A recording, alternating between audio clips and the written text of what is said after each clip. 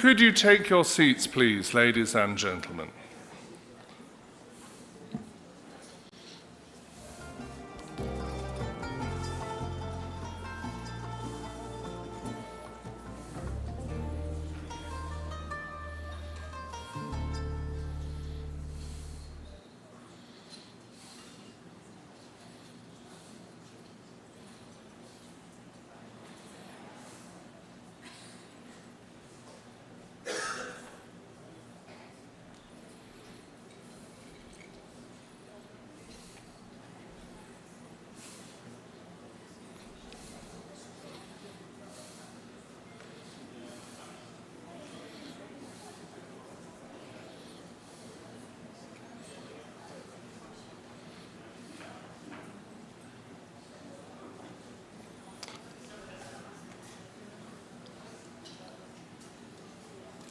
I know some of our guests may be a little late in arriving today because of the numerous road closures we just learned about as a result of the Chinese-Arab summit.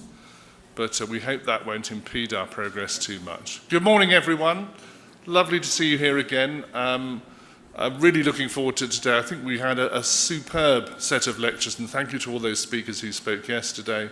Superb set of lectures yesterday. A wonderful combination of looking backwards, looking at conservation, and also looking at new build and looking at earthen architecture's role as a wonderfully sustainable building material for the future, and particularly for Saudi Arabia and for this part of the world. We start today looking backwards and forwards, and particularly looking with our conservation expert, my delightful colleague Paola Pesaresi. Paola is a conservation architect with over 20 years of experience, which is interesting because she's only 25. Most of them dedicated to preservation and management of major archaeological sites. From 2005 to 2021, she was architect of the Herculaneum Conservation Project, the major private-public initiative for the conservation and enhancement of the archaeological site of Herculaneum. In 2019, she became responsible for High Lab, an organisation devoted to research, consultancy and training in the field of cultural heritage, and she is currently the Heritage Management Director at Diriyah Gate Development Authority. Paola.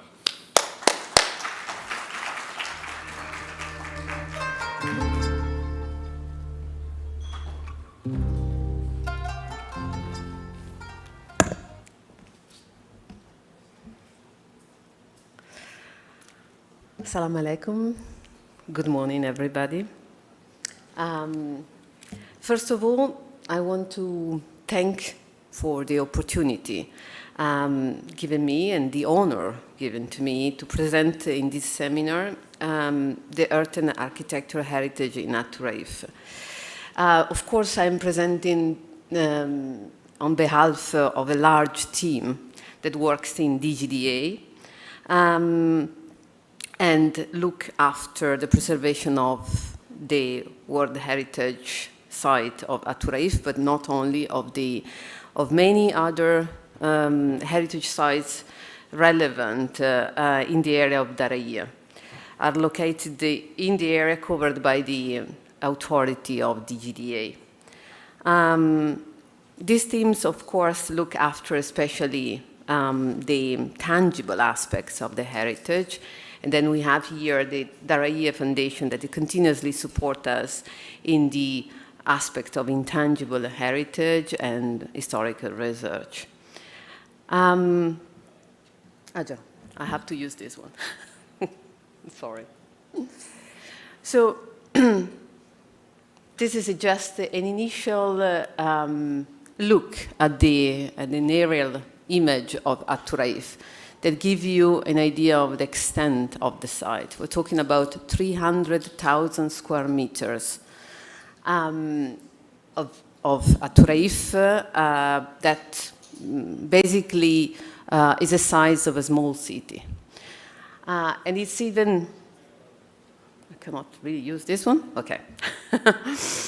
And it's particularly impressive when we think that the entire city is built in mud. As you know, earthen architecture represents the oldest form of construction in the world. Çatalhöyük in Turkey, Urkesh in Syria, Hili in Abu Dhabi are just some example of very, very ancient sites built in earthen architecture. Some of them belonging to the Bronze Age, some of them belonging to even 10,000 years ago. Unfortunately, the tendency to the erosion of this type of building materials implies that if it's not well maintained, it disappears without leaving a trace, being as material very similar to the earth where it was built. And this factor has been looked from many parts as one of the main challenges for preserving the authenticity and integrity of the site. This presentation will look at this, especially at this aspect of preservation. How can we in Turaif try to preserve the values more than the material that is there?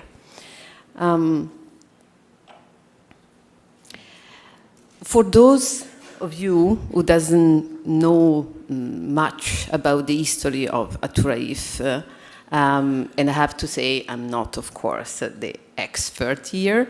I just want to mention few elements. Turaif, as a World Heritage Site, has been nominated in 2010 as the birthplace of the Saudi state. It was destroyed in 1818 during the war against the Ottomans, left abandoned for a century and a half, then partially re-inhabited in the second half of the 20th century. Then was completely expropriated in 1982 when the site has been bought by the Deputy Ministry for Antiquities and Museums. Turaif has been the object of a massive effort for its preservation over the last decades, and especially in the period right before and after the nomination. It has been also considered as one of the most important labs for conservation, open-air labs, let's say, for the conservation of earthen architecture. Okay. These are just few slides that helps to understand, come from the statement of significance of the inscription that I like just to highlight here to remind everybody as the importance of Turaif as a symbol of the first Saudi state. I'm not good with this. And having a look of how this statement of significance is also bringing, shed light on the urban setting, on the fortification around it, on the Najid architecture, as Turaif exemplifies the finest and most inspired period of Najid architecture. Then I ask you just a bit of an effort to, whenever we look at the heritage, our looks are always very diverse, the way we look at it, and specialized or less technical. But what is important is always to look at the context. So making the effort of having a look back, zoom out and then zoom in again. So these pictures are just representative of, they should help to have a look to the site as part of the Kingdom of Saudi Arabia, located in the Najd Plateau, and being built with the material that was actually found on site directly. For this reason, I just ask you to zoom out from the site itself and look at Daraiya. Aturaif, as you know, is a district of Daraiya.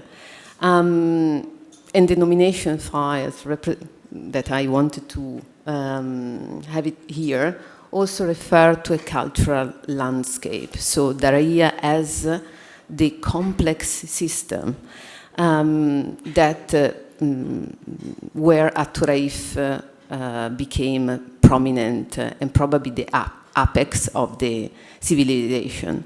The more archaeological surveys we do and investigation we carry out in the area, the more this cultural landscape becomes more evident and complex at the same time. This articulated landscape, I just want to put some images of other sites which are within Daraiya and should be seen as part of this large system. Raziba, as many of you know, is one of the most significant historical settlements of the old Daraiya, located north of Daraiya, 2 kilometers away from here. And is also the last untouched historical settlement and has only been the object of very few historical studies. Local scholars date the site back to the 14th century, some of them even at the 11th century. Saman is also another settlement that we have to look at to understand more of the history of Aturaif and Daraiya in general. These settlements are built also in Earthen architecture, but they were not the center, the focus of the major conservation efforts in the last 30 years. And for this reason, they started to disappear. And now we have, some of them are really at risk of total loss. Again, zooming out to the whole Daraiya, probably one of the most significant element is the one of the oasis of the Wadi. As most of you know, Najd architecture is typical architecture of Central Arabia, divided in Upper Najd and West and Lower Najd. We are in the lower part of Najd. That was always different from the rest of the area because it was reasonably weathered, thanks to the presence of wadis and especially Wadi Hanifa. The evolution of this oasis in time, the understanding of the evolution of the oasis in times will help us understanding more the role that played in the historic development of Daraiya.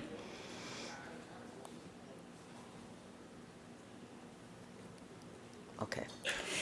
If we look into the Wadi, we will see many of these heritage structures. Very interesting indeed.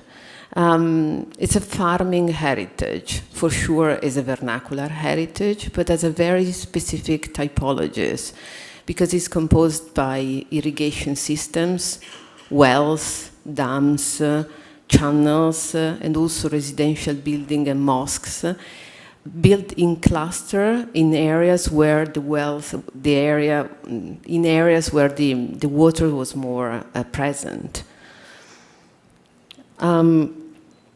Also, again, looking at the wider picture of Daraya, it is crucial to underline the relevance of the defensive system that surrounded the entire area. The oasis of Adiria was encircled by a defensive wall and towers, built most probably starting already in 1758, and was composed approximately by 20,000 linear meters of wall and over 80 towers. Most of them today disappeared, but we still have around 6,000 meters of towers. And what is also interesting to look at is the building techniques. I'd like to... Sorry, yes, okay. I just want to detach a little bit from there. What makes very interesting this type of defensive architecture is the fact that it's built with multiple different building techniques. This has probably an historical significance.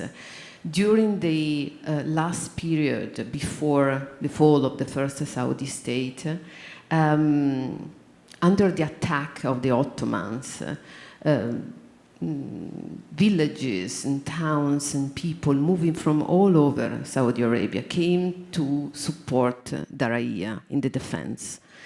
They came bringing their own building techniques, and this is the reason why you have so many different typologies of, in some cases just built with mud, in some other cases it's mud and stone, in some other there is a face of stone, and inside you have something similar to rammed earth. So it's a very extensive but also peculiar type of heritage that represented an incredible, its significance is really related to the heroic defense of the town in 1818. So now that we have somehow zoomed out, I want to also refer to all the, I mean, I'm not looking at it now, but I just want to refer to the importance of the intangible heritage here in Daraya, that is part of that complex system I'm referring to, and needs always to be kept in mind looking at the heritage management of the site. So we're now back in Aturaif. We can see quite well two levels of preservation of the site. On the northwest side, we see only few buildings still standing, mostly in ruin, while the rest of the site looks almost developed. For many people that don't know the site, they could think that this is an excess of restoration. In reality, if we look back at the picture of 1983, and even at the picture of the aerial view of the 1966, it's quite clear that that part of the city was the part that was actually re-inhabited. So people moved again during the 20th century to live in Turaif and became a living heritage. And this is an important way at looking at it, because whatever has been done for the restoration of the place was always done looking at this living,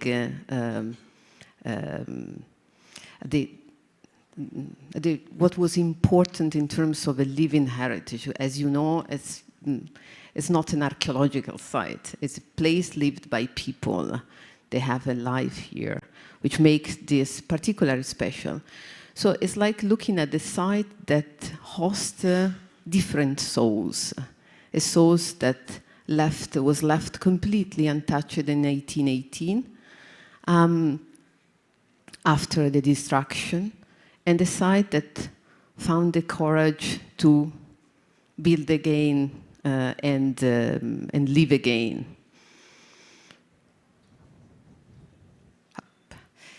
When we look at the site today, this same site that I just show in the aerial picture is the one that has been fully restored with a long-term vision initiated in the 80s and then was continued until the 2017. The conservation intervention were actually carefully studied and in order to protect the delicate earthen material. Sacrifice layers were put on the top of the most eroded areas and also on the two sort of were used as an interpretation tool to cover the reconstructed parts.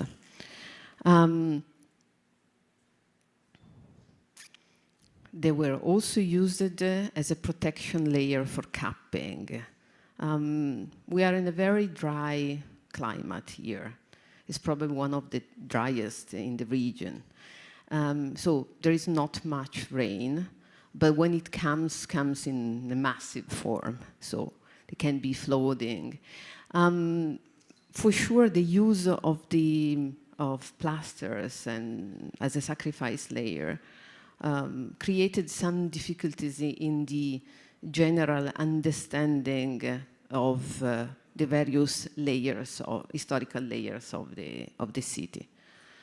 When we look at the northwest part of the site, we can see the site exactly as it was left in 1818 after the destruction. That was massively destroyed and bombed and then arbitrarily destroyed. The occupation of the Ottomans in Darija lasted for almost 1 year after the 1818. They just withdrew in August 1819, and they made sure that everything was destroyed. And not just the built heritage, they also cut all the palms. They wanted to make sure that the power was finally they wanted to make sure that no new power could come from this region. That's something that, of course, they didn't succeed. When we look at the surface of these walls, we also see other things. We see different building techniques. Yesterday, I hear many very nice presentations about adobe, about cob, mentioned to the rammed earth. In Aturaif, we have a collection, basically, of many different building technology. Some of them very peculiar of this site. It's very rare to be found in other Najd settlements, such a massive use of limestone. This is, of course, due to the presence of the wadi and the escarpment and the presence of limestone. We also have very different adobe bricks. We have layers of the finishing that needs to be studied to understand it was actually plaster or just the detachment of the cob. The cob here is full of stone, so it's not a classical cob.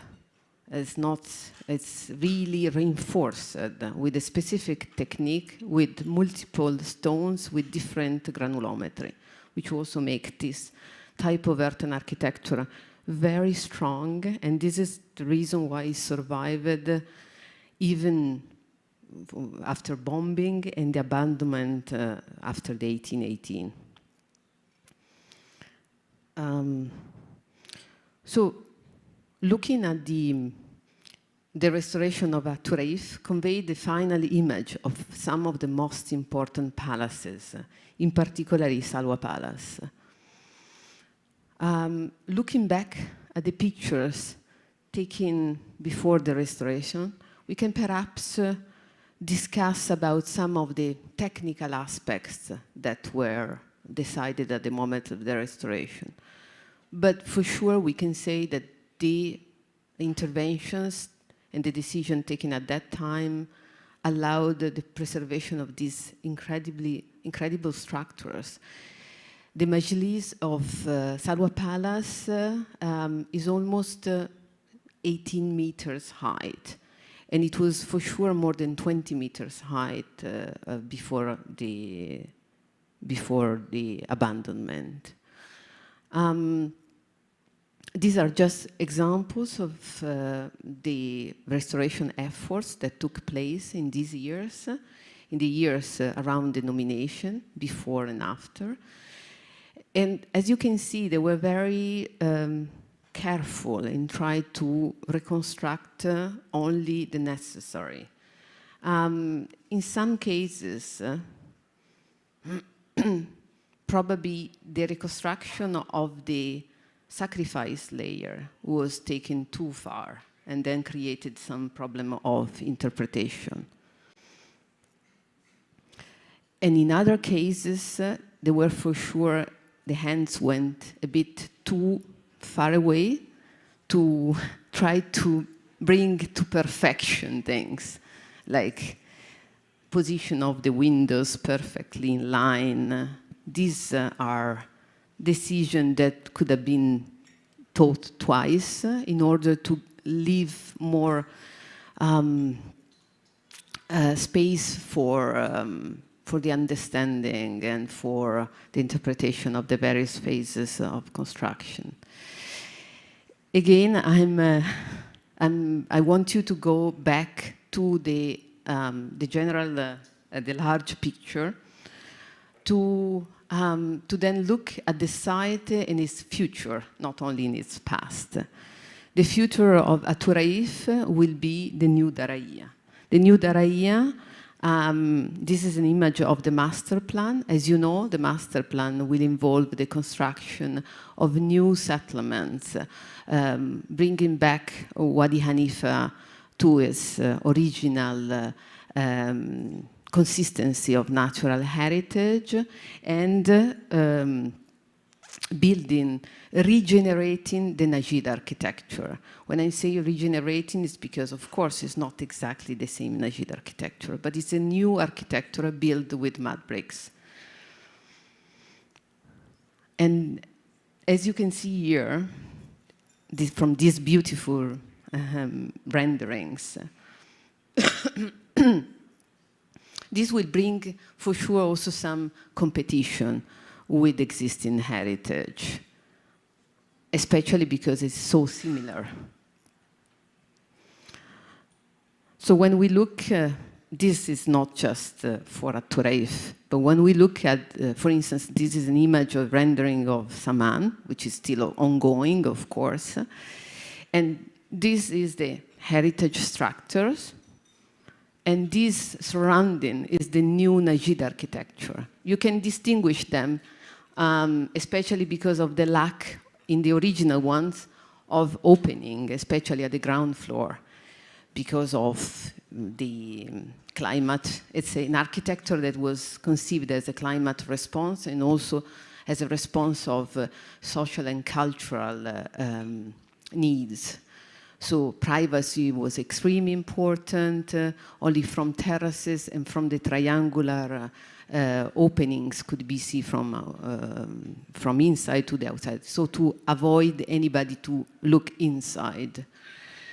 So there is an effort that we need to make to make sure that the new heritage doesn't look too much as the old heritage. It's a very basic statement, I can understand, but it requires a very complex mechanism of stepping back, try to balance the restoration of conservation, restoration efforts, and when you have the new Najid architecture around you, we will need to take some probably some different solutions. When we look back at this, we need to understand if it's really necessary to have the sacrifice layer on the top of all the structure, because this would imply that the final look will be very similar to the new Najid architecture. So what is probably needed is the careful understanding of the process of decay of the Earthen architecture, of the original one, in a site, in an area where, which is particularly dry. And if we do a sort of reverse engineering, so we look back how the existing structures resisted in these years, after the war, the bombing, the abandonment, the lack of any intervention, we can surely understand something in terms of the process of decay. This needs, of course, to be looked at in a larger, in the larger vision of what will happen in the future in terms of climate change. 5, okay. So, looking at the texture of this architecture, we can ask ourselves if this type of fabric can be left exposed. Is it interesting for the people to see it? It can be something for to improve the knowledge about what happened, how the system was built. So these are all considerations that needs to be taken into account while taking decision. I will be very brief on this part, just to give you a context of how we operate. This is the vision and mission of our department embodied in the Heritage and Culture division. These are our strategic goals that are particularly important for us because they try to put in synthesis where we need to go exactly in terms of advancing the knowledge, bringing heritage to life, and at the same time preserving the significance, considering always the wider cultural landscape and trying to continuously place the community and the tradition at the core of the heritage. I'm going fast because I just said the same thing. These are the way we want to do it. This is the methodology that we want to use, which is considering, as we were discussing before, Daraya as a whole, trying to manage the change that will be created in the cultural landscape with the new Daraya, the new Najid architecture, always letting the values and the significance to guide the decision and try to work always on different levels with different disciplines. This is how we want to, the process we have put in together, and this is our roadmap for the next few years. As for Turaif, we look forward to launch, and we are already in this process, of course, since 1 year now, of an integrated approach. So previously, the phase, so-called the phase 2, was considered as following the phase 1 with the same type of approach. We are revisiting all this. We are revisiting in order to fully document the site, do a comprehensive condition assessment of the site, as we were saying, trying to understand and monitoring the environmental factors that actually has an impact on the long-term preservation of the site. This is the topographic, this is the monitoring. We already started to try to understand what's the process of decay, how long it will take, and so on. These are looking back, an example of looking back at the restoration that was done back in this case in 2007, and the potential problems, also from the structural point of view, that was generated by the restoration. This is not something unique here.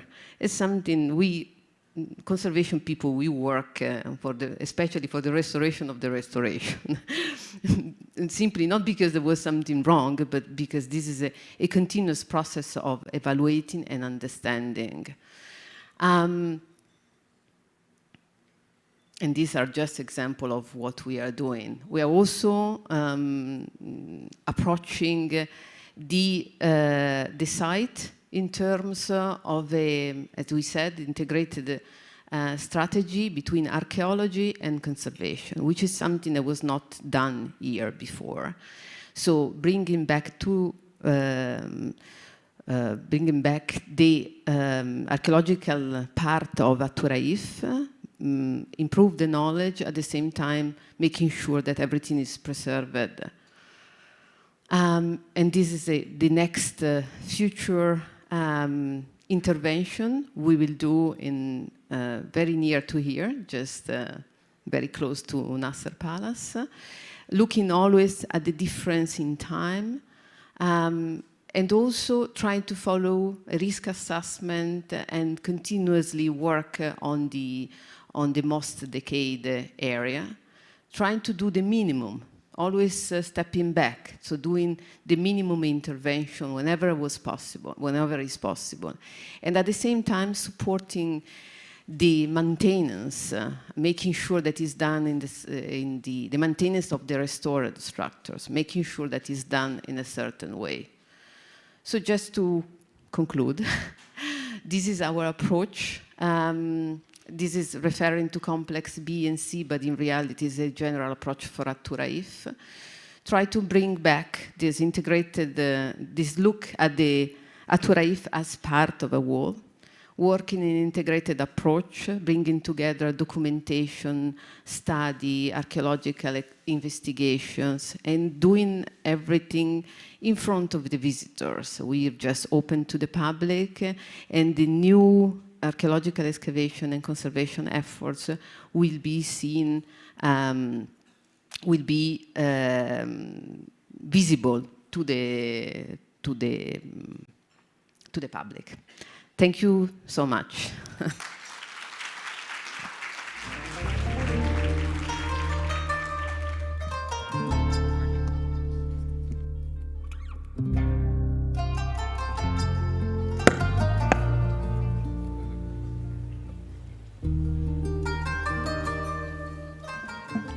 Thank you, Paola, so much. Sorry to have to cut you off because there's wonderful stuff there, and I'm sure if anyone wants to find out more, Paola will be delighted to answer questions later today. We've been looking at the past and how we reinterpret the past. Now we're looking to the future, and for our guide, we're delighted to have one of the great figures of Saudi urban design. Ali Al-Shurabi is a Saudi Arabian architect and planner, co-founder of BIA Planners, Architects and Engineers, based here in Riyadh, but working on projects not just in Saudi, but in Oman, Yemen, Pakistan, and Djibouti. Mr. Shurabi teaches design at King Saud University and is co-editor of the Urban Heritage Encyclopedia.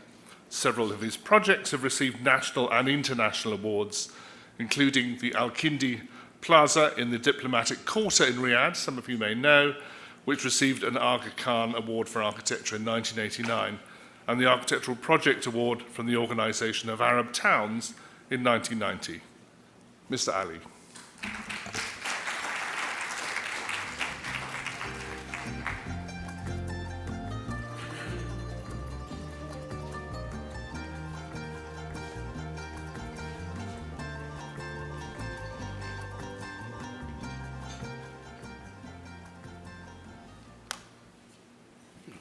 So you have it here, so I don't have to use mine. Assalamu alaikum wa rahmatullahi wa barakatuh. Good morning, ladies and gentlemen. As I have been introduced, I am a practicing architect. And when I look at the work, I look at it from my perspective and experience for the last 40 years. I've been fortunate to work with earth architecture very early, and we faced possibilities and difficulties in the work. But in principle, what I would say that you can imagine that mankind discovered how to deal with Earth. Children, unless they know that they can't take the soil, wet soil, and they can't form it, and when it dries, it keeps shape. But if it is subject to water again or rain, it dissolves again. Our history is all about this. It is easy to mold the earth, but it is also easy to lose it. But this is the beauty, and also this is the quality of the earth. So in principle, throughout history, earth architecture was the most predominant type of architecture, except after the Industrial Revolution. What I would like to go first through the history. I'm not sure how this works. Yes.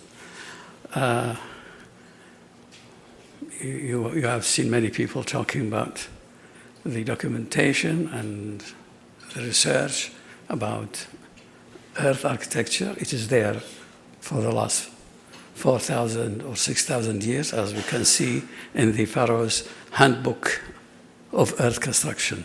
So it is there, and this is being followed everywhere. The issue, of course, is not how old it is, but it is spread all over. We can see it in Afghanistan, Syria, in Hadramaut, Najran, in Saudi Arabia, France, and America. But then we can see also different techniques for dealing with earth architecture. So different communities have different perception of what is earth architecture. When you talk about earth architecture in Daraiya or in Najd area, they talk about a particular type. But if you go to Hadramaut, actually you will find these white big palaces. And if you go to France, you cannot tell that it is actually an earth construction. So different societies developed different techniques according to the situation they are in. In principle, we have the use of earth as walls. Depending on the location and the situation, there is the composite construction where wood and earth as filler. Also, we have the prefabricated bricks for building walls, or using aruq. I'm not sure what would be the English equivalent, because many people mix it with the round earth. The basic difference, of course, is that in the technique of construction and also the material in that and the implications. There are different reasons why a mason or a society chooses the technique. It depends on the soil available and also the wealth of the society. Earth, not only as walls, but also is being constructed as roofs. And this is when there is a reason for that. First reason is that the scarcity of wood. When the wood is the easiest to use as a flat ceiling and roof, but if it is scarce, then people develop a different way and also a more acceptable technique, economically. This is one. Two, if they have termite, the termite eats the wood, so it becomes a problem for the society where that. So they normally go and develop roofing technique. as we can see that the different techniques for roofing, like in Syria, they have the conical domes, very strong and also very easy to construct, but it has its own also limitations. And there's also in some parts of Africa, especially in southern Egypt, also in Afghanistan, they use vaults and domes. Of course, the famous Hassan Fathi, who had populated the Nubian technique, but it's actually, it's not just a Nubian, it's in many places, including Afghanistan. Many people think that the roof is only for one story, but actually we've seen, especially during the war in Afghanistan, that actually they have multi-story vaulted and domed construction, whether it is a shallow construction dome or even a monumental dome. But the earth construction is amazing for me. And it's not only primary structure, but also secondary. Using it for fenestration, it's also available. So when we look at earth, it is an amazing material. As Dr.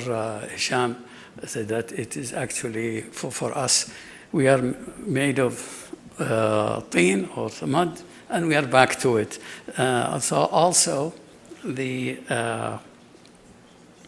earth construction has that feature. In our experience, we did 25 years ago the restoration of the King Abdulaziz Palace, what is known now as the King Abdulaziz Historic Center. We realized that we are losing it very quickly because of the rain. So we said, okay, we want to bring the mud buildings so that they are actually modern buildings that can compete with concrete and other techniques. So what is the problem? It's basically the problems that the kids face is that it melts underwater. So how can you make these structures safe from water effect? This is one. Two, is we need to introduce modern materials. In the past, they had no running water, there was no electricity, and also there was no environmental control. So we introduced these without interfering with the authenticity of these buildings. Now it's 25 years, and they don't do the annual ritual that they used to have after every rain, that they have to go up the roof and restore what the rain had damaged. And you can see these, how from the right to the left, that it became a modern and exciting place. We are using these places as we have our colleague here. She's the partner of one of these buildings. So earth is actually a modern material. It's not it's transcend time. It is timeless in that. But why we don't have it? What is happening now is that we have nostalgic return, which actually does a disservice for that, using images that are not authentic, material that is not authentic, and it doesn't perform to what the earth material was using as a technique. So there are architects now in different parts of the world who actually use the earth primarily as walls, and they use also as rammed earth. And this is very attractive for architects because it is actually looks like exposed aggregate concrete walls, and so it doesn't have the stigma of the poor and also the stigma of requiring continuous maintenance. So in principle, the earth construction could be improved either by improving the constituent of the earth itself or by protecting it from rain. But it is timeless, and now many architects can work on that. So what is the earth construction? It is actually the composition of the material. We have the aggregate, then we have the pebbles, sand, silt, and clay, and sometimes also the decayed natural material that will create bond. But in principle, the quality of it is actually pushing the air out of the so even if you have two plates of glass, if you put them beside each other, they stick to each other. So the problem of construction of earth is actually the presence of air space inside the wall. If you take it out, it becomes very strong and also very waterproof. But it's not just that you try to do it. The philosophy is that use according to what you need and what you have. It's not the idea is that you find the best or whatever. No, you find the most suitable use for the resources that you have, rather than trying to upgrade the material so that it becomes self-defeating. So why we look at the earth buildings? First, they are local resource. They are easy to construct. They are flexible in construction. They need no transportation or minimum transportation. They save energy during the manufacturing, during construction, during the use of the building. They are excellent because of their thicknesses and materials as sound and thermal insulation, and also they are fire resistant. They are also 100% renewable material. Municipalities have huge areas dedicated for the rubbish that comes from construction sites or from demolitions of older buildings. But with earth, you don't do that. It's just you reuse it. So it is it's like a tree. It regenerates that, and because of that, it is also have unlimited lifespan, and it could be reincarnated in that process. So what is the future of earth structures? Why we want it in the future? Because it is super economic, it is super ecological, and also it's a simple technology. So why it's not happening? If what I say is correct, it should be the predominant material everywhere, not concrete or not that, but it's not happening. So we are not putting our hands on the problem of why this is happening in that. What we have, and I talk about my experience, we need demand. We have to create demand for earth construction for that to start spreading, and then it becomes useful for the society in that. First, in education and research, we need more educated architects and engineers who know how to deal with the material. This is one important thing. But next to that, we need the supply chain. When we try to build an earth building, we have a problem of we don't know where to get the material from, how to get it. Contractors, they don't know how to build it. Of course, there are few now who work in the restoration of mud, but earth is more than mud or adobe. It's far more than that. So there is no supply chain as we have in concrete. In concrete, you have concrete blocks, you have fabrication, and you have steel fabricated, and you have workers. So the supply chain and in the industry is geared towards the concrete, and we need to bring it back to that. And this cannot be done without patrons. It cannot be done by individuals. Individuals use whatever they have in hand.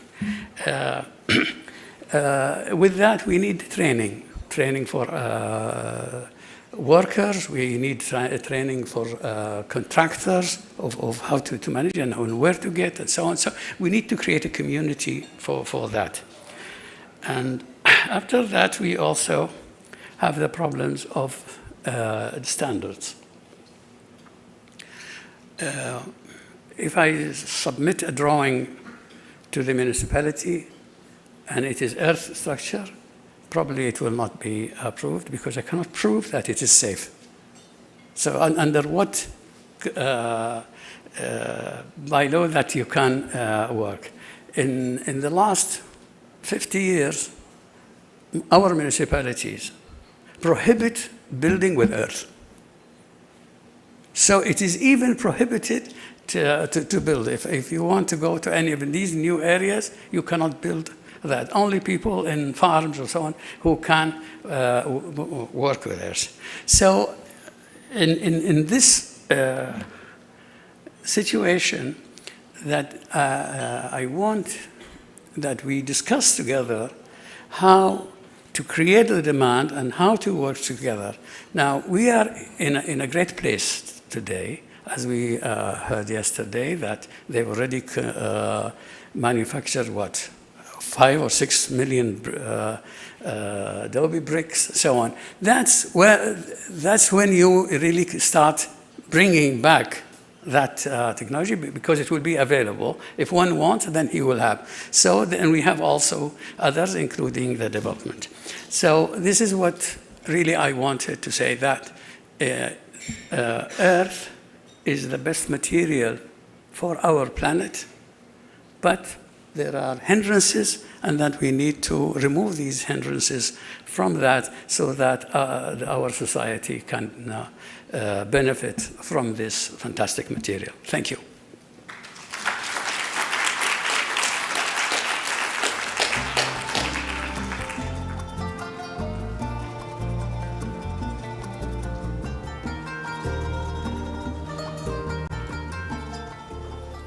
Thank you, Mr. Ali, for that rousing and resonant call to arms there. We're now going to take a break for tea and coffee. It is just about 11 o'clock. If you could be back in your seats promptly at 11:30, please. Thank you very much.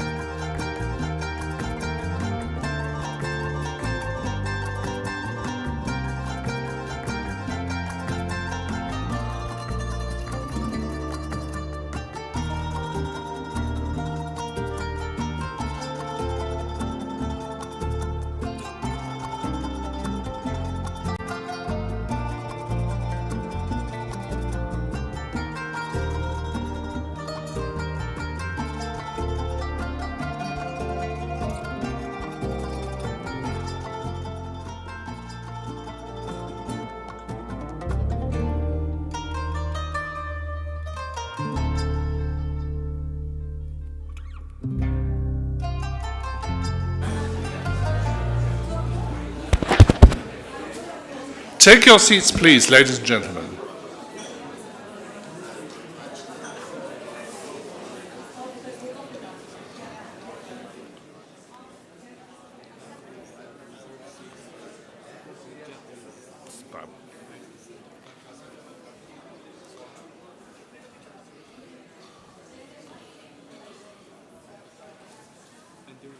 Yeah, I'll do that first. It's raining.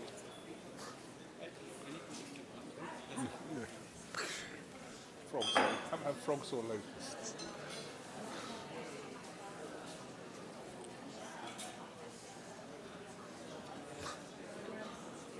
Sorry?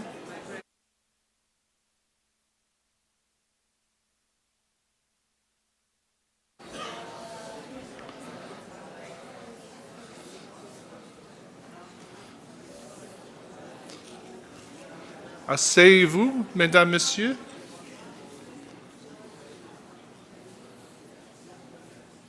Setzen Sie sich. That's about it.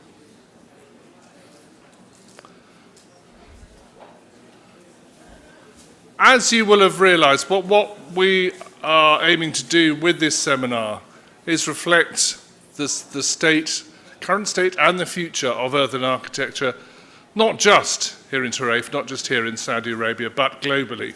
And we're delighted to have such a wonderful global set of speakers who've come to see us.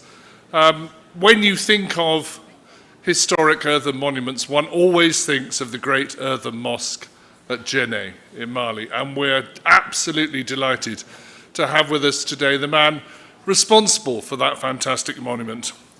His Excellency Yamoussa Fane is director of the Mission Culturelle in Djenné in Mali, one of the world's most important adobe cities and, since 1988, a UNESCO World Heritage Site. Your Excellency.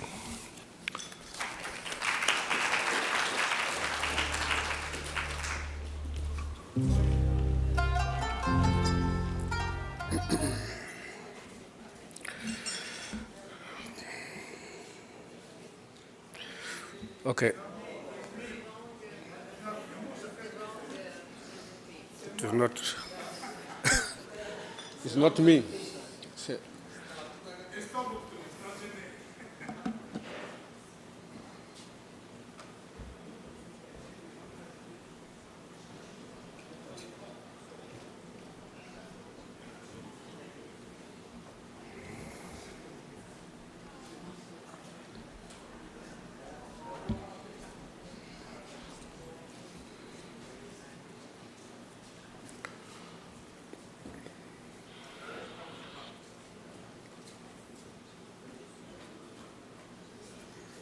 Merci.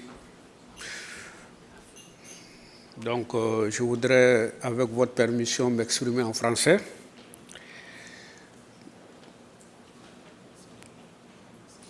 Distingués invités, mesdames et messieurs, en vos titres, rang et qualité, tout protocole observé, permettez-moi tout d'abord de vous remercier pour l'honneur fait à mon pays en m'invitant à cette conférence sur l'architecture de terre. Donc, ma communication portera sur l'architecture de terre de Djenné et aussi sur la grande mosquée, qui est le plus grand monument en terre au monde aujourd'hui.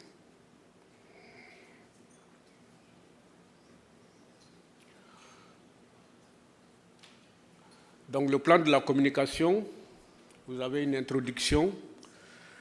Donc, la présentation de Djenné et du bien inscrit au patrimoine mondial. Comme vous le savez, Djenné est depuis 1988 inscrit sur la liste du patrimoine mondial de l'UNESCO pour son architecture de terre. Donc, je parlerai de la grande mosquée, également le patrimoine immatériel lié à la grande mosquée, surtout les travaux d'entretien collectif annuels, l'état de conservation. Also the used material in the Grand Mosque in Djenné and the restoration works in Djenné. Depuis la nuit des temps, on construit en terre, qui est le matériau local, Since the old times, the humans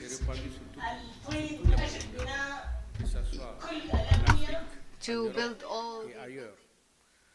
L'architecture de terre a toujours représenté une portion importante de l'architecture mondiale. Dans les années 80, la population mondiale logée dans un habitat en terre était estimée à 30%, soit 1,5 milliard d'êtres humains.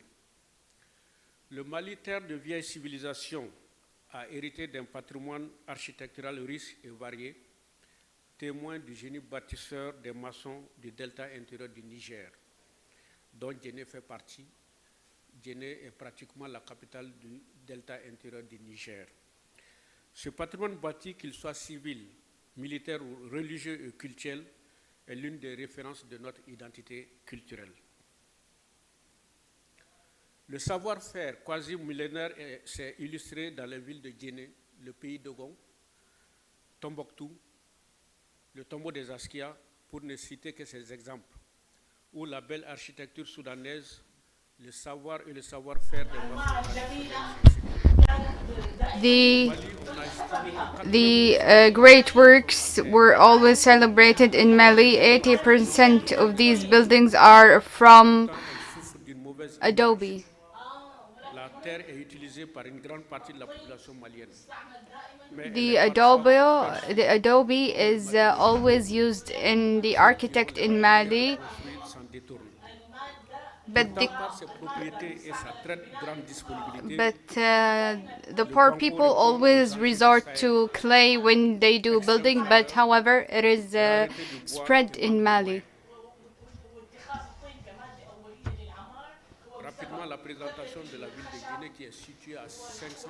The reason behind using clay and adobe is because of the lack of resources such as concrete, wood, and so on. In the east of Mali, the Grand Mosque of Djenné is 7 kilometers from the northern eastern of the Mopti. On the internal gate of Delta, it is located on an extended area. This area is always prone to floods. On 30,000 of Pondo,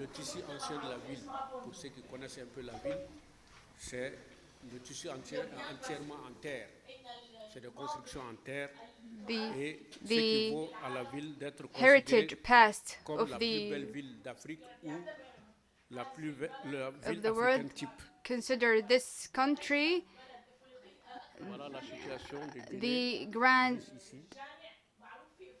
the Grand Mosque, which is known in Africa and the whole world.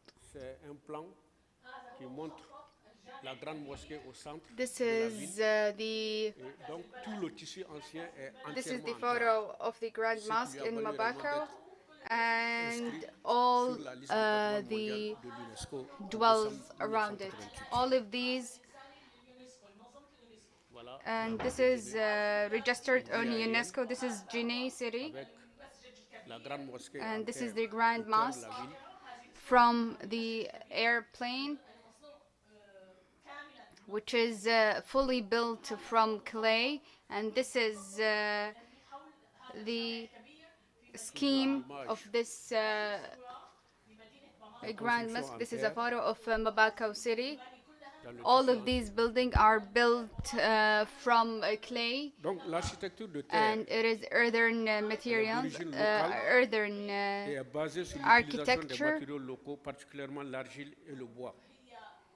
Elle est le fruit de la synthèse des apports des différentes cultures, des traditions et des savoir-faire des maçons de Djenné, qu'on appelle les barils, dont l'origine remonte au XVe siècle. Used by the workers and the craftsmen in Mali and Africa. Dans la typologie que par la structuration de l'habitat traditionnel. This is also linked Aussi bien l'architecture with the religieuse que Sudanese celle de architecture. l'habitat sont empreintes d'une grande élégance. This is an dont on Islamic trouve pas d'autres architecture. exemples.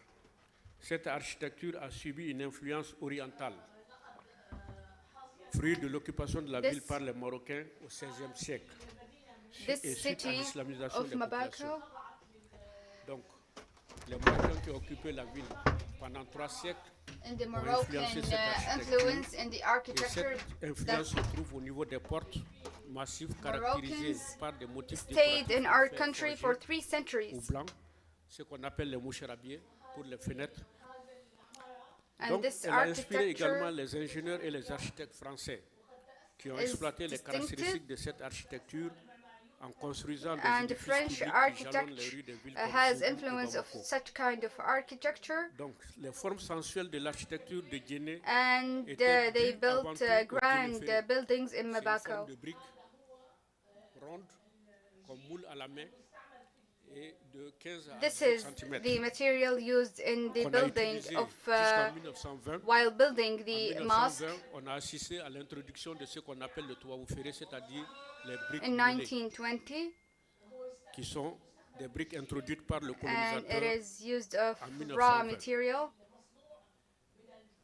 which is Voilà, the ce sont les lime influences made of marocaines. clay Donc, and les fenêtres adobe, bien and this is the embouchées Moroccan et les portes influence on the décorées. architecture in Mali. This Donc, this door is an Djenné se example of caractérise the par deux Moroccan types influence d'habitats, in Mali. de maisons, les maisons monumentales et les maisons très simples. En plus de sa prestigieuse mosquée, These Djenné abrite un grand houses nombre de maisons monumentales au style élégant that were et qui valent built à la in cité Mali is qualificatif simple de reine du houses. delta et de berceau de l'architecture It is soudanaise. simple in its architecture, L'architecture de terre trouve à Djenné son aboutissement le plus raffiné par les maisons aux façades richement décorées. and it has Cette fascinante architecture a privacy, dont on and connaît its l'origine du style courtyard in est its l'œuvre des barrés, c'est-à-dire les maçons, dont la corporation, je l'ai rappelé, and it has its own remonte au culture. 15e siècle après Jésus-Christ. Et cette architecture a fasciné les This explorateurs architecture européens, dont René Caillé, qui était de passage à was Djenné en influenced 1828. by the 5th until the 19th century. These Europeans who Ce were style, came on l'appelle le also néo-soudanais. influenced in this architect, C'est and they expanded in it, and this is an example of a building Ingénieurs qui ont reproduit les caractéristiques de cette of the Sudanese architecture and European architecture who came to Mali and influenced on the Malian style. And this is what we called Du currently 5e au 9e the siècle de notre ère, style les that maisons is circulaires influenced rectangulaires with the apparaissent, sont local construites avec des briques cylindriques moulées style. à la main qu'on appelle localement les djennéférés, c'est-à-dire les In the 15th and 16th century, these houses were built like a round and a triangle shape, and the lime were used in a round shape, 18 cm. which is Les fouilles de Djenné-Djeno, c'est-à-dire l'ancienne Djenné, which is called Gini, and it is comprised of clay, adobe, and other materials. grâce à And these limestones are used in the conventional architecture in Guinea, and it's still used until the 20th century. entièrement en djennéféré. Et ici, These are the limestones which are around, and this is how they manufacture it, c'est lors de la construction de la mosquée de Djenné, where the comme le craftsmen savoir-faire était in en voie de Mali disparition, made it. un vieux maçon détenait réellement ce savoir-faire qui a initié les jeunes And maçons this à la will be conception de briques en distinctive. Sorry, this will be going extinct when qui apparaissent en 1920 et elles sont introduites par les Français. this round L'élévation des stone. murs en briques. Tu vois, vous This faites is an les example briques des-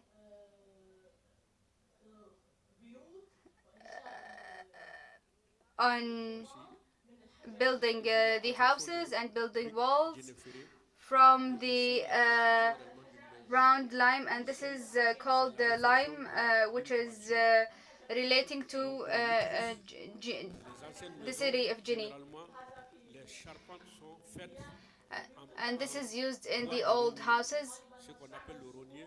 Normally, the seals are wooden, Le rognier qu'on utilisait.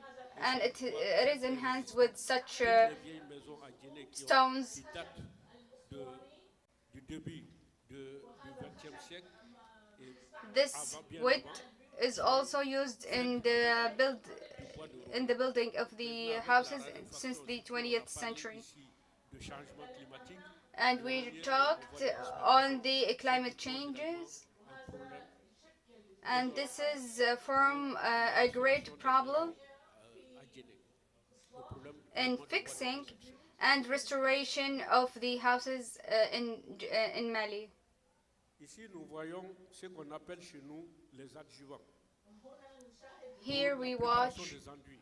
Parce qu'après la construction, il faut appliquer un enduit sur le bâtiment. the workers who are making the limestones, and they are basically using the material that is used Il y a une plante qui existe en Afrique in qu'on appelle le bridging beaucoup dans the stones together. les produits cosmétiques. These materials Ici, nous avons are used in cosmetics too. la poudre de baobab, etc. Et ce qu'on appelle This la is tomate podic beaucoup baobab. connaissent, c'est la terre de Bourem, qui est utilisée également pour les This is called the brain mixer. que ça soit à This is also quand on fait there is some ritual for architecture where we faut faire des sacrifices. before doing the building process Mélange 7 céréales and before building the walls, dans les fondations. we do like a Le mal et également pour au moins que la maison and this is to kill the evil eye c'est les rites également qui sont and to bring happiness in the building that is being built. de monsieur Mauro, il en dira plus sur ces rites de construction 7 et à Tombouctou. 7 types of materials are mixed together to produce such material. Here we find seven types of material of grains to produce the cylindric stone. Donc on a changé Here suivant. Maintenant on utilise plus le son de riz. Le son de riz qu'on mélange à la now we're using riz extérieur. rice Son de riz. Et ce son de riz, ça to produce the outsider stone, and this is a type of rice that is manually grind, and it could be grind de qualité, d'autant plus que automatically. sont beaucoup plus rapides. Le temps presse, donc on utilise beaucoup plus les machines. C'est-à-dire les Since we are using machines broadly, it became easier. en poudre, ce qui n'est pas utilisé. There are machines that transform the rice into a powder Voici certaines and into a flour that could be easily used. intérieures du Niger. Ici, on les appelle les These buildings maisons de socialisation are in the Niger en milieu bozo. Donc, c'est des belles constructions in a area called Bozo, and these buildings are beautiful, du delta intérieur du and it is buildings that youth are living in it. aux maisons monumentales. Donc, c'est des maisons Coming back to the houses, on a les façades dites de couleur avec un auvent. it is called the built houses. It is the court. It's a front. It is Moroccan style, and on the center there is some embroiderment and some paintings for for decoration. C'est l'architecture et également These decorations are put on the outer doors, which are very influenced les maisons, in the civil architect in Guinea. deux piliers aux deux angles. On these houses, there is two fronts. Et le A front which is filled with colors, nous avons souvent ça dépend, ça peut être deux piliers centraux. And another front, which is Moroccan, which is distinctive, which so much decorations and so much paintings. Et nous avons des There is décors, so many fronts comment dire, au in sommet the houses in Jenne. Les enfants, vous allez voir en image ce que cela représente. Donc la maison, en réalité, chez It nous, is considered from one of the complex buildings which required so much work in doing it. à l'intérieur et les enfants au sommet, que ce soit les filles. Also, there is two parts in the house. A part for the men and women and children, and a part for men. This front has a lot of paintings and a lot of colors, and we here we seeing a Moroccan front. Here a Moroccan front, which is which has so many parts, and there is so many openings. And this distinguished the Earthen architecture.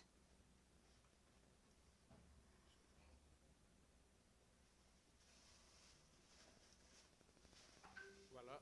Donc, une façade, nous Here avons we ici la find façade an interface avec un auvent. with so many colors, Une maison qui a été construite en 1880 and it is an air-proof, and it was built in 1993. dramée. This house, a family who are memorizing the Holy Quran. This is a Moroccan interface C'est la bibliothèque that des has been decorated, and the doors, the windows have been decorated aux deux angles qui représentent l'homme, les quatre piliers centraux with représentent a la femme, et au sommet nous avons les enfants, garçons comme filles. Et vous voyez ce qu'on appelle chez nous. on the first floor, men are living, and on the other level or the other floor, women and children, and the ceiling or the roof where the children are. Préparation de la mosquée, ces échafaudages sont And there utilisés are par les maçons pour faire les travaux de réparation. those who built such houses, Donc l'architecture de terre couvre they're using it while installing the ceilings. donc c'est Earthen architecture couvert par l'architecture de terre. Mais ce que nous remarquons, it is an old très bien conservé, kind of architecture on est aujourd'hui des which estimated 48% aux sécheresses, in Mali, which is Jobo, Yubukaini, Sankoi, Aklasuha, Aklas Simani, Samsi, Konofia, Bambana, Famuntala, donc également le déficit pluviométrique et le Wakanafa. All of these are neighborhoods in Mamato. These earthen architecture were preserved very greatly in the Niger. These are buildings from the colonizing era. This building été restauré dans le cadre du projet de conservation et de restauration de l'architecture de terre, is classified in aussi en 1996 as one of the preserved heritage buildings, and musée. it was been restoration. Donc on a pu restaurer 150 maisons gratuitement pour les populations pour préserver These buildings l'architecture and the material that was used in building such buildings were from the Netherlands. Nous assistons aujourd'hui à des problématiques de conservation. Donc l'usage Here we got so many problems due to the usage des dangers of the lime, de cette the architecture parce que la terre, on l'a dit hier et this peut-être je lime. répète, la terre et le ciment ou les briques cuites, c'est des matériaux réellement incompatibles parce que la terre a besoin de respirer The concrete and lime cannot be compared together. entièrement en briques cuites, il s'effrite à l'intérieur. it cannot be mixed, the concrete and lime together, because it would cause a problem generally. sans que le propriétaire ne se rende compte réellement des menaces qui existent. If the lime and concrete used together, this would harm the houses. C'est populaire aujourd'hui à Djenné parce que les gens ont des difficultés à assurer les entretiens réguliers. Ce qui fait que la solution la plus facile Because the people who are living in the houses would face a great problems in fixing such houses, and there are so many mistakes in the collapsing of such houses. pour la survie des maisons.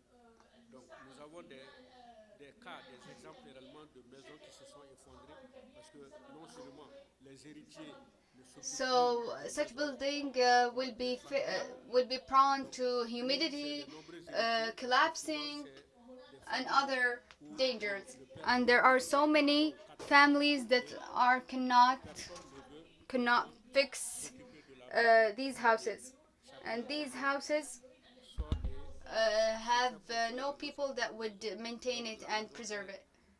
restent à l'abandon.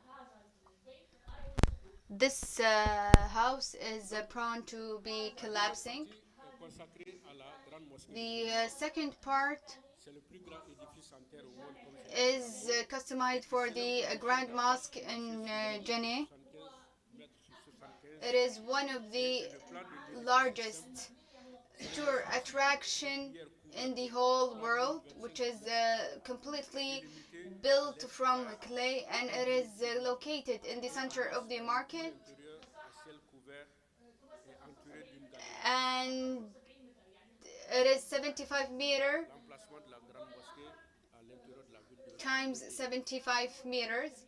This is the Grand Mosque, and it is located in Djenné.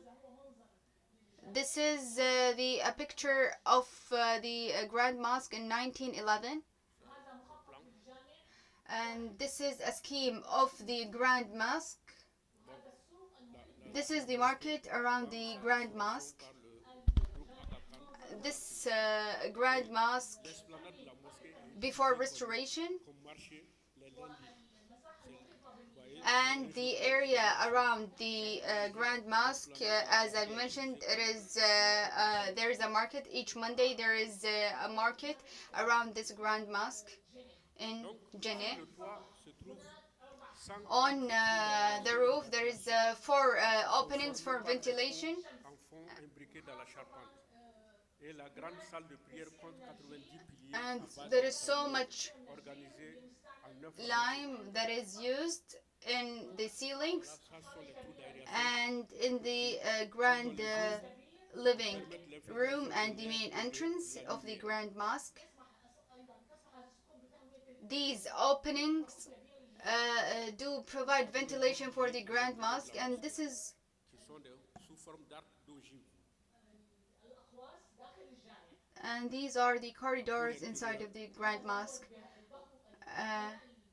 And this is the C'est des murs courtyard of the Grand Mosque. 50 cm d'épaisseur. The ceilings or the walls of the mosque is Construite en Djenné-Ferré. considered like 70 density.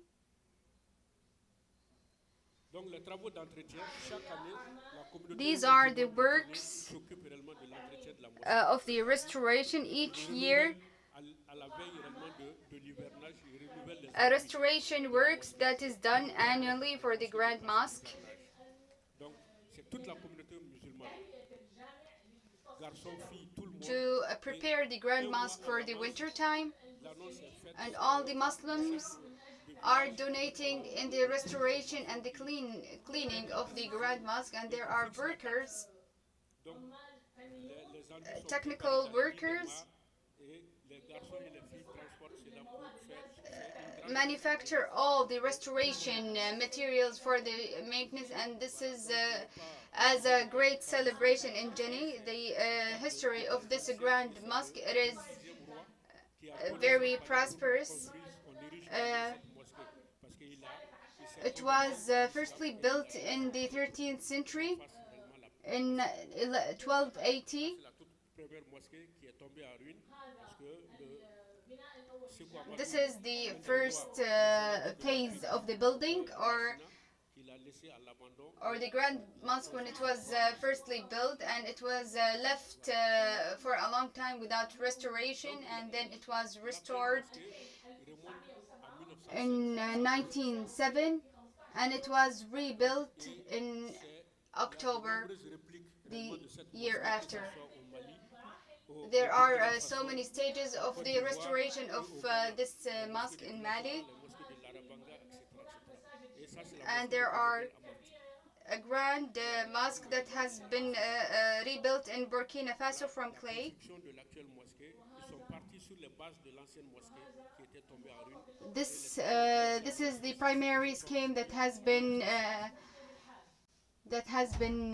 accredited in the building of the current mosque, and this is the heritage, the true heritage of Mali, which Mali is very proud of. The clay has been used during a grand celebration, and this clay has been taken and then transferred by the youth to be used in the restoration of the Grand Mosque, and this is represent a great celebration for the people of Jenny. The restoration processes is starting in 6 a.m. and a layer of the restoration material by the technicians and the workers.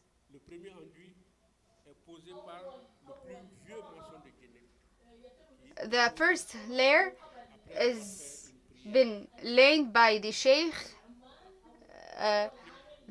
of workers, or the first worker to lay the first layer by the eldest workers who started this work. These are the celebrations during the restoration processes. This is the Imam of the Grand Mosque while delivering his speech during the restoration works.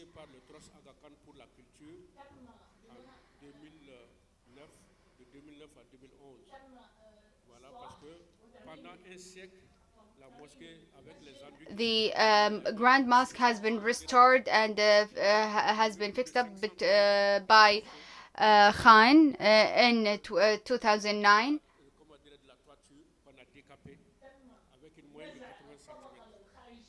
The outsider layer has been removed from the fronts, and it was replaced with another layer. Here are so many works to preserve this mosque, to keep it in a good shape. These works are done annually. The layer has been removed, which is 50 ton, when Aga Khan reconstructed it, and due to the leakage of water. These are the works that is done periodically to restore this mosque.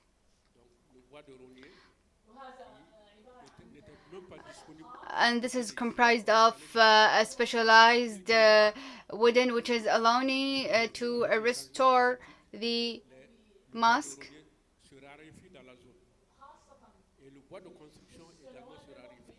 And especially in the upcoming years, there will be a great shortage of such wood that is used to restore this grand mosque due to the climate changes.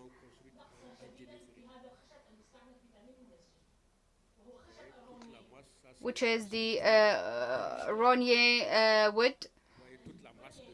This is the original construction of the mosque, and it was been done throughout the years. It was removed from the mosque to make the walls lighter, and this is the mosque after the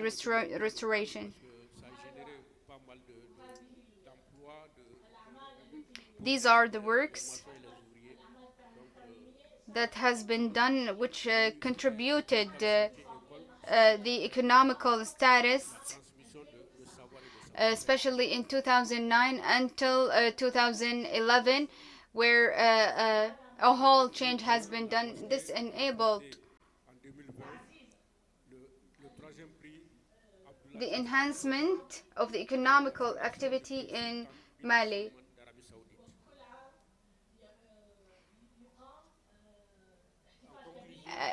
Each year, a grand celebration is done in the Grand Mosque in Jenny.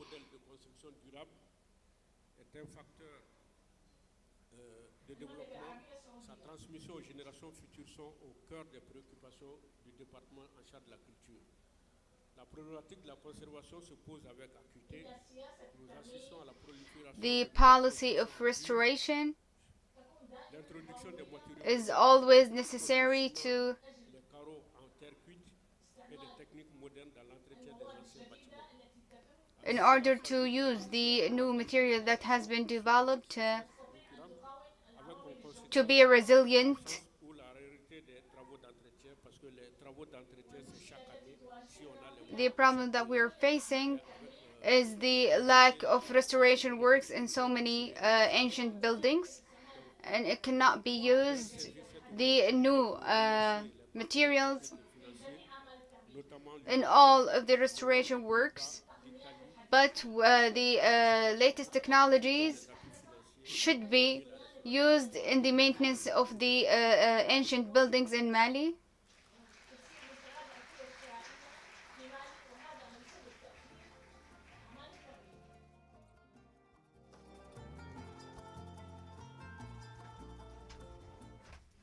Thank you so much, Your Excellency. What a fascinating lecture, and I'm sure for those of us, well, including me, who have not yet been to Mali, this is very much a reminder that we absolutely must visit. What a wonderful heritage of earthen buildings. Before we proceed, just a quick housekeeping word, just to say the more eagle-eyed of you will notice your printed programme differs from the older programme that we may have sent you before. Owing to a request from the Ministry of Culture, we have to finish today's session a bit earlier than we had planned, so we'll be finishing at 4:30, not 6. So nothing has gone, but we've compressed the programme a little. It's now my great pleasure to introduce one of the key figures in global earthen architecture education. Professor Mauro Bertagnin he's taught virtually everyone, including Lazare, the Director General at UNESCO World Heritage Centre. Mauro is Professor of Architectural Design and former Dean of the School of Architecture at the University of Udine in Italy. His areas of expertise are earthen architecture, sustainable design, architecture preservation, and the valorization of vernacular architecture. He's the founder and editor of Architecture Planning and Preservation, and since 2002 has served as a consultant to the World Heritage Centre at UNESCO in Paris. And he's also a member of the International Scientific Committee of Earthen Architectural Heritage. My great pleasure to introduce Professor Mauro.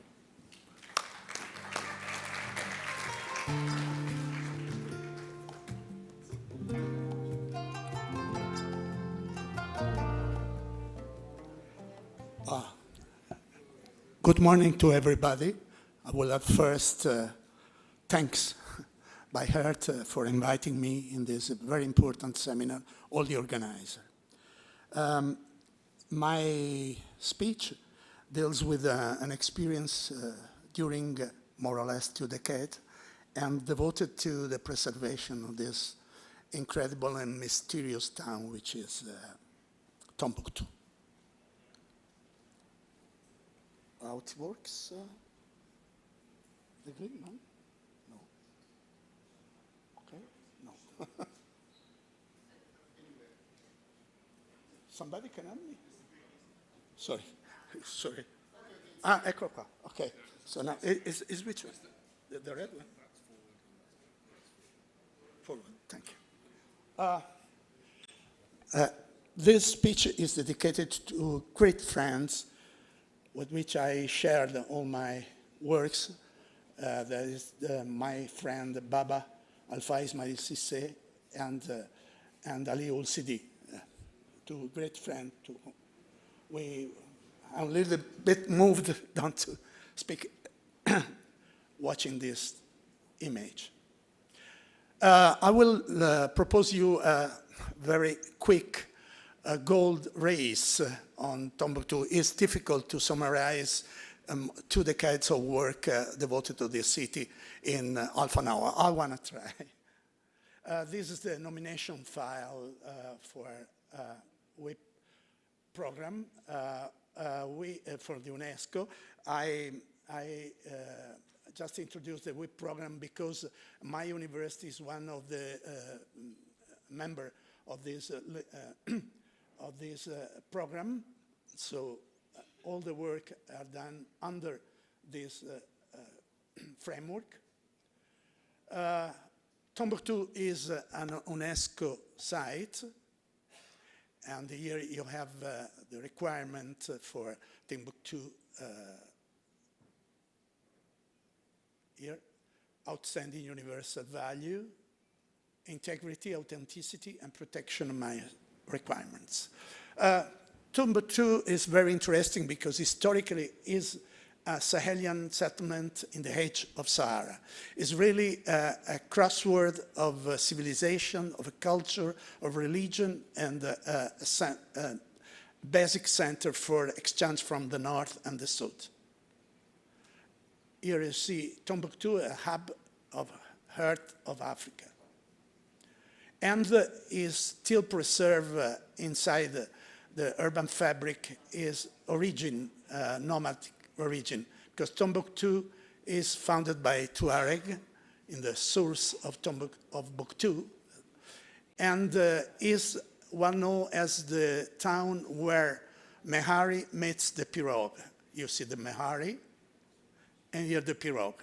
In fact, is this overlapping in between the transportation by camel and by pinnace, by boats along the river Niger. And this is another topic image, to my opinion, because here you have the salt coming from the north, Taudeni, and here is exchanged by Tuareg in the border of Niger River. The Mehari meets the pirogue also in the area where there are markets of livestock markets along the Niger River. Tombouctou is a mysterious city. Was named mysterious, was the favorite Songhai kingdom of Mali, Kangra Moussa, and it was the golden city of the golden kingdom of Kangra Moussa. Here again, you have a very interesting, to my opinion, image where you can see the overlapping of the nomadic routes to the static route, you know. It's just like palace. When you talk about Palatino, Palazzo, palace, is again something dealing with the nomadic, because palace was the god of nomads, shepherd. So it's interesting also this overlapping. A city of earth is integrally built with the earth, with some stones. And here I am back to the colleagues before, the Genève system that was before the construction with the tube. That is called Banco. You see the storage Banco in a street near the Sankore district. And here is the Djingari Mosque, the great mosque, one of the biggest after your Djenné. The mosque and the holy place of Timbuktu have played an essential role in the spread of Islam in Africa in the early period. Again, you see the Sankore Mosque. There are 3 great mosques. And here you see the holy place of Tombouctou and the square facing the desert. And there is another interesting issue, because is the town where 16 mausoleums, the holy people of the Sahara, found their the end of their life, and was part of the work we did surveying those mausoleums that helped the reconstruction after the war.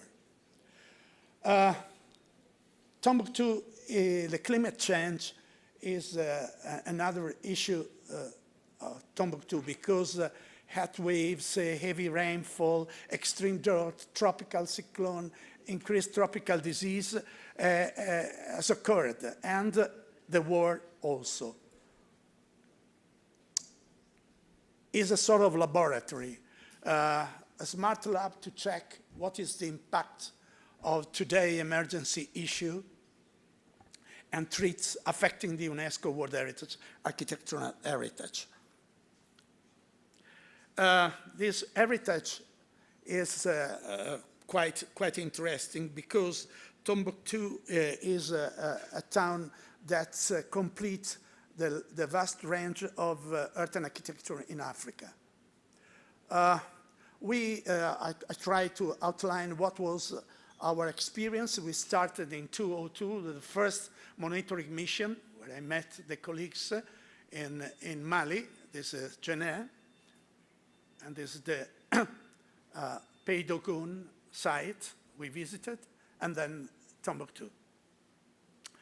To prepare the conservation, I personally carried out a deep research together with my friend who was the leader of the Middle East Studies of Harvard, a colleague Susan Ginsel-Miller, and we made a deep research of Timbuktu as a center of Saharan exchange, because Arab historians, geographers, merchants, and explorers try to reach this mythic town called Mysterious, and as well as the European. This is very interesting, overlapping in between European explorer and Arab explorer. I will don't go in deep on that. I just show you how many are. And here I just show some travel diaries of the most important. This one, Leone l'Africano, is one of Medici family, but in fact was Hassan ibn Ahmed al-Wazan al-Fazik. And he reported some notices, some notes in his, from Timbuktu. Here there is a great crowd of doctors, judges, priests, and other men of culture who are richly supported by the generosity of the king. That was Timbuktu in the moment. Here, the famous Ibn Khaldun, that also reached Timbuktu, was talking about Timbuktu in his Al-Muqaddimah. And it's very interesting because he said Almoravid dynasty was able to build an empire extended from Timbuktu in the region to Zaragoza in Spain. Here again, the famous trip of Ibn Battuta, a third journey. You see how the travelers, Arab travelers going around. He is al-Bakri. And then second part was dealing with explorer, with the European explorer, Gordon Lang, René Caillé, among that.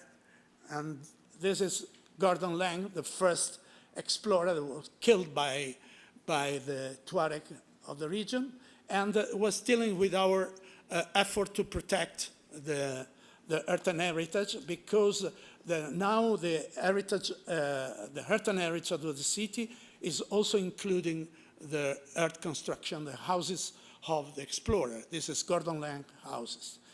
The others was the explorer, French explorer who succeeded. And this is his house. The other is Henrik Barth. And we try to classify it to explain that it was very important. Also, the House of Explorers is part of the heritage of the city. And finally, we succeed in this protection. So now the national inventory include also the House of Explorer. And there are two strange explorers that try to reach Tombouctou. One died, was born in my hometown, Giovan Battista Belzoni, who died before reaching Tombouctou, and the Père Blanche Yacouba, who visited Tombouctou. So, this is very interesting experience I tried to do when I got my studio in Harvard University, the GDC of Harvard, Graduate School of Design. The studio was devoted to desert tourism, which is, to my opinion, a very interesting issue we can explore also here in Daria, because it's, to my opinion, quite interesting. And this is what I did, the lecture I did in Harvard, because to explain also today why certain effects of the climate change in 2007, the desertification was ongoing process. And I explained how certain phenomenon of the Alizé winds will be affect, in fact, Tombouctou and the Sahara. The rude life of the desert comes before the easy sedentary life and the urbanization, Tamadoun. Ibn Khaldun was a very smart researcher and found profoundly what is the real life of the desert. And what is interesting that we did in deep on this image, you can find what I was studying as important, is the macro-urbanism on the Sahara Desert.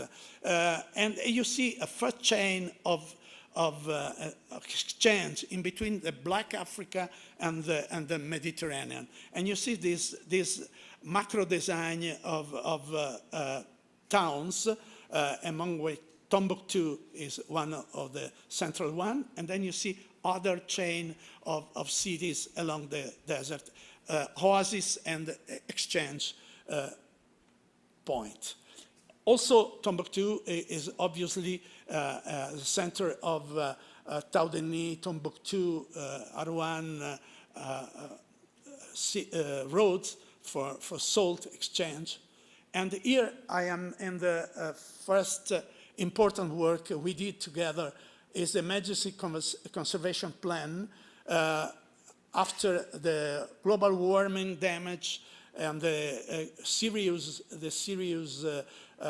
rain that affected the city, destroyed more than 100 towns in the city.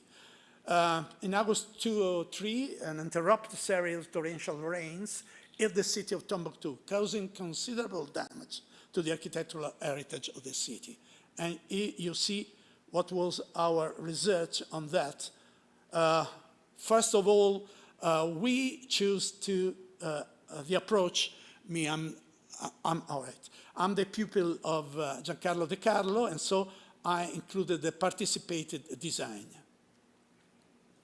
You see, there was a deep research on the pathologies, and then we tried together in the pilot site of Djingaribert and in Sankoré to using the manpower of local guild of masons to restore the site.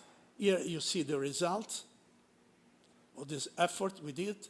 This is Bab Alpha with Alassane, this is me. And this is use of local material, was the base of our effort. Is a local wool, the dun palm. The problem of substitution of material that we saw before in the previous intervention affect also the city. Another very important research was done on the survey of the mausoleum that were destroyed by the war, and luckily we did this work before, so on the base of our survey, the reconstruction was done.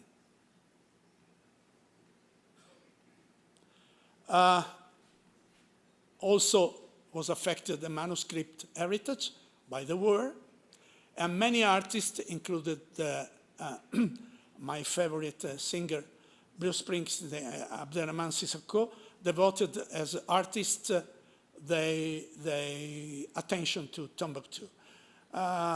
In UNESCO, we devoted an expert meeting, which you see here, the image. And in between 2009 and 2014, I personally, together with Ali, I conceived and realized an important instrument for conservation, which is Conservation Manual of the City. Is available online, so I just want to underline the importance. What was our success is that in 2015, finally, the Director General of UNESCO, Irina Bukova, came for assessing that the reconstruction of the mausoleum was done and the city, here you see the image. I go, Pantarei is everything flows, characterize the doctrine of philosopher Heraclitus. And this image is for me, the Pantarei, is the Niger River, and the first image I took of the boats that go across the river Niger. Time flows, and many of girls and boys in this image probably get married and as more than 30 years old.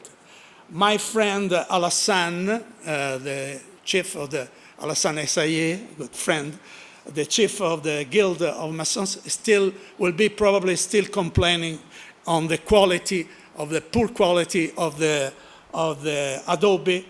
Because this is very interesting, because the young Masons, they refuse to stay for 3 years for the complete cycle of formation, education, and so they want to be free after 1 year. That's the result.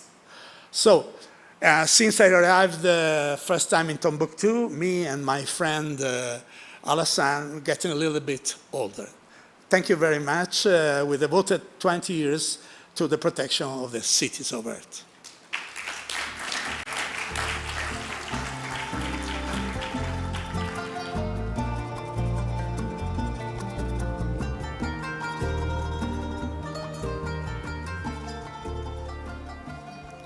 Thank you so much, Mara, for that tantalizing glimpse. And as we shelter from the surprising weather outside, which I hope will be gone for lunch, it's my great pleasure to introduce another stellar speaker from both Africa and indeed Japan. Dr. Asubi Sako is professor at the Human Environmental Design Program and the Graduate School of Design at Kyoto Seika University in Japan. He was president of the university from April 2018 to March 22, and since then has been director of the Integrated Research Organization, covering all research centers and laboratories at the university. He's also director of the Center for Africa-Asia Contemporary Cultural Studies, so very relevant to today. He is a member of the Ordre des Architectes du Mali, and a member of many scientific associations such as the Architectural Institute of Japan, the Architectural Design Association of Nippon, and the City Planning Institute of Japan. My huge pleasure to introduce Dr. Asubi Sako.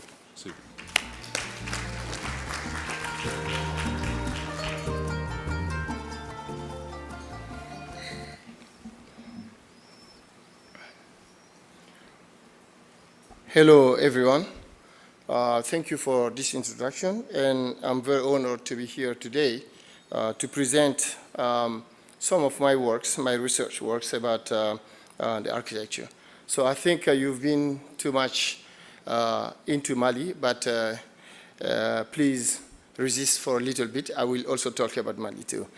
And so I'm actually based in Japan, so I've been in Asia for 37 years, 6 years in China and 31 years in Japan. And now I'm the vice president of the Expo, World Expo 2025.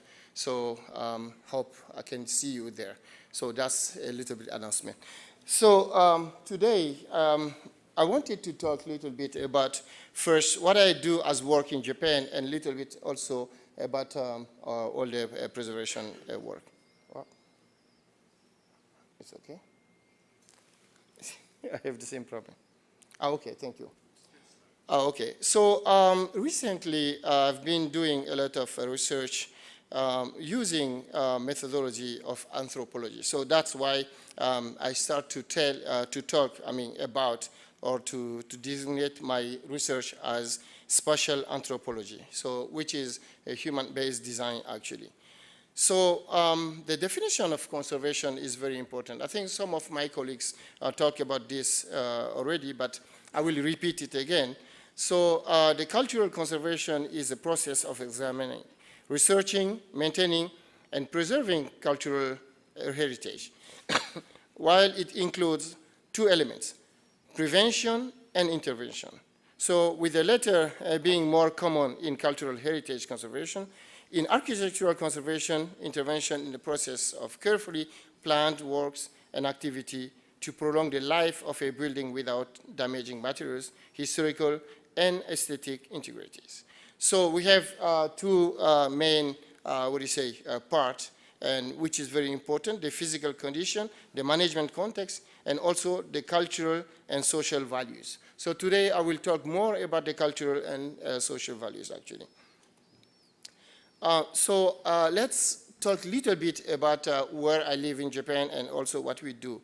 So I live in Kyoto, which has been the capital city of Japan for 1,100 years. And then Kyoto exists for 1,200 years actually. So unfortunately, we were, receiving some from Japan cultural heritage. So in Japan, the cultural heritage nomination and also the preservation system is very, very complex. So I will not take your time to explain all of that, but in Japan, they have a kind of very strict conservation system, so which really don't allow you to touch or to transform the building and also even to use other materials than the original one. So in Kyoto or in Japan, you can see building preserved like that. So that's, we have another problem. So all the preserved buildings are not usable sometimes for their initial, meaning because they are too strict. So people don't leave them, don't use them anymore, but they are like a kind of showcases. And then recently we had also a very, controversial nomination of the Meiji Industrial Revolution, sites, because the South Korea say no, this was part of the Japan invention about Asia, so they are not, agree with that, but still it's the last word. So in architecture, so the Katsura is very, very famous. So it's very well preserved, so as you can see, but this one is made, but not only wood, but also they have adobe, they have also earth inside in the walls. So it's very interesting. So they've been conserving things using a very high technique of using the earth actually. And if you can see the buildings in Kyoto, we have also the same things. So actually, what I'm trying to do, because we have a decreasing of these kind of buildings, because people are just abandoned them or are just donated them. So what we try to do, so we have now about 14% of, empty vacant houses in Kyoto. So what I try to do with my students, we try to collect some of the houses. We try to repair them. We try to use them. We try to say, and then myself, we are all involved in the reuse of this kind of building. That's what also I try to do. You saw, for example, this building have been abandoned very recently, or this kind of building. And at university, we try to collect them, to use them also, and then to also use them to teach students actually. So this is my work in Japan. So that's for a quick introduction. So today, my talk will be on Earthen architecture conservation in Sahel-Sahara. So today, a lot of people have been talking about this area. So this area was very famous because of the trans-Saharan trade. So which trade is across the desert, Sahara, between Mediterranean countries and sub-Saharan Africa, while existing from prehistoric times. The peak of such trade extended from the 8th century until the late 16th century. So then during the trade, a lot of cities like Timbuktu, Djenné, also came with a commercial dynamism in the place. So what I tried to do, I tried to visit all the cities to see in architecture what they have as a common, what they have as transmission. So how, those things, were also transmitted, and what are the culture existing in this place. So the impact of the Sahara trade, so as Professor Maru said, so they had a lot of impact. First, development of civilization. That's the Islamic culture too. Development, cultural development, language, writing, music, performing art. Commercial development, trade, market, logistics. Technological development, intellectual activities and skills. So not only external development, but also internal development was observed.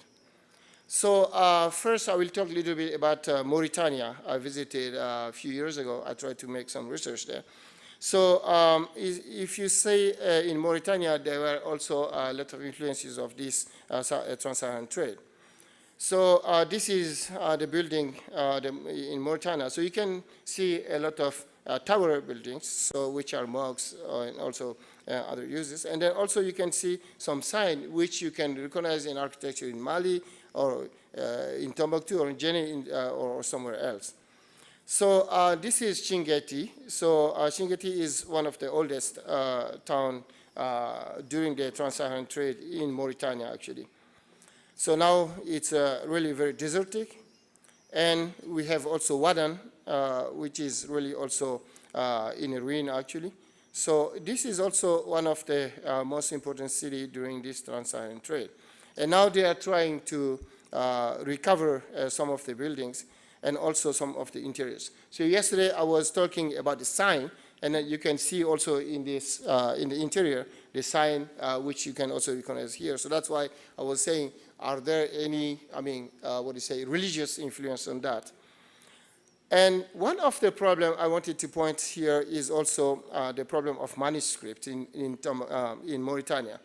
In Mauritania, a lot of families, they have a lot of important books. And then what is the problem? They don't know how to preserve them, and they don't want to give to any conservation project because they think that people will steal or will disappear with their goods. So it's a family goods. So I visited one of them and then trying to see and to help to how to preserve. And then, of course, so he got a grant to rebuild a house. But you see the situation of the books, the manuscripts, and then which is really a very sad situation. But he thinks it's good. So he wanted to keep them. He don't want to give to the government. So, and then we were talking about the contents, even to do a microfilm, for example, copy. But it was difficult for him. So this is, for example, I redesigned the plan of the old house and to see how to rebuild also a place for his manuscript and also to conserve what all the techniques he has. So those are very interesting. So the next is about Djenné and Timbuktu. So Mr. Fane did a lot of part of my, my talk, so I can shorten some of them. So I started to go to Djenné in the early 90s, trying to see how the preservation and also how the involvement of the Masons and also the local community into the process of building is. So he explained already about the structure of Djenné, which is really complex. And this is the urban townscape of Djenné, actually. So as you can see, Djenné is fully made by Earthen, what we call Banco in Mali. And then also, we don't have very high buildings, and then it's really a kind of very interesting townscape also. So this is the mosque Mr. Fane presented just before me, and then as you can see, it's well preserved, and then of course it has some project to do.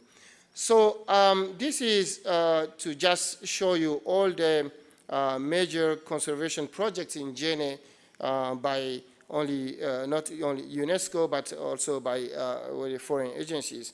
So my concern was how much the local community, the local population were involved into this kind of process. So he talked about the Sudan-style architecture, so I will jump this. So we say that the origin is from the 13th century, but this needs to be a little bit checked. And then he talked about this kind of like, facade already. So I was asking yesterday if the facade has some meaning, because in Mali, the facade has meaning. You can have two-color facade, and then you will see that the origin is coming from somewhere else. And then you have the Moroccan facade. You have also, some facade which don't have any expression, and then there may be Fulani people too. And then this is the house, the typical house of Jene. If you can see, the vestibule is the courtyard. Someone were explaining about, the relation between the entrance and the courtyard. So in Jene also, you have a kind of indirect transition to the courtyard. So it's not directly related. So you go to the vestibule, and then that's where you are received as guests, and that's where also they take care of you. So if you are part of the family, you can, go to the courtyard where the women and children are there. And then he was talking about the Tubabu Ferry and then Jene Ferry, so I will also jump on this. And it's very interesting. I tried to draw, but this time I didn't bring the drawing, how they use this, Jene Ferry to do a kind of like a wall structure. So these are the mortar preparation, as he explained. So the mortar preparation is another technique, and also maintained by some families too in Mali. And also I made a small, a short documentary with a Japanese agency about the restoration of the mosque. And then as he explained, that's one of the great things. And then also I participated myself a few times to the recovery of the mosque to see exactly what it is.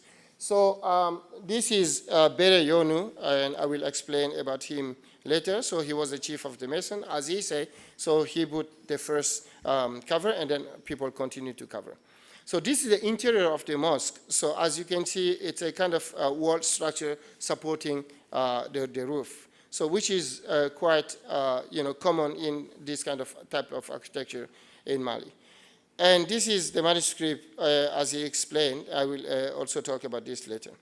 So one of my concern was, as I see in Mauritania, so how to really preserve the manuscripts, because in the manuscripts you have a lot of talk. People talk about their family history. They talk sometimes about, how, the construction were, and then also you can find a lot of, reality of the history inside.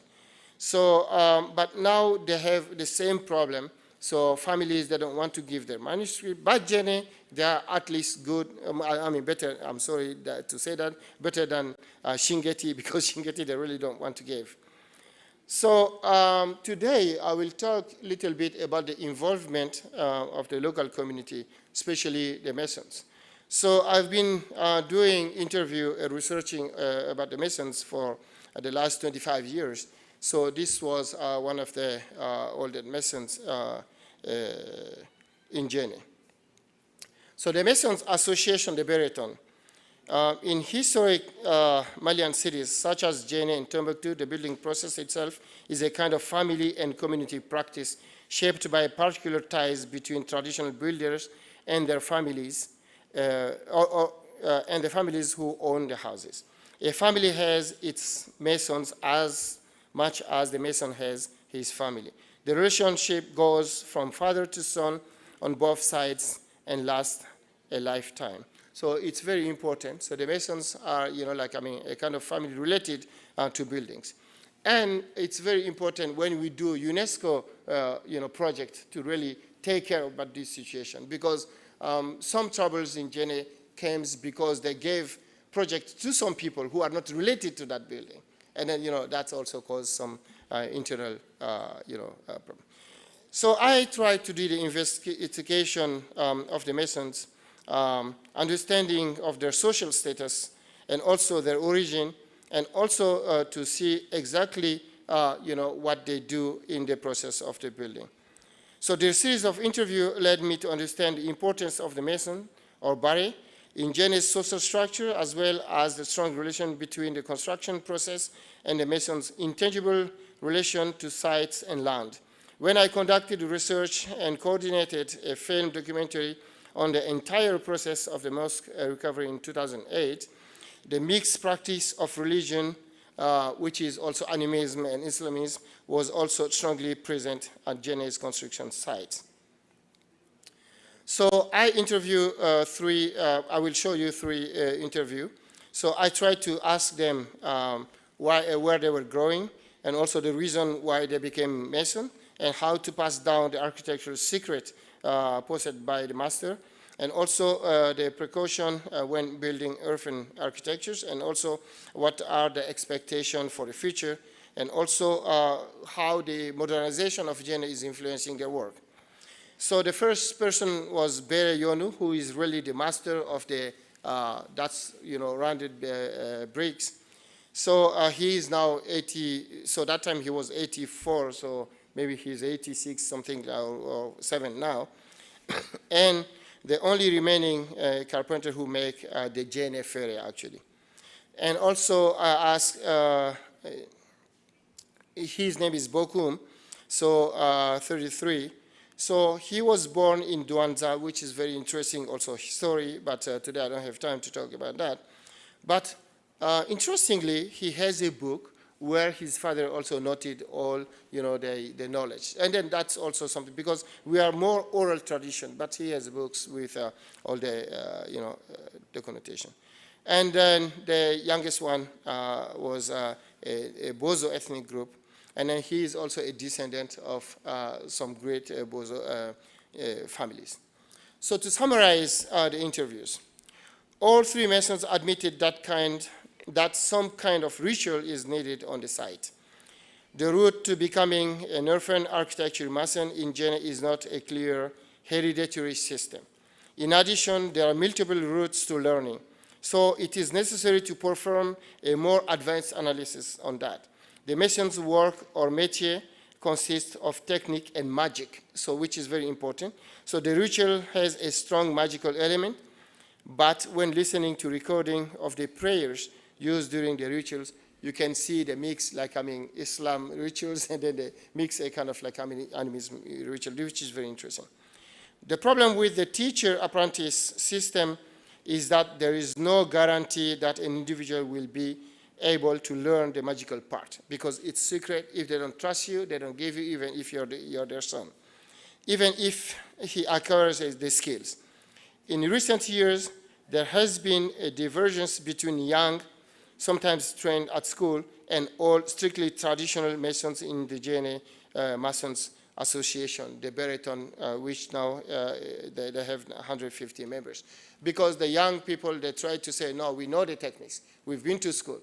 So you have to, push away, we have to take care. But it's not like that, actually. So I try to see what can we do in Jene, in the Earthen architecture conservation, or even showcase. So concerning the preservation of Earthen architecture, Jene, in the time of abundant tourism, received many projects from foreign institutions, such as the European Union and other foreign government agencies and institutions. These institutions constructed 4 model projects. So the Heritage House of Jene, which is very recent, by Agroterre. It's not Acroterre, but it's Agroterre. And Jene Patrimoine, the Museum of Jene, and by the European Union, and the House of Craftsmen by the Kingdom of Denmark, and the Jene Manuscript Library, which Mr. Fanes shows, by the European Union and USAID. So we have a lot of projects, but the problem is now they are all abandoned because the people, they were not involved into the process and they don't know really how to use them. So I try to see if I can, create a kind of path, a kind of system, which really make Jene people get involved into this kind of situation. So I try to create a kind of network between the 4 buildings and then to see what they can show us. So situated in the center within walking distance of each other, these 4 facilities have the potential to awaken excitement, to motivate, to encourage, or to stimulate local people to become involved into the conservation process. It's quite possible to educate the local community about the importance of their earthen architecture, the material, and their heritage, and to involve them into the conservation process. So this is the 4 project, and then now they are almost abandoned because no one used them. And then for me, to use this kind of project to showcase, so this is the model I wanted to do. So to create models by the artisans so they can showcase what they do. And then the music, the collection, storage, and presentation of artworks. And for the artisan, they can also use the museum to do some of their project. And also the bibliothèque, the manuscript, they can use to conserve. So it's just an idea I wanted to have in Jene. And then, because I'm running out of time, but I will go quickly. So for example, this is the patrimoine, the Maison Patrimoine. So they can use this to showcase some of the architecture, so which is also very interesting too. Okay, so I will go through a few conclusions. So architectural heritage conservation, by whom, for what? How to define the role of the different actors involving in the conservation process. How to involve local communities in the conservation process. The issue of heritage management is communication and how to transmit the philosophy of architectural heritage conservation to the next generation. Gene's people are very proud of their city, but why do they have to keep it as only a tourist attraction? Why? In addition, building maintenance is increasingly expensive in relation to the average standard of living. So now I think Mr. Fane also pointed that out. Traditional materials are also becoming difficult to obtain. For these reasons, new construction projects have decreased in number and many young people have moved out of Jene. The lack of use of the essence of Jene's housing plan or construction spirit needs to be pointed out. That's the problem of intellectual of Jene who brings, plans from France, from anywhere, and they want that to be in Jene. So the local group of Jene's patrimoine researched new conservation and building techniques and said that the conservation is needed to be more analysis. So this is the actual situation of Jene without tourists. People are abandoning the buildings, and then also, as he mentioned, so they start to also do, whatever, like to use this kind of bricks in constructions.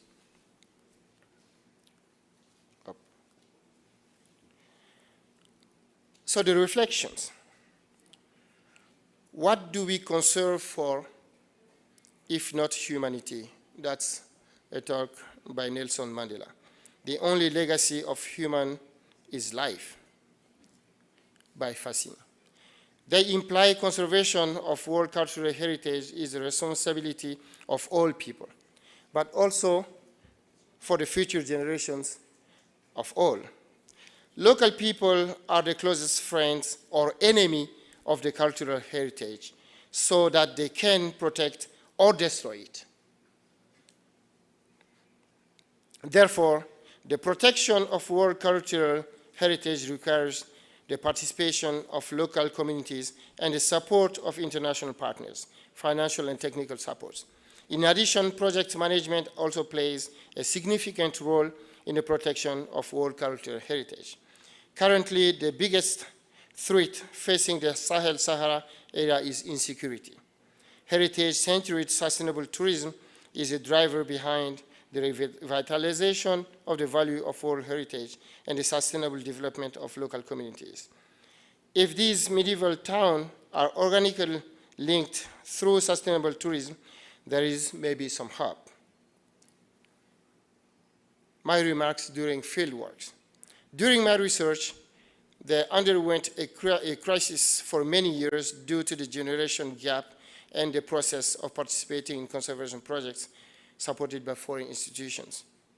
In conclusion, Gene's Earthen architecture is not only a technical result of a construction activity, but also a range of social cultural activities, which should be part of the World Heritage Site. The role of the mason needs to be well understood before any further analysis on the conservation of Gene's Earthen architecture can be performed. So this is the last remark for all this. One other problem in Gene that needs further investigation and consideration is the sustainability of the Masons group, the baritone.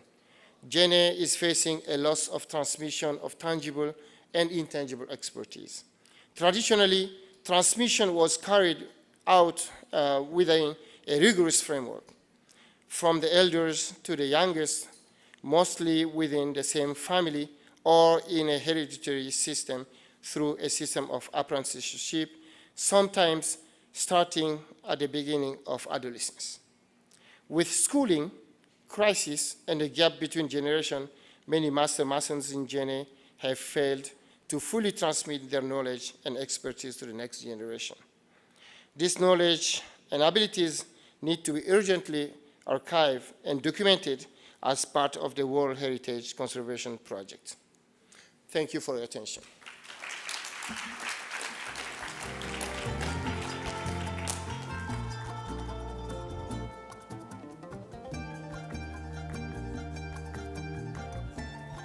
Thank you so much, Dr. Subi. What a marvellous lecture and really good lessons for everyone, not just for Mali, towards the end there. If I could ask all this morning's speakers to join me on the dais. We have another seat arriving.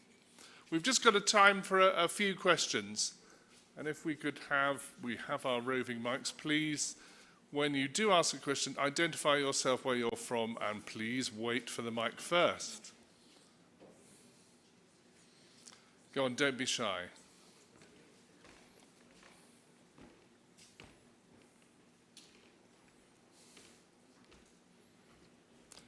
In the meantime, may I say I'm delighted that we've been joined by His Excellency, the Ambassador for Argentina.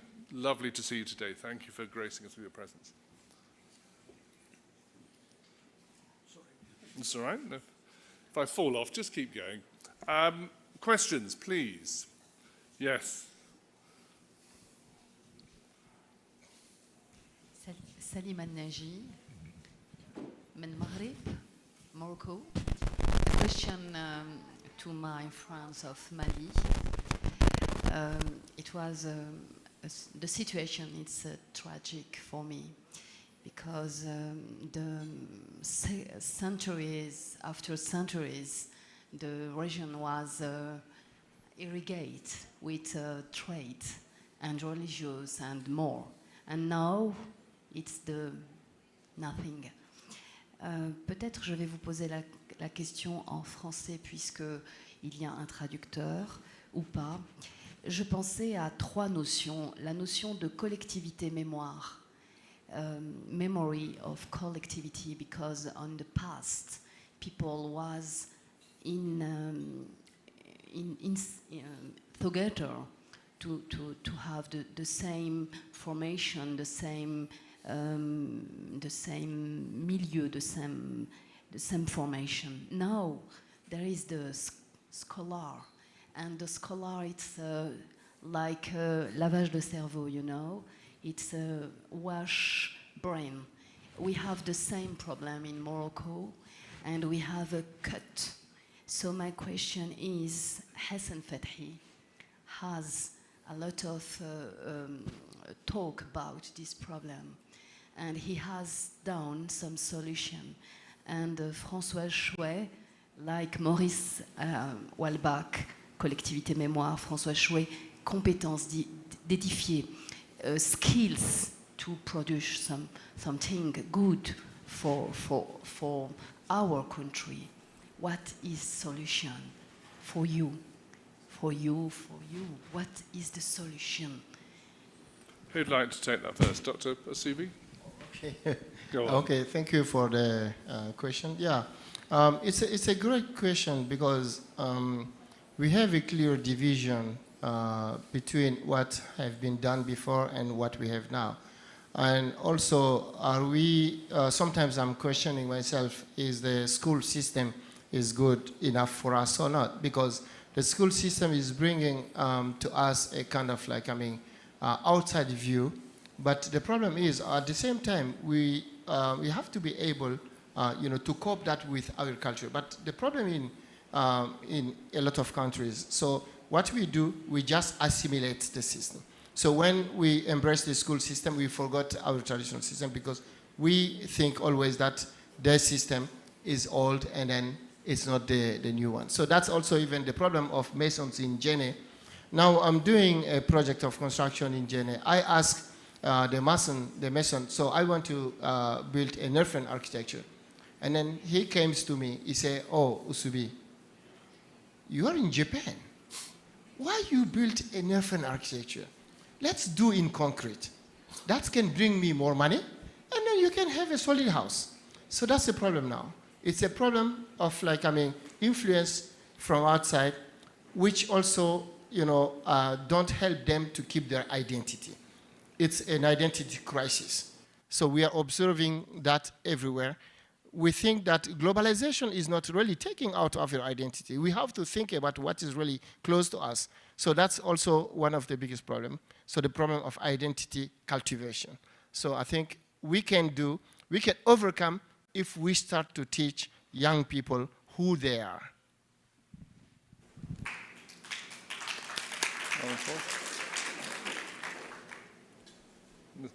Your Excellency. Yep. Ok, merci. Je pense que je rejoins un peu mon frère et puis monsieur Dr Oussoubi. Vous savez que la préservation réellement du patrimoine aujourd'hui, à l'heure où nous sommes, c'est un enjeu très très important. Parce que compte tenu réellement de nombreuses mutations sociales, nous sommes, comme il l'a souligné, nous sommes à l'heure de la mondialisation et les gens ont un œil un peu ailleurs. Je l'ai dit dans ma communication qu'il y a ce désamour réellement pour l'architecture de terre, compte tenu réellement de nombreux facteurs. Tous ceux qui ont un peu les moyens aujourd'hui s'en détournent, préfèrent réellement construire en dur, ce qui n'est pas adapté d'ailleurs au climat réellement sahélien, avec les fortes chaleurs, le changement climatique aujourd'hui. Ben, le patrimoine, surtout l'architecture de terre, c'est notre identité. Je l'ai dit, 80% des Maliens vivent dans des maisons en terre. C'est une très belle architecture. Regardez ce que vous voyez. À Djenné, dans le cadre du projet de conservation et de restauration de l'architecture de terre, nous avons mené cette campagne de sensibilisation.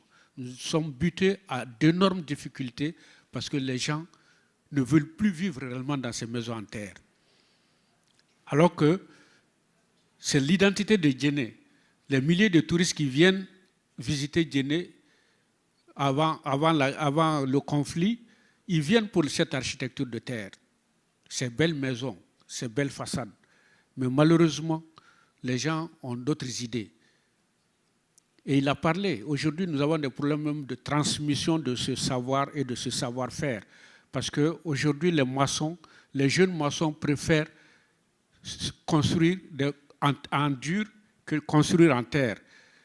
Et cette difficulté, nous continuons réellement cette politique de sensibilisation, la campagne de sensibilisation pour que les gens, au moins, continuent à vivre dans des maisons en terre. Mais je l'ai dit et je le répète, je lui ai dit hier, il faut qu'il y ait cette volonté politique. Et l'exemple d'ici, à Daria, est un bel exemple. Restoration to preserve this heritage. Daria is a great example on this for respecting the culture and heritage and giving back the importance and the value of the architecture, especially for the earthen architecture. This architecture is on its way to be extinct. That's why it is very important to preserve this value.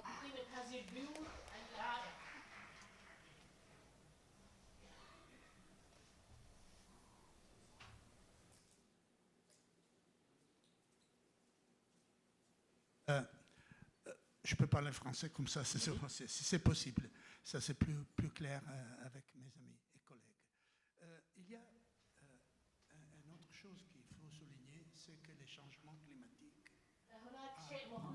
There is an important thing that I want to mention, that the climate change has greatly influenced on the earthen architecture. This, these climate changes has influenced very greatly and sustainably on the earthen architecture, which greatly influenced and it became very poor and after it gone through the climate changes. That's why the material that has been used needs to be used punctually to do restore these buildings.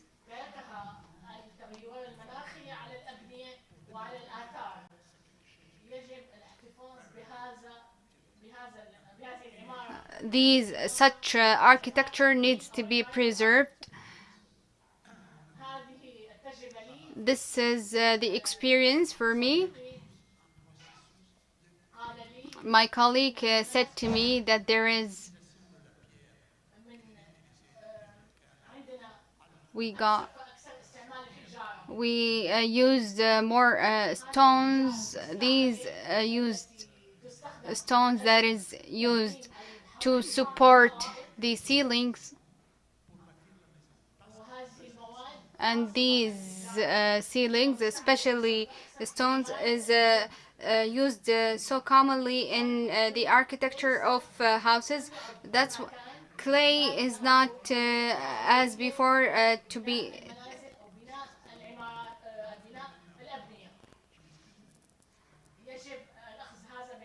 This has to be taken into consideration.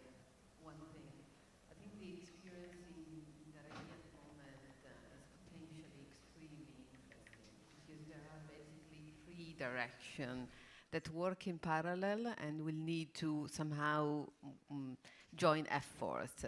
So there is the new construction of Najid architecture that is trying to regenerate the earthen architecture and is doing using the material. Maybe it will need to go more in the direction also explore more the identity of Najid architecture, the climate response, in order to respond to the new challenge of the climate change.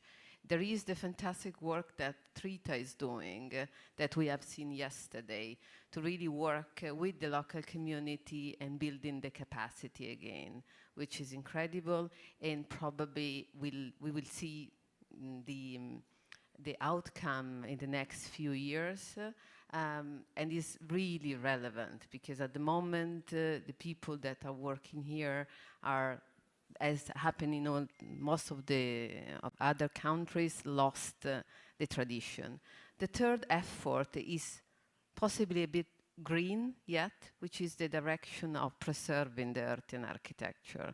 These three these three lines that work in parallel need to work more and more together to make sure that in the future there will be the capacity for both building and conserving the earthen architecture and built around the identity of Saudi and the new architecture reflecting the identity of Najid architecture. Thank you. Thank you very much. Other questions at all? Autre question, s'il vous plaît? Right at the back, thanks.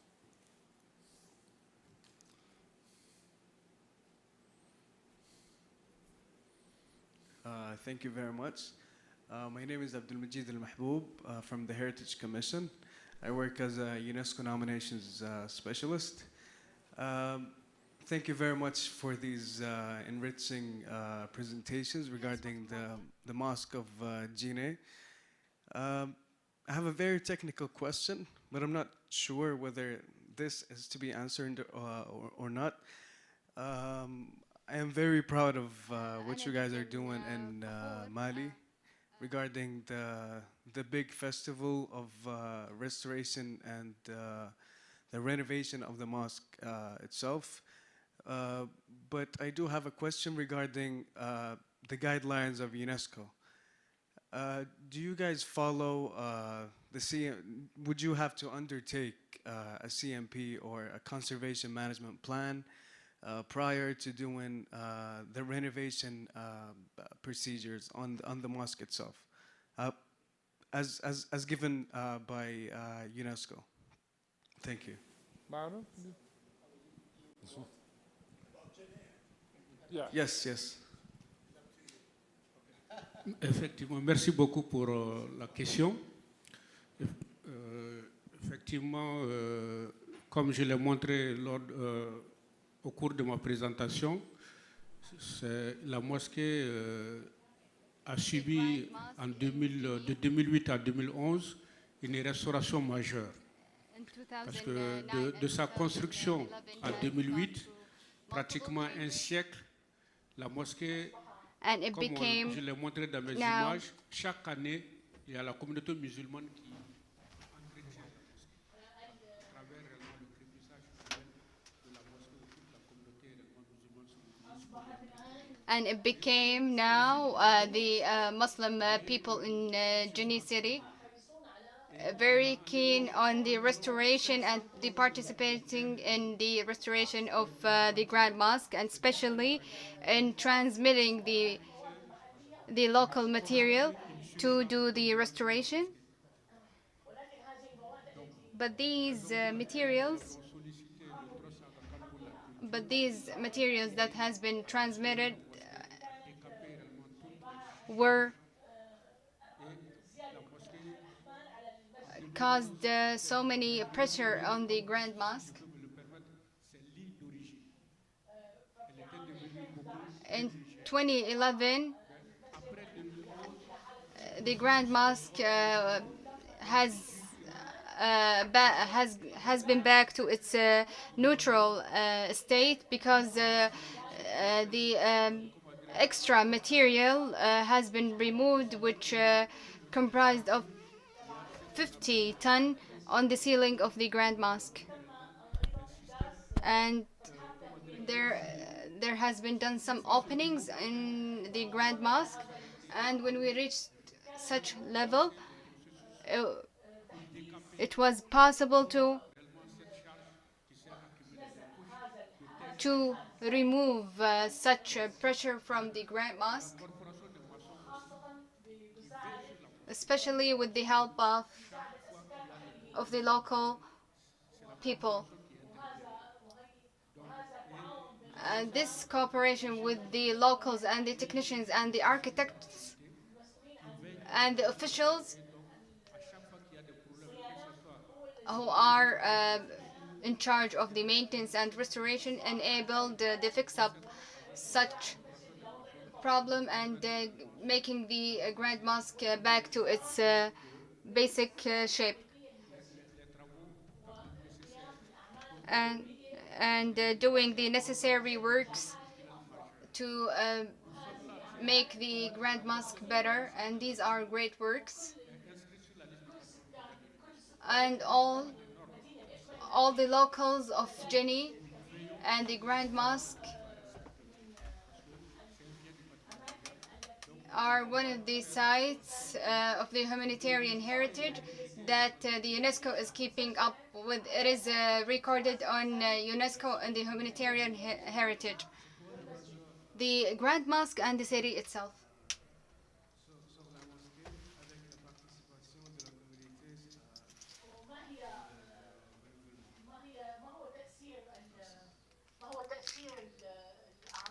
What is the influence of the maintenance works on the Muslim portion? This is a great celebration that is done annually in the Grand Mosque to the restoration and the maintenance works.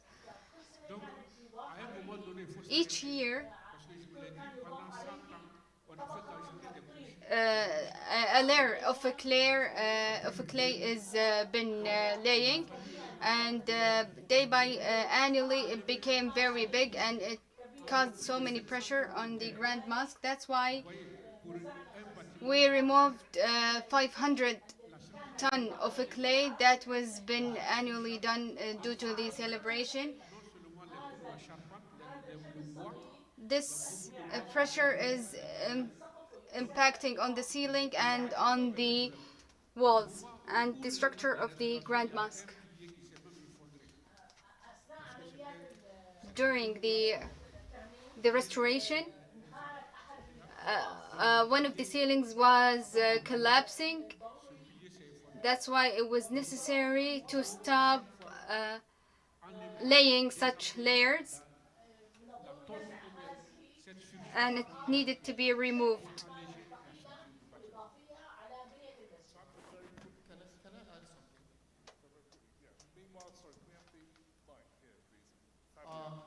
Okay, just would like something very quickly, which is not the government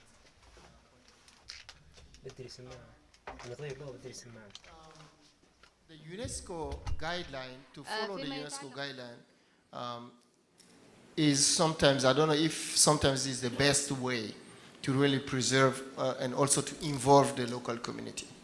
Because that's really, that was always my question. Top down, yeah. So, because, I mean, when, especially in other cases, so when a site is, you know, is on the UNESCO list, then, of course, the government start to get some interest in it. But the problem is, which is not always, you know, in good communication with the local community. Because the local community, they used to have their culture, they used to have their way of doing, and even of conserving the building. For example, I was talking the case of the Masons, actually. So all the preservation process, which they bring from outside, sometimes don't cope with the local way of doing things. So that's why, like, there are some gap between the guideline of the UNESCO and the local practices. And of course, I'm also a member of the scientific committee of ICOMOS, but I'm a little bit sometimes against some guidelines because they really don't respect the local way of doing things. So I don't know exactly if, you know, the fact to follow, you know, I mean, the guideline is always the good way to preserve some historical heritage.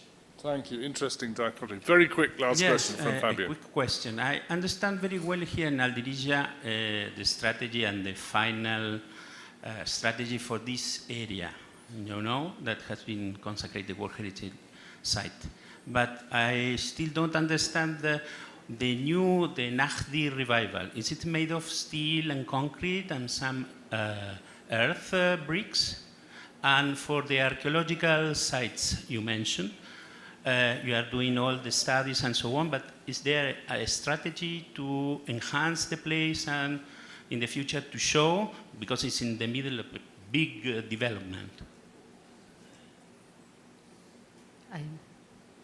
I may not be the best person to talk about the new architecture, but I try to recount a bit about it from the perspective of a heritage practitioner.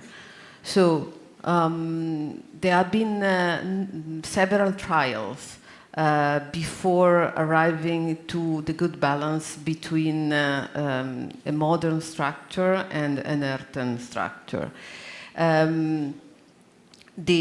The idea was to try to get the advantages of the modern life, and I just give an example in terms of span and size of rooms that are not feasible with the traditional Najid architecture, with the type of wooden beams made of tamarisk. The maximum span is average 3 meters. So of course it's very, very limited. There were several mock-ups, and they are still present and can be visited, by the way, in DGDA upon request. And it's very interesting because you can see the various declination of the same architecture, trying to find the right balance. As far as I know, the balance is today to have a skeleton, which is just structurally reinforced concrete. The rest is all in Adobe. And then of course also the finishes are in mud plaster. So, and there is a research on the ongoing on the typology of windows, merlons, all the characteristics that are present also in this regeneration of the architecture. What is maybe not missing but still to be introduced is more a concept of introducing the social and cultural identity that was behind any choice in terms of Najid architecture in the past. And also maybe we could push more in the direction of the climate response, especially now that we are looking at the challenges of the climate change. As for the archaeology, I will be very quick. So because there are many things that I can say, but of course, so archaeology is a rather green study in the area. So there have been some archaeological study, but not really extensive. So we started surveying the entire area, both with the remote sensing and pedestrian survey. And then we localize the area that needs to be investigated and explored, trying to be balanced. We don't want to expose an enormous quantity of heritage that then will need to be protected in the long term. We don't want to get things out of the ground and then not having the means. So at the same time, we're doing our homework of trying to identify the right methodologies and approach, and of course conserving and presenting to the public archaeology in the state of ruins is the tip of the diamond of the architectural conservation.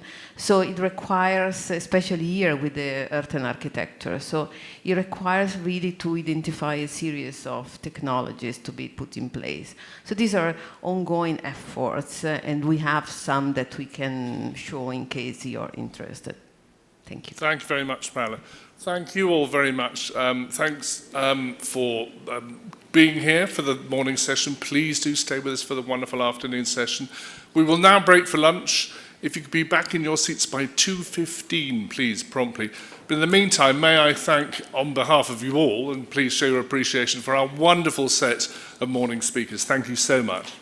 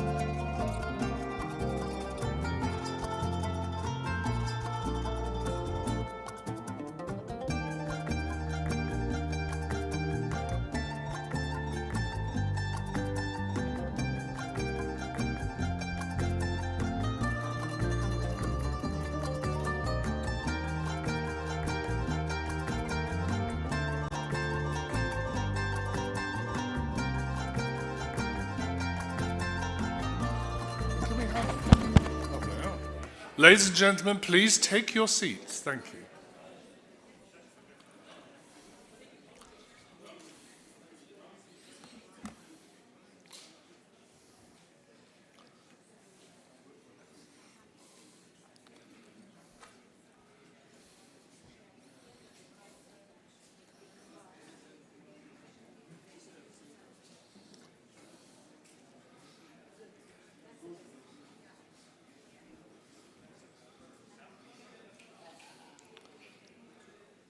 Ladies and gentlemen, and Paula.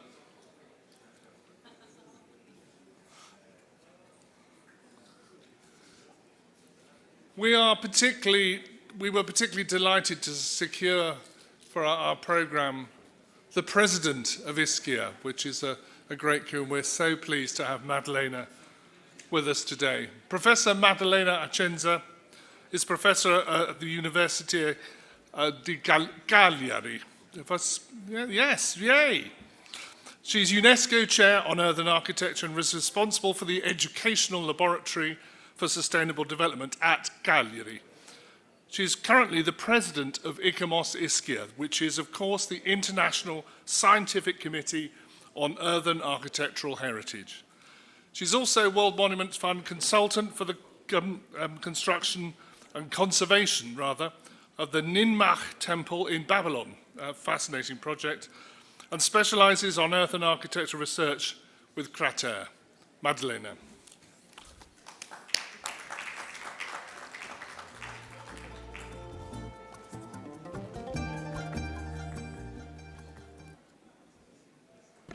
I have to lower the microphone for my size. Let me first of all join all preceding speakers in thanking DGDA for the invitation. I'm very honored to be here to share this amazing event and to have the chance also to meet again some very old friends, as is the case of my mentor Mauro Bertagnin and the case of Subisako, and from far, Camila Mileto and Fernando Vegas, who are also members of the committee that I chair. As president of Ischia, I'm going to present the ICOMOS Scientific Committee on Earthen Architectural Heritage and its activities that have been carried on during the years of its existence. I will explain all the historical events that made this committee exist in the very first place and grow during time. And also, I would like to talk about our future intentions, because there's a future that we would like to take care about, and we would like also to, how shall I say, to integrate with the international major crises and challenges of the moment. First of all, why an ICOMOS Committee on Earthen Architectural Heritage? Well, simply because we all know that it's a massive existence. We named it yesterday. Stephen named it, Sayed named it. Numbers, 30%, 40% of the human population, they said, is living in earth-built houses. We have to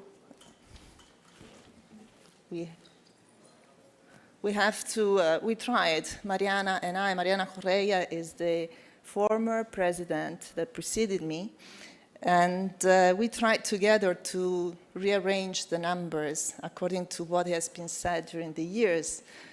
It was said in '85 by Patrice Doat that a third of the world's population in rural areas lived in earthen structures.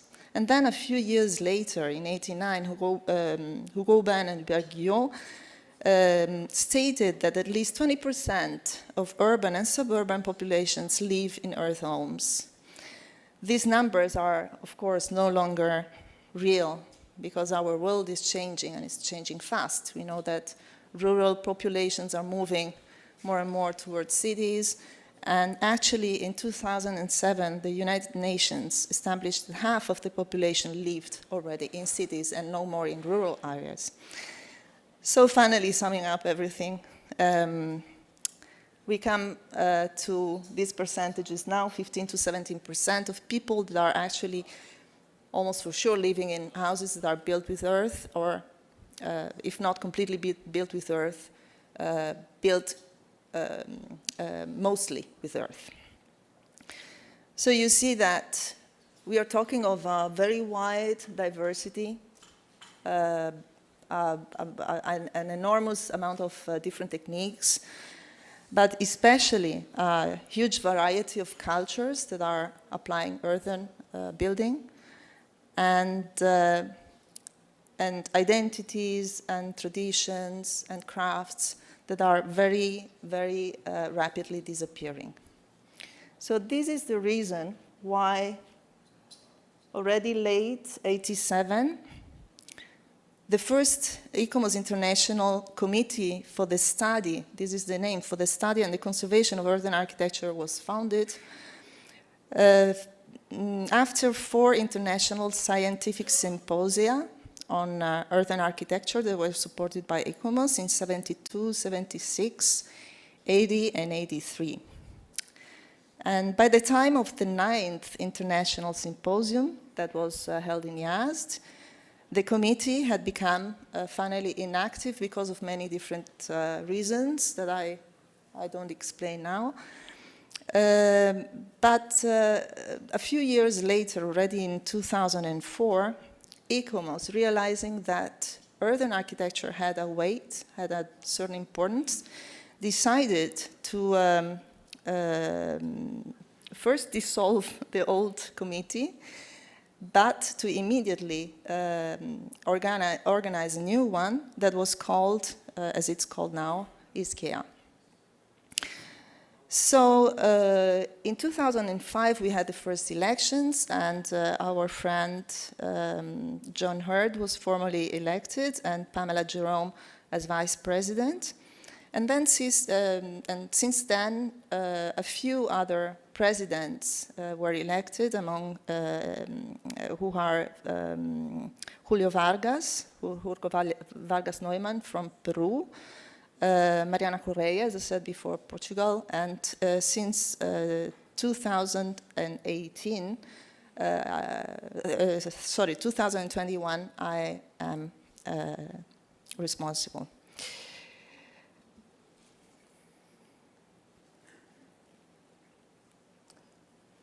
Well, I'm going to talk about the Terra events, because Terra events are meetings, events. We call them colloquiums in the beginning, then symposia, then conferences, and now they finally are called congresses by the number of the attendees that we have more and more participating.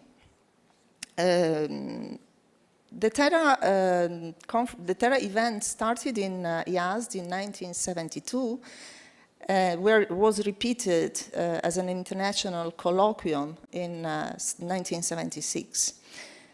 And then after this, they started to be called symposia, but they were really meetings among friends almost. I mean, people that, as Mauro says, we were a few friends meeting and discussing something that looked very important, but then nobody wanted to listen to.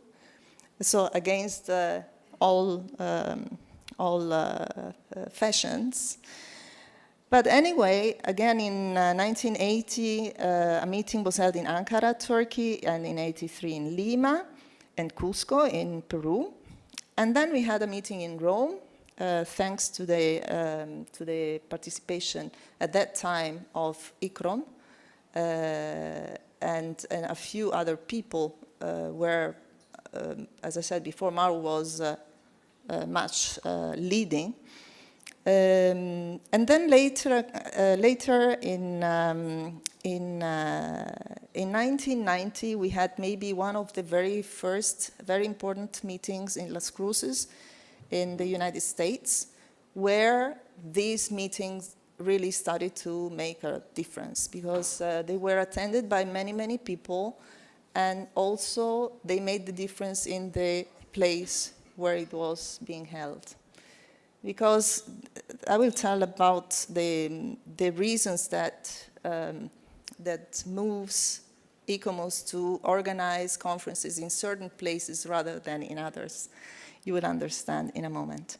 And then from there on, following in 93 in Silves in Portugal, and in 2000 in the UK, in Turkey, organized by Linda Watson, and maybe you, Stephen. And then again in Yazd in 2008, in Bamako, and 2012 in Lima. And finally, we started to have world congresses starting from 2016, from the conference held in Lyon, in France, where we had something like 650 people participating.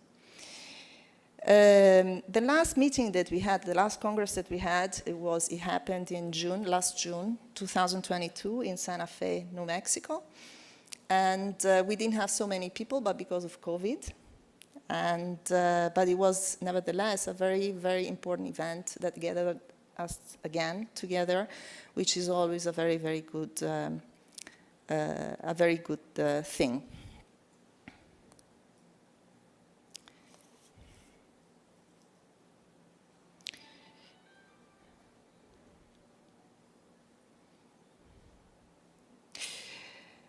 I don't know if I went one too far. No. As I said before, the earliest events, you see here the brochures, were first attempts that aimed to characterize Earthen architectural heritage.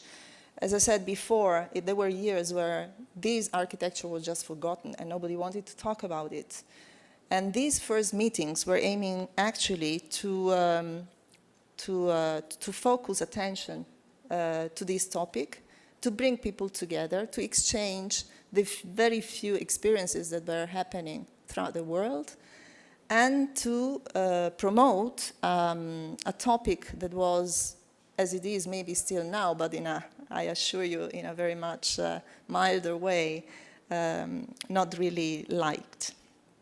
And for example, the meeting in Las Cruces, New Mexico, in 1990, stated something that was never said before, which was the importance to not use the word mud anymore, because mud is the word that others name to say that it's mud.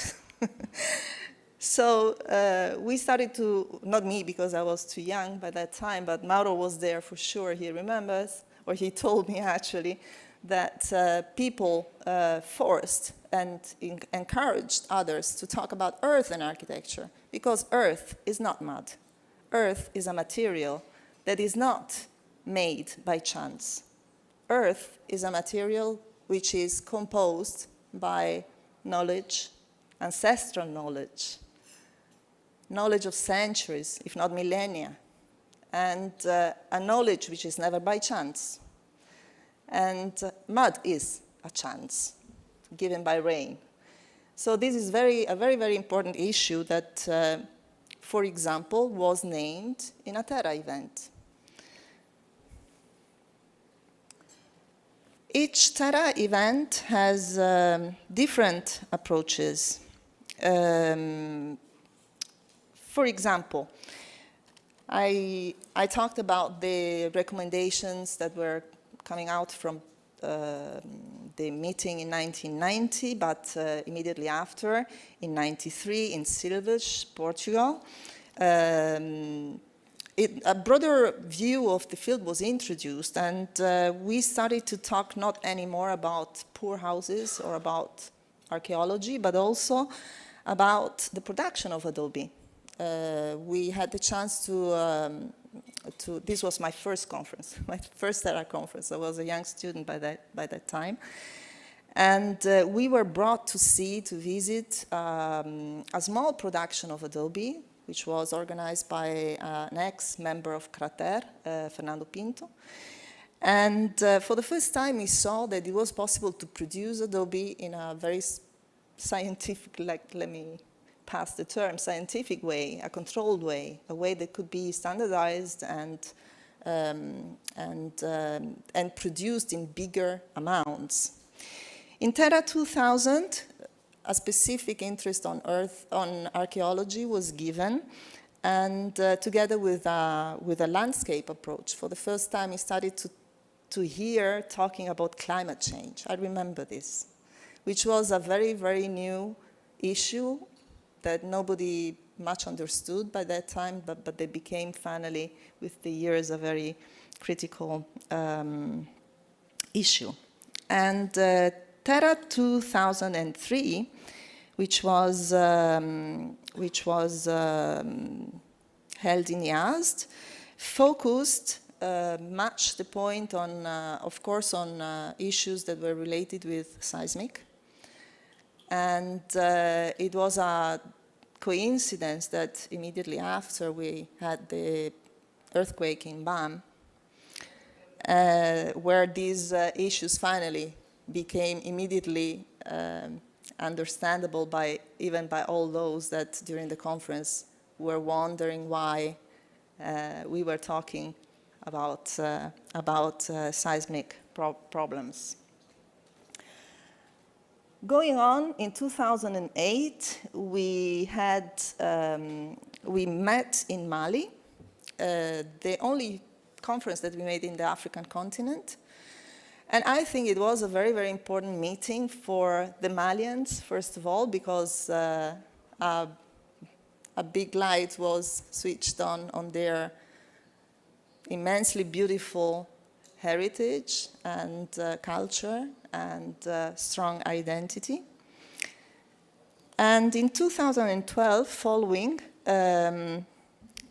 in Peru, again, we talked about seismic mitigation. You see that it's never by chance that the topics that are focus of the conferences and of the Congress are applying to the place where the Congress is happening. So in Mali, we talked about social issues and local traditions and cultural values and communities. And while in Lima, some years later, we talked more about seismic issues and again, also archaeology conservation and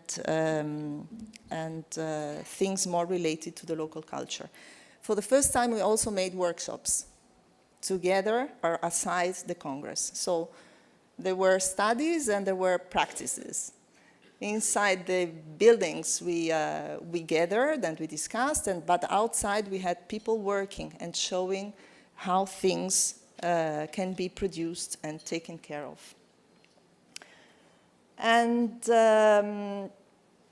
this also happened in France, and more even happened this year in the United States, where a whole year of events was organized around the Congress.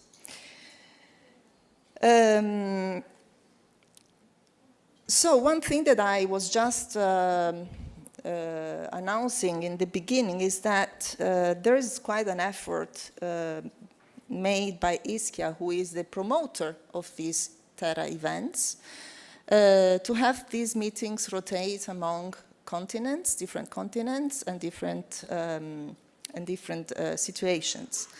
The Terra events, as you saw, have been organized 4 times in Asia, 4 times in Europe, 4 times in the American continent, and just 1 time in Africa.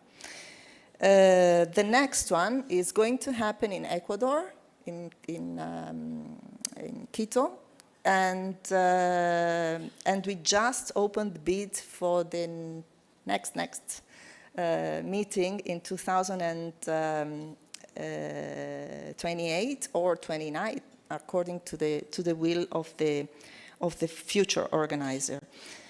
But what I have to say is that each meeting has been adapted to the geographic and cultural area where the event is being organized, and also to the knowledge, the experience, the mission of the organizer itself, because each organizer is different. Sometimes we had academies organizing, sometimes associations, sometimes it was a public body. So each time we try to sustain the activity of the person that's hosting the Congress. So where are we today? Since 2005, as you may have understood, Ischia has been a committee that tried to contribute to awareness, to knowledge, and to all possible activities of conservation and preservation of the earthen architectural heritage at international level. We have 5 scientific themes in the frame of the committee, which are tackling the architecture still in use, archaeology, landscape, technology, and seismic. In 2018, a new Ischia bureau was elected, and we reactivated these chairs, and we tried to implement their works. To come back to numbers, we have 100 now, 142, no, by April 21, we had 142 experts. We admitted some, maybe 6, 7 more this year, so around 150 now. But there's not just experts, there's also associate members that can be enterprises, for example, contractors. We have people that just want to be informed about what's going on. And finally, we have also emerging professionals. They're very young people, sometimes students, that are very interested in the topic, and they just want to be around. They just want to see what's happening and have information about things that are going on. And finally, with these numbers, we are one of the biggest, the most populated committee at ICOMOS. What are we doing? Each theme, each chair is taking care of a special task, which is decided in the triennial program. Yes. Oh. And we are talking about guidelines. We are talking about documents that people are asking, because I know, Usubi, that sometimes documents are too much. But it's true that in some places documents are a powerful mean to obtain things. Because, you know, if you say ICOMOS gave me this and I can do it because it's written here, sometimes things are easier. Not always, as you know. We are also developing, we actually finished this, a glossary on earthen material deterioration patterns. We are reviewing and translating a concept on earthen and cultural landscape. We prepared already a glossary in technology, and there's a very good base for of a post-earthquake assessment research and earthquake mitigation done by Claudia Cansino. These materials, of course, will be available. Some are already available on the website. Ischia has also developed and co-organized several international activities, among others, workshops and other conferences together with other scientific committees. The most we work with is, of course, wood and, of course, stone, but also cultural tourism, for example. We are now, no, I went back. We have organized in 2020, in February, in Bahrain, an exhibition of earthen architecture in the Arab states, we've been discussing if we could take this exposition here for this event, but we will do maybe the next time. It's in Arabic and in English. We, of course, revised nominations for the World Heritage Fund, and we launched the expression of interest for the Terra conferences. I go a bit forward because I would like to tell you that we also are confronting ourselves with big issues that we are obliged to face, such as climate change and the Sustainable Development Goals that Ischia is also working on. And since some years, as I told you, we started to include in our groups also emerging professionals, because we need young visions and young forces and new ideas, because we realized that we had a certain age and that we had a lot of experience, but we were not transmitting it. So we made a big effort, starting with Mariana, and I'm trying to continue this, to approach young generations and open to them. And as a matter of fact, I chose my vice president among the emerging professionals. She's 30-something, Amanda Rivera from Chile, and so we'll do in the future. And what about the future? What about the future? Something we heard here in these days. 1 minute, yes. Our future is looking at how to transmit knowledge, how to share this knowledge, and how to approach people in a wider way, in a broader way. This is not just participating to meetings, which is fantastic, but it's also giving instruments for the others to work. I hear always that it's difficult to work with earthen architecture. It's difficult to preserve, it's difficult to readapt, it's difficult to continue living, it's difficult to cope with the norms. It's difficult. And it's difficult for all of us. We're all facing the same troubles. And if we don't discuss troubles among us, that we are on the field and working, I think that we cannot give a good impression ever to the others. So my wish is that there's more occasions to share. I wish also that there's more people coming to us to share with us their experience and to maybe take from us what we already did, if useful. And thank you for all and everything.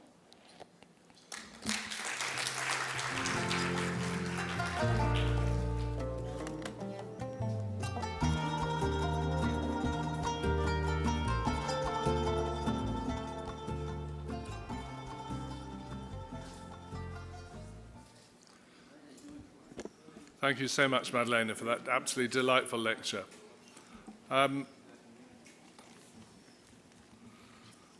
Now, as Professor Hisham mentioned yesterday, he and I were absolutely delighted to be invited to speak earlier this year in Buenos Aires at a wonderful two-day symposium which opened my eyes hugely to the immense richness of earthen architecture in Argentina.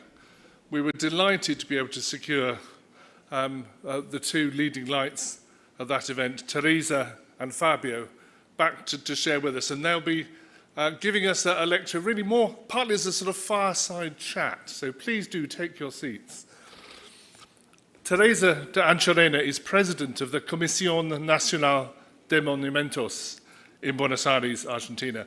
She has a master's degree in anthropology from the University of Paris, and following the return of democracy to Argentina, was director of visual arts and a member of the country's Senate Culture Commission. She also served as head of the Recoleta Cultural Center for several years. Fabio Grementieri studied architecture and historic preservation at the University of Buenos Aires. He's a partner in the architectural practice Bers Carena Crementieri, and Director of the Preservation Programme at the University Torquato d'Italia. He also oversaw Buenos Aires Architectural Heritage Day from 1987 to 2000 for the Secretary of Culture for the City of Buenos Aires. Delighted to have you both with us, Teresa and Fabio.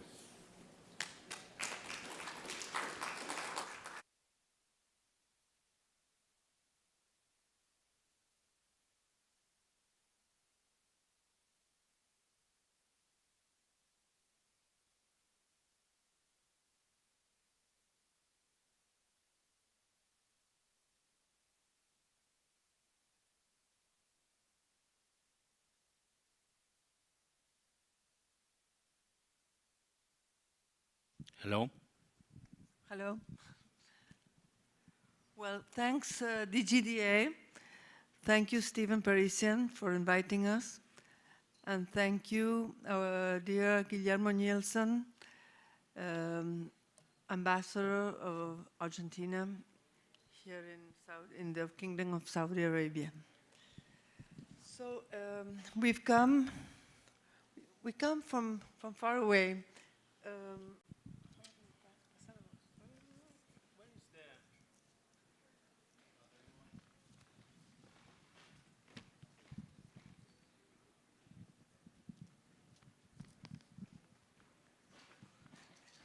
This is what our flight. Our flight was 2 days ago, 12,800 kilometers. So we are quite far away, one of the other, but we can manage. We can manage from here to there, from there to here. So it's a far, far place, but we are both big countries. We are over 2 million square kilometers each, with a population of 35 million to 45 million people in each country. So we are in a huge country with this quantity of people. I wouldn't say more or less, but that's what we are. And those are characteristics that are quite similar between our two countries. We are in a habit of having in front of us immense distances.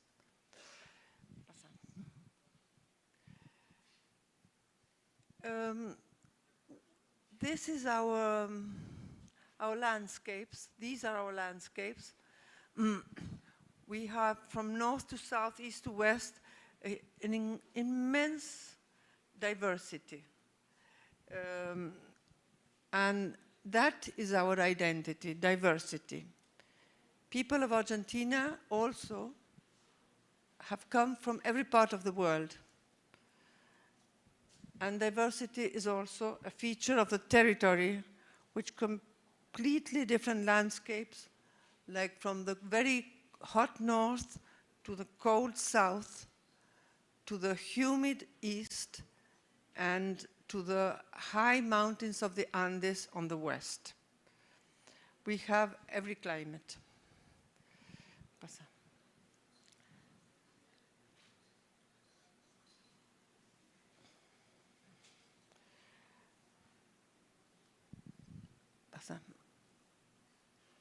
Well, as a result of this diversity of landscapes, small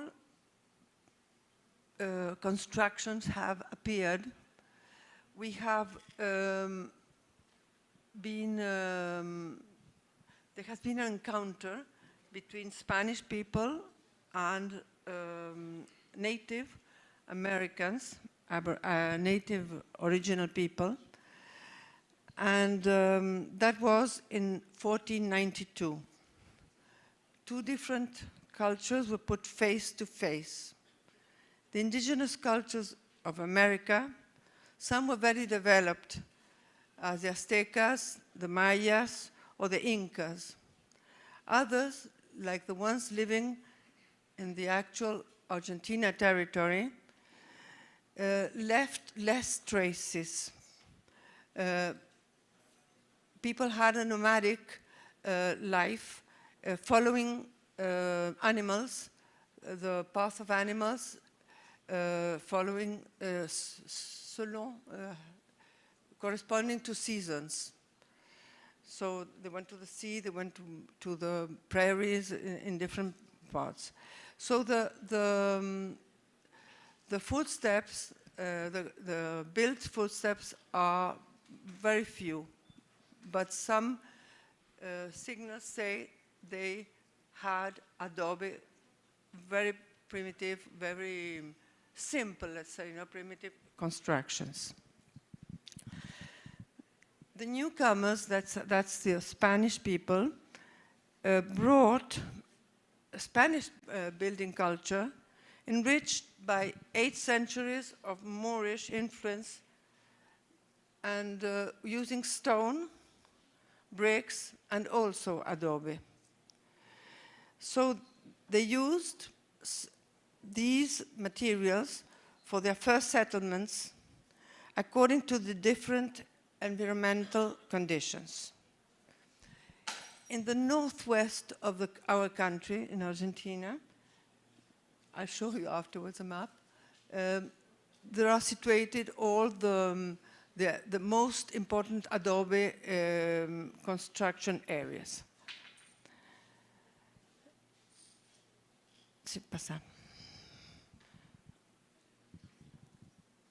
Well, from this immensity of the landscape emerged houses, small towns, always near water sources as rivers or wadis or oases, and also along the development of commercial roads to connect a huge territory for the transportation of animals mostly, to charge different metals mostly. We didn't have metals in our territory. They were in Peru mostly, but Argentina, actual territory of Argentina, was a place where these metals passed to the port of Buenos Aires, or even to Paraguay too. Pasa. Well, adobe construction provides the means to design inside and outside spaces made of large walls, small openings, a research of shadows, because the climate in northwest Argentina is hot, and in straight or curved lines, and a lot in every house, or galleries or patios, which are very important in our adobe architecture.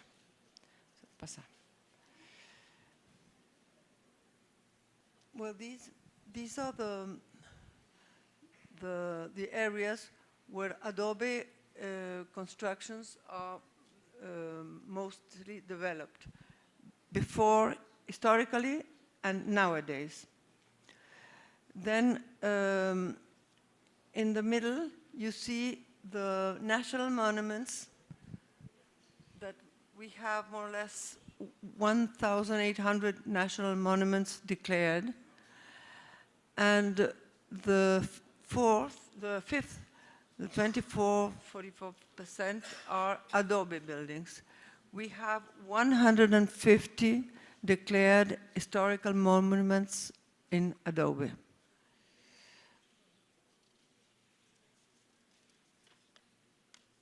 And we continue now with Fabio, but I must say that for us in Argentina, it is a fight, like I think that for nearly every one of us, to try to conserve adobe, to have a respect for this material, not to be considered an architecture for poor people, because it is, but at the same time, we have a plan, which is a beautiful plan, for small houses. For small houses are called ranchos. It's not like the American way of seeing ranch, like a big place. Ranchos is a house, a small house, and we are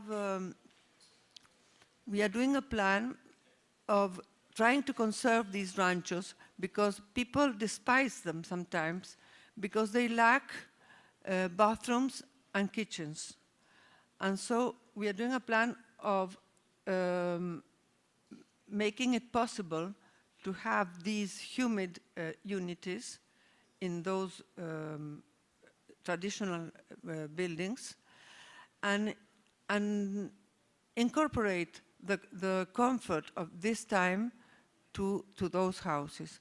And once we do that, the people who live in those houses are respected because they are our identity, and more and more people are conscious of that. But people want to live like 21st century. And so we have to conserve heritage, but incorporate comfort. And that is a good combination. And a plan we are beginning with private foundations in order to do that. So Fabio, you want to continue? Well, as Teresa said, the adobe or the earth architecture was used before the arrival of the Spanish people. Here we see some examples. Even the famous Inca road, the Capacñan, that, well, Argentina is part of the 6 countries that included in the World Heritage Site the system and sites of the Inca road. Some of them are made of mud. As you see, the grain silos there, covered by a sort of a cave that is in the province of Salta, and some other remains in different provinces. You see the 6 provinces where the Inca road arrived very in the south of South America, in the middle of the Andes between Chile and Argentina.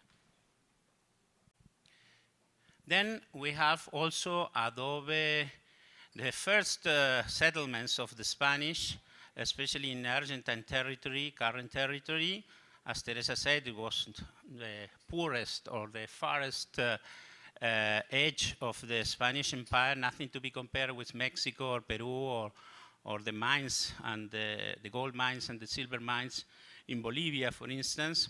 So it was the edge of the Spanish colonial empire, and the first settlements were made of earth, adobe construction, and we still have some testimonies of these first settlements in different parts of the country, from the northeast to the northwest. Here are in sort of castle, defensive castle in the province of La Rioja. In some of these places, as you know, in the whole Latin America, there were confrontations between the indigenous people and the Spanish.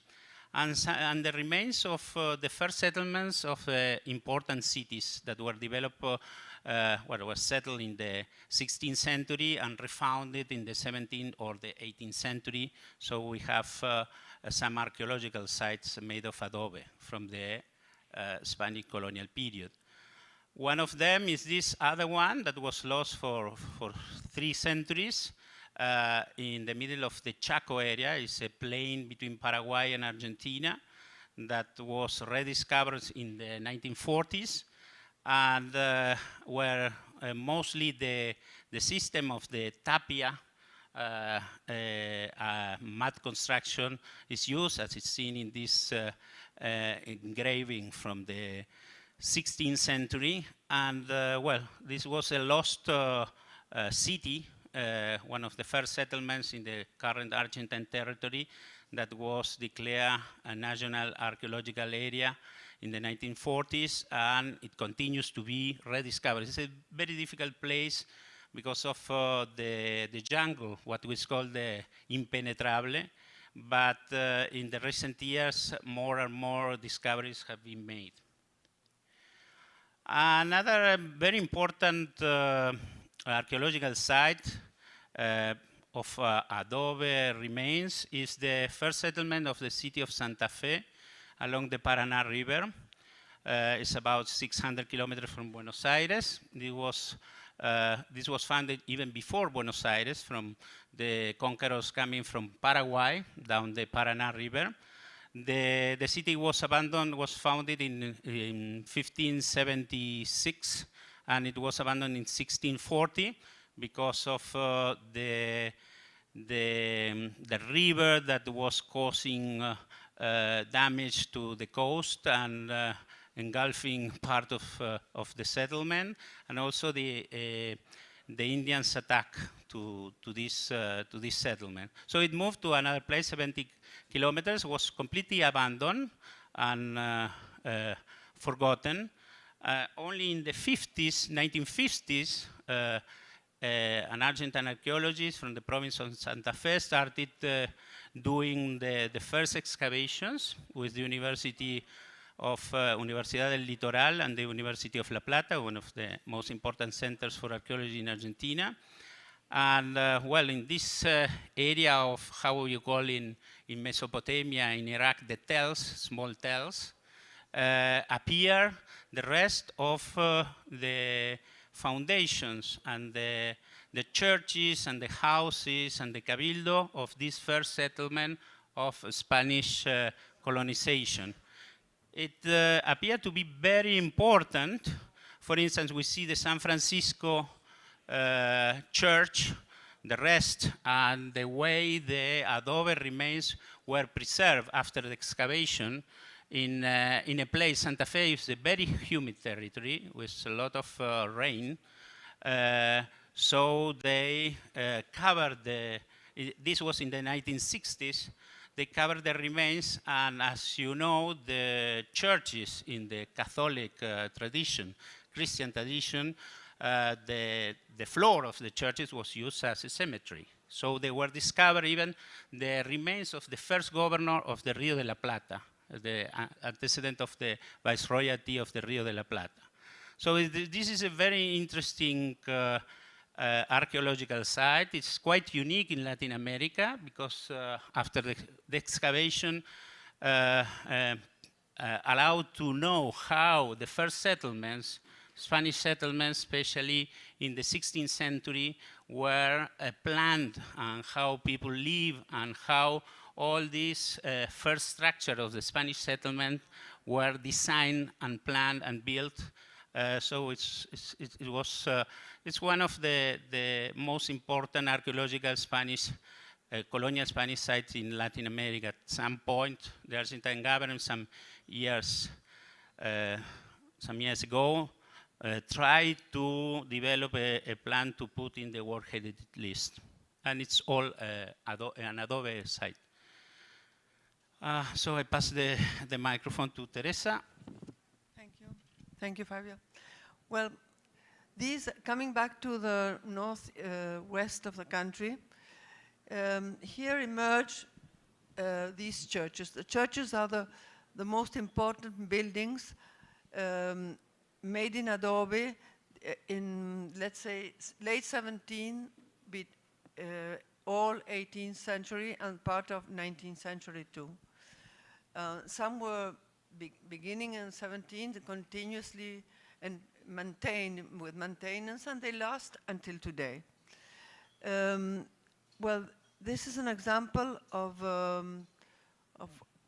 what we find a very beautiful building and a complex building, because it also has a cemetery to it and atriums. Okay.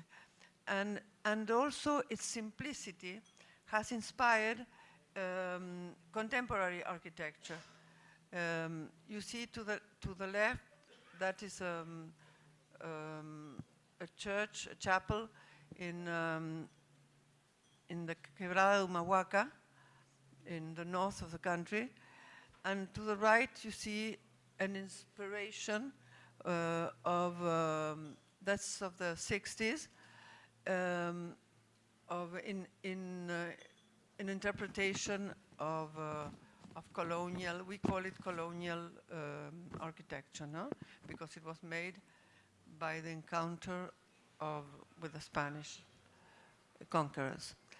The atriums are a very, very important part of these churches because there is a social life associated to them.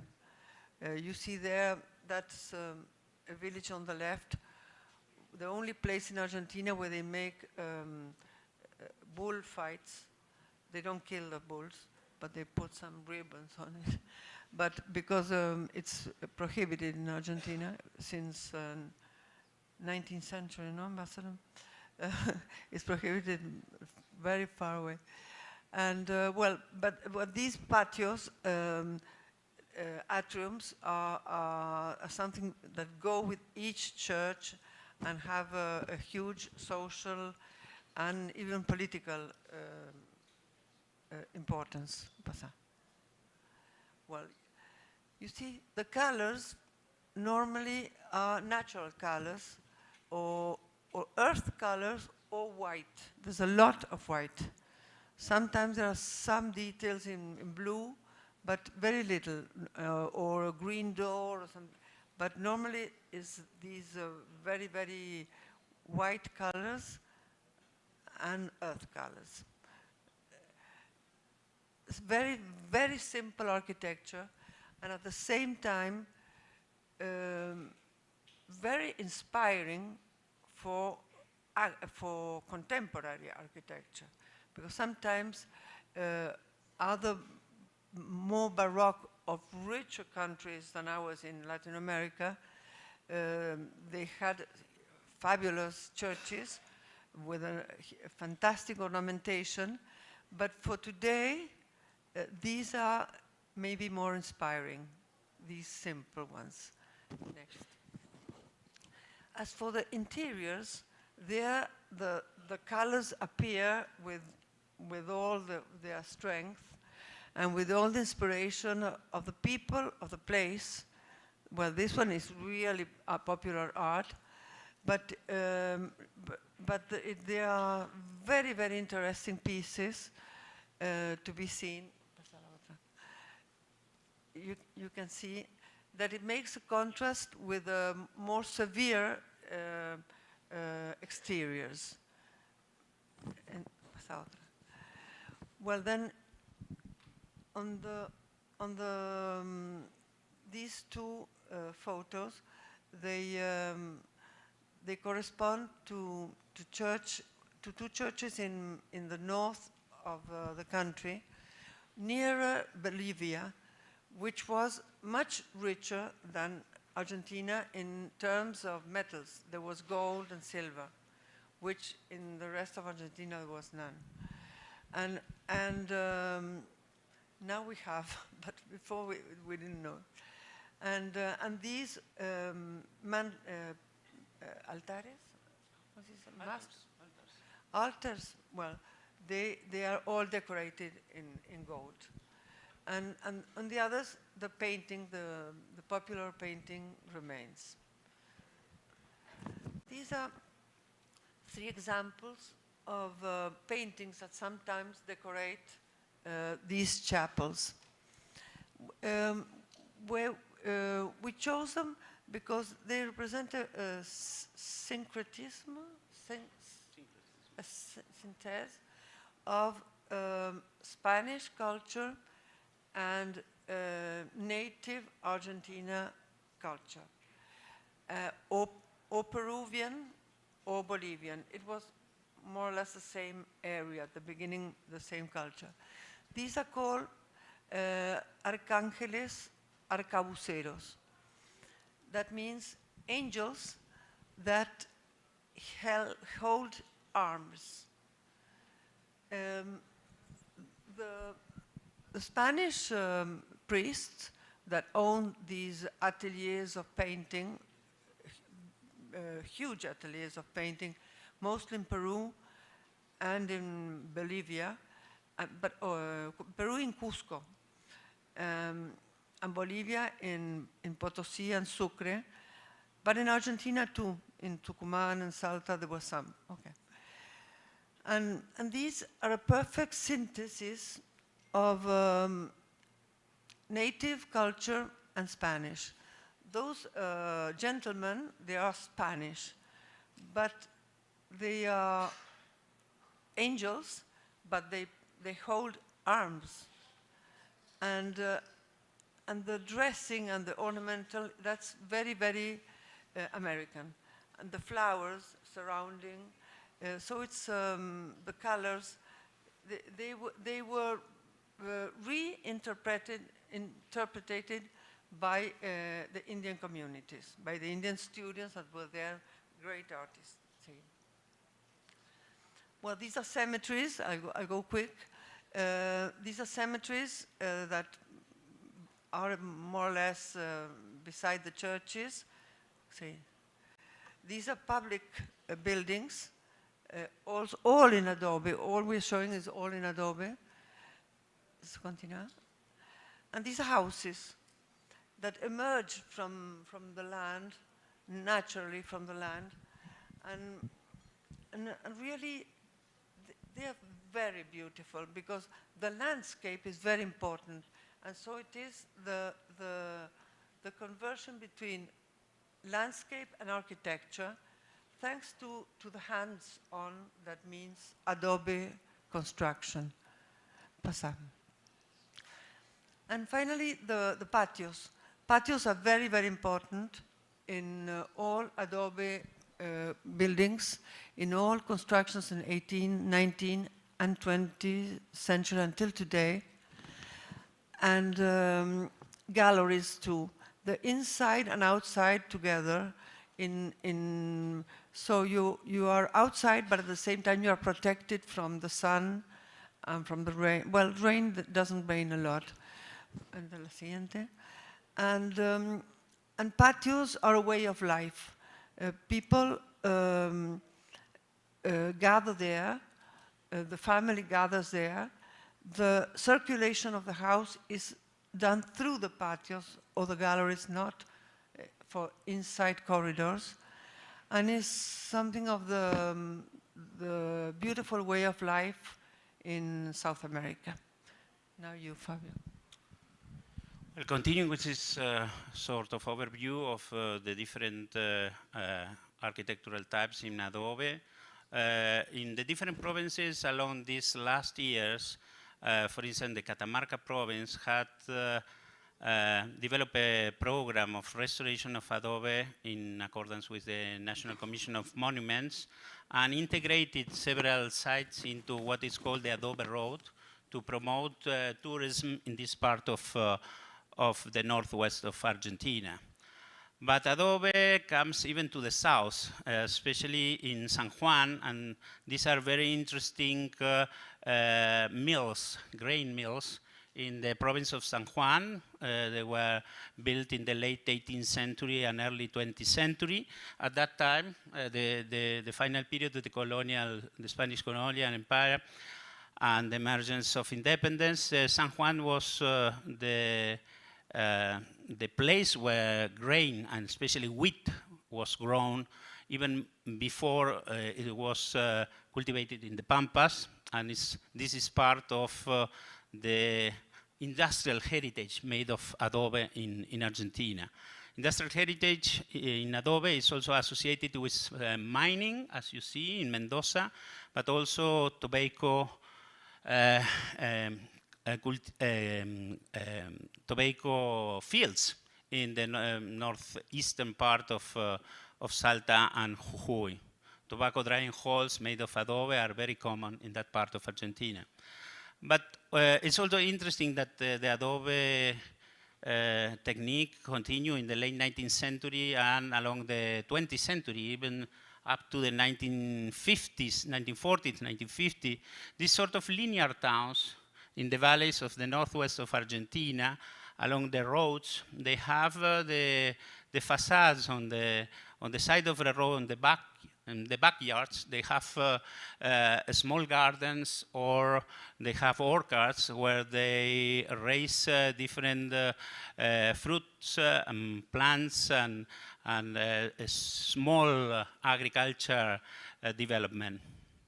As you see, well, we can distinguish the evolution of different styles of eclecticism in the late 19th century and the early 20th century, for Renaissance revival to Art Deco to this on the lower right side, sort of influence of modern movement architecture, but all made of adobe. So this is part of the landscape and the townscape of this north part of Argentina.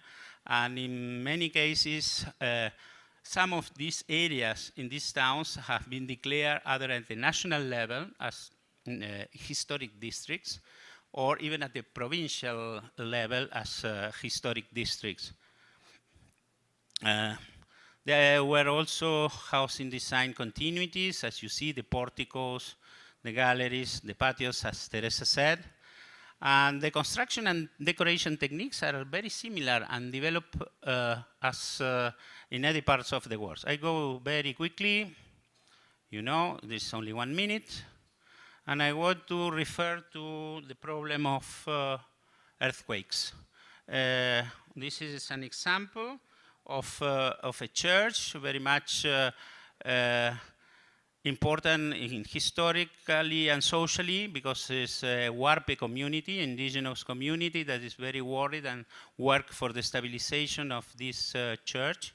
That is in part of the country that has the highest seismic risk.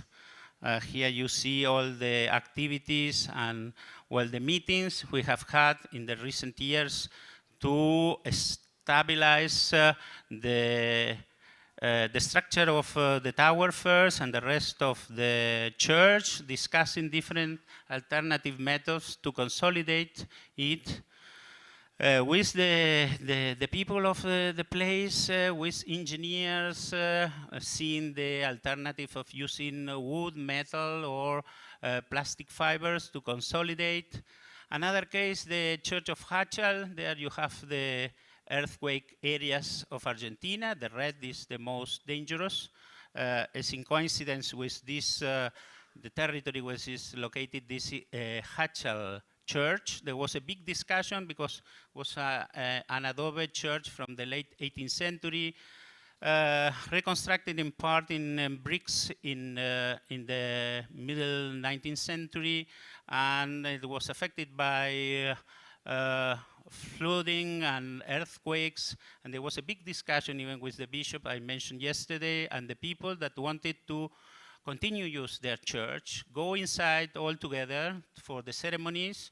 The earthquake norms in the province of Sao Paulo were very strict. You are allowed to keep it, but coming into 3 or 4 people at a time. So finally, after different proposals, the issue was to reconstruct the adobe part, to keep some of the adobe great walls. They were 9 meters high and 90 centimeters wide, and they're very fragile for that region, but as you see, they were much. So we keep some fragments of those walls, because the people of the place wanted no way to have their church back and to come together everybody at a time. And it was the only, we have to respond to the people first, not to, maybe it's a heterodox solution, but well, this is a more orthodox restoration in the house of the Marqués de Javi in Jujuy. This was a very interesting project of the National Commission with the province of Jujuy. You see they were redoing the roof according to the original, and it was as a team of young people working on this project. As you see, doing all the adobe, very flat bricks to cover the roof of made of wood, of cardon, and sometimes it's made of cardon, the cactus wood of the place. And the sort of reinforcement, this is also seismic, made of what is available there, that is this plastic rods that were put all along the. So, indifferent. We have the problem of concrete and adobe. We are for this solution on the right, that are the people themselves that they use according to the seismic regions, reinforced concrete for the columns and then adobe bricks, instead of demolishing all the brick and building adobe and ceramic bricks, as you see there. And some contemporary experiences by architects, young architects and designers in Argentina, like this chapel that is metal, reinforced concrete and earth tapia, as you see. And these some official developments of the province of Salta in this school, and some private also initiatives of young architects working that on private housing. Well, this is a small overview of the earthen architecture and the different challenges we have to face in relation with the conservation. Earthquakes, climate change, but also for Argentina, it was not the poor people, the architecture for poor people, because we have a disease associated with adobe. It's the Chagas disease that is transmitted by an insect that is very well housed in adobe, in earth construction. So for many decades, there have been a prejudice against adobe and earth architecture because it is the nest for these insects that provoke this disease. So thank you very much for your attention, and well.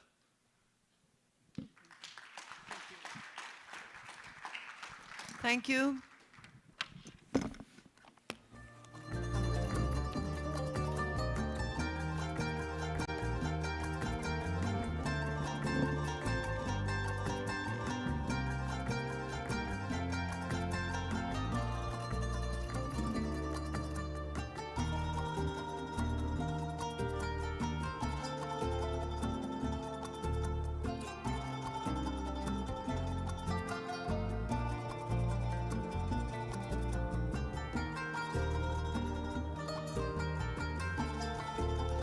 Assalamu alaikum, everyone.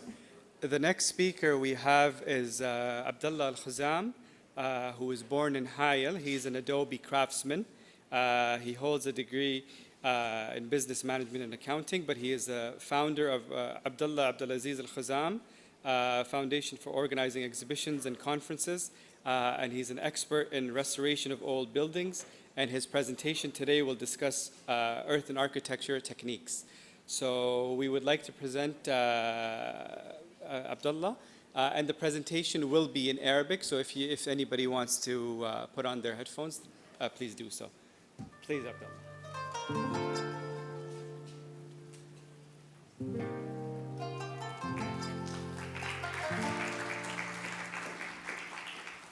وين الريموت حق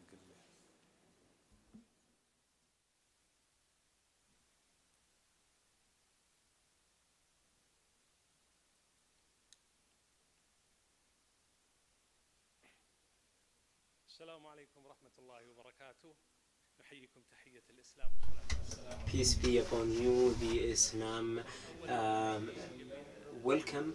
I would like to welcome everyone here and the workers on this seminar.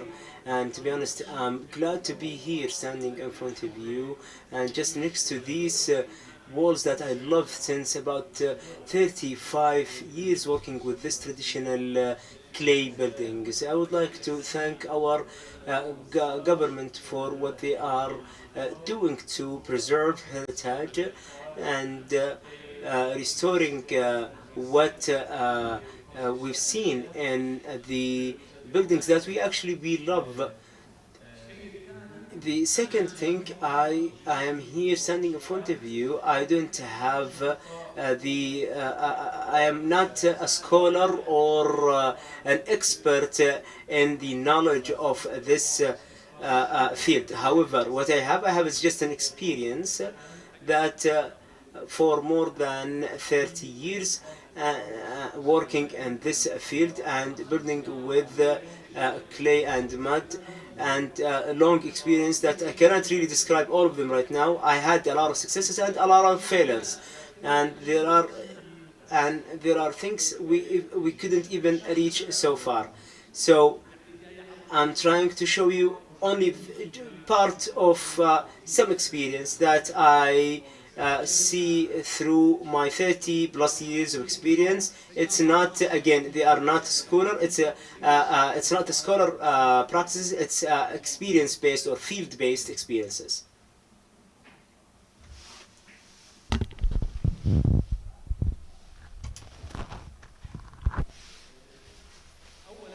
First of all, the building of clay.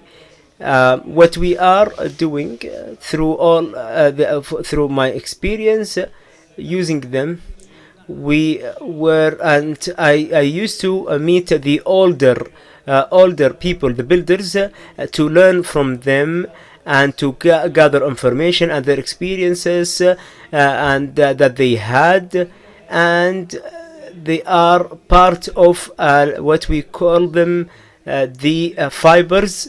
And when we say the adobe and the cobalt, all the clay is one family. However, sometimes we build with or the projects could force you to use part type.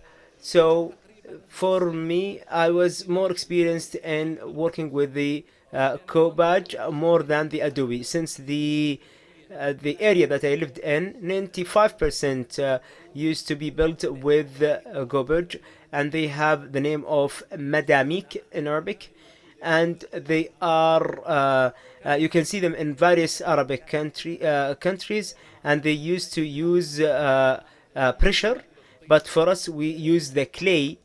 And what is different in the practice for us using the copage is we try to build on the vertical axis directly. So when we want to build the buildings, we take the vertical for 30 to 40 centimeters of as height, and then still will grow, and then the width is also between 30 and 40, and it doesn't it is not consistent at the same. As much as you go vertically up, you have to narrow down the width. Building with cobage is you don't need to use only one type of pattern. So the worker with you that who work the same people who work in the same projects, so they usually continue using the same people or contractor. We don't need to have different elements, and we don't bring the Adobe from other places or anything. We do the clay at the same location and work directly. There is pros for building with copage. We have from our experience we noticed, and in the historical buildings that had more than 100 years and they're still here. The copage, as we can see, this building, and we have this building is 220 years old, and this picture is very modern. It was affected by rain, and as you can see, it is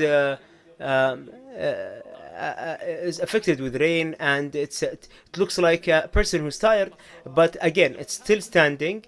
If it was from milled by Adobe, maybe it wouldn't be until now. For 300 years, buildings of Adobe, maybe we have examples where they weren't able to stand so far with the lack of maintenance.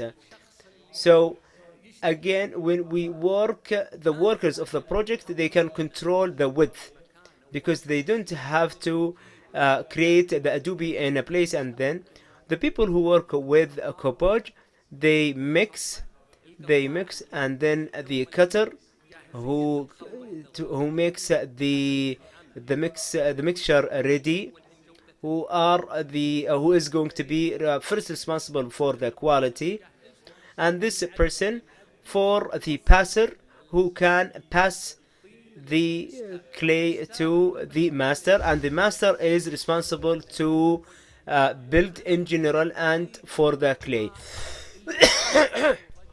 And they usually, those masters, they have enough experience with the water and clay and the portions, because the clay by itself you can't work. They have to add more dirt, and you have the different sizes of the dirt, and I'm trying to use the traditional names of these stones, and I'm using the traditional ones because I want to focus on the experience rather than try to describe them in the best possible way. We have them, the ones that are as small as pins, and there are even bigger a little bit, and those usually the ones add to support the building for the building against the rain and the other items, and is the one that keeps the clay strong. And the next thing, the aesthetics of the building, you don't need to add items, and as I can show you in the picture, the blaster above the door, and they used to use the blaster to protect the areas that is for against rain, because the blasters or the gypsum is a natural product that is mixed in a very traditional way. Now, as you know, the traditional gypsum is not as the one that is used right now. It's a little bit different, and it's mixed at the same area in small portions, and then they heat it for a certain temperature, and then it is going to be used at the same place, and it still has some percentage of if you have some decoration, you will need to make it further softer, and here, as you can see on the door, we've used this traditional gypsum, and it has the stones from the nature, and we add to it we have some of the ashes. They add also some ashes and some jeer to give strength and support against rain, and to hold or support the wooden beams, where you can install them above the doors, because we need to have more strength for it, and also the shocks of the doors, so they are much stronger than the clay walls. Here we can say the cons of the buildings of Copage. There is a problem. It will take time. It takes a lot of time, because you wanna build only one track of Copage. If you have one room, if you have 30 or 40 meters, maybe you'll have to build it half of the day, and the other half you didn't have any work. And that's because every coboj or every row that has 1 day. If you have, if it's a big building, of course you're gonna go along the house, but maybe sometimes during 1 day you have only one coboj. So every time it's bigger, the worker, you use the human capital right away during the working hours. But if you have a small rooms, 4 by 5, 6 by 3, it's very hard in this kind of building, since and they try to use the Adobe because it's faster for them.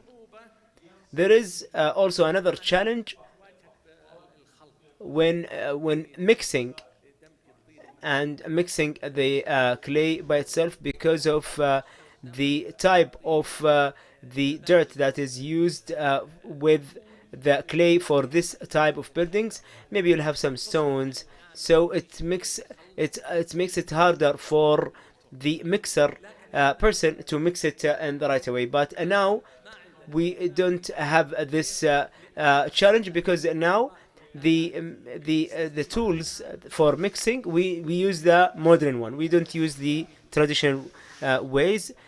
We use for mixing and the different or various tools, and the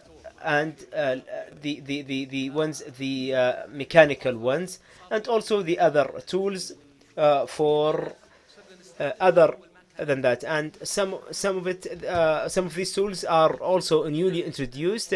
So building this building, it's one of the ones that known for being little bit hard, and makes you work hard for it. The type of dirt that we use it for coboj and building with Adobe is the main element is clay, and the percentage of clay is different from one to another.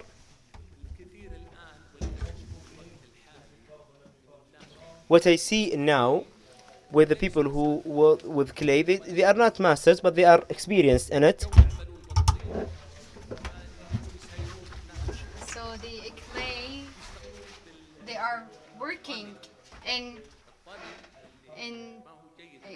working with the clay. الطامي وبين الطين. الطامي اللي يكون على وجه سطح الأرض ويكون دائما في السدود في المستنقعات الكبيرة بعد المياه، هذا الطامي هذا غير صالح للبناء، غير صالح قطعيا للبناء. نرجع للتربة الصالحة. This is not applicable for building. When it comes to the agricultural areas, sometimes it's under water and more than 1 meter.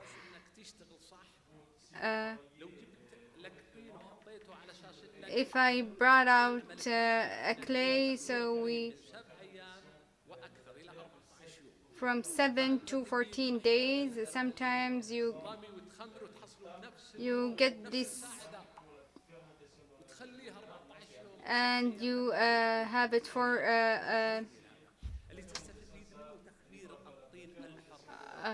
what you can make use of is the clay, not the alluvial, which has been like 30-40 years ago under the ground. But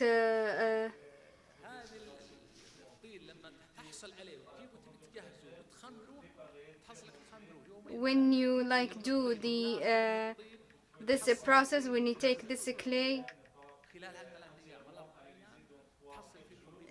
there is like some particles that the water does not affect it, and it starts from 7 days, and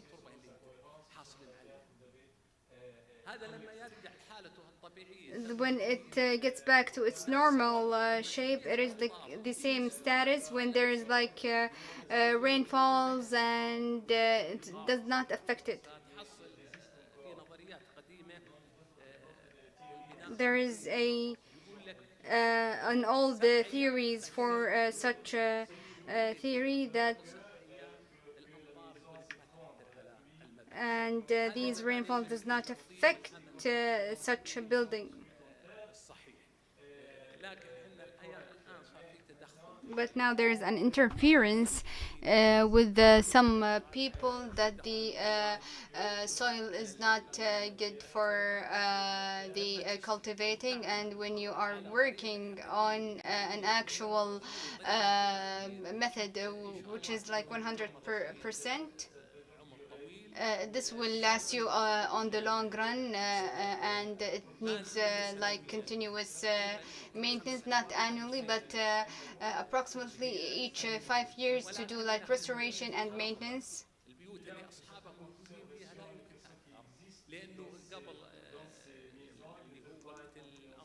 But because before the rainfalls,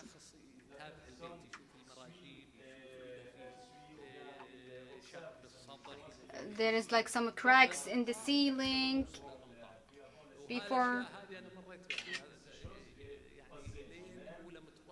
until when I was 12 there was a clay building that I was living in.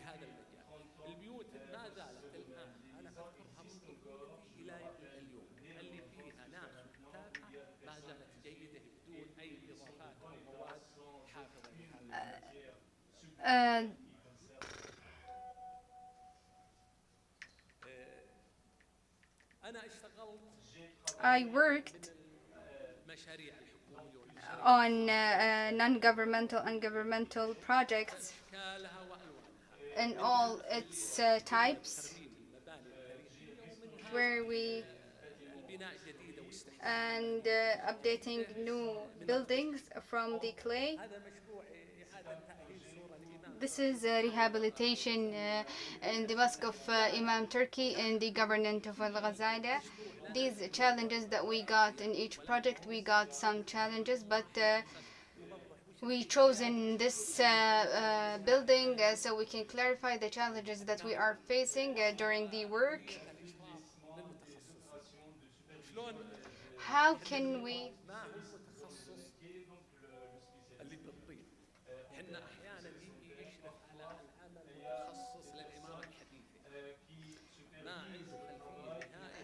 those who are supervising the such a project are applying the current architecture, and he got no background on the Earthen architect, and there is so much difference. Maybe sometimes he share like 10 information and we cannot like agree on one of these information, because the this ancient engineering has its own specialization, and I'll give you an example. If you got the clay building, you need to close the doors and have some water in the center. Sometimes these buildings in the ancient times, there was no poles to hold it.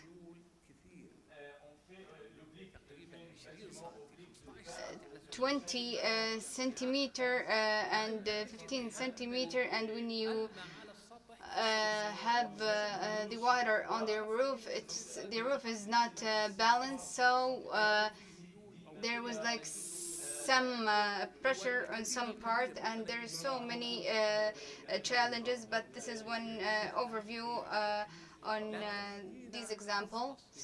But when there is a specialized person, we got the work to be very good, because it has a meaning to have an experience in such a domain.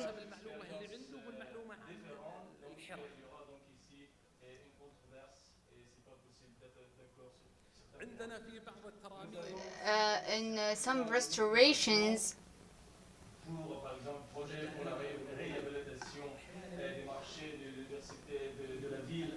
sometimes there's like some flaws in the restorations, and this wall gets like infected from 2 centimeter and 2.5 centimeter on the adhesive that was applied on these. These cannot be restored with the adhesive because it cannot be sticked on the ancient clay. This is the first thing. The second thing is the ancient traditions to restore such a building. They were 30 until 25 due for the collapsed wall. If the percentage was like 10 centimeter until they reach 20 to 25%, and then they build this wall. This is a picture of an Imam Turkey. This wall was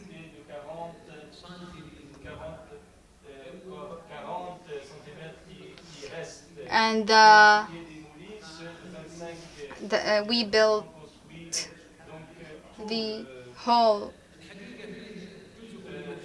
wall. There is a part of the product that has been restored that was like 30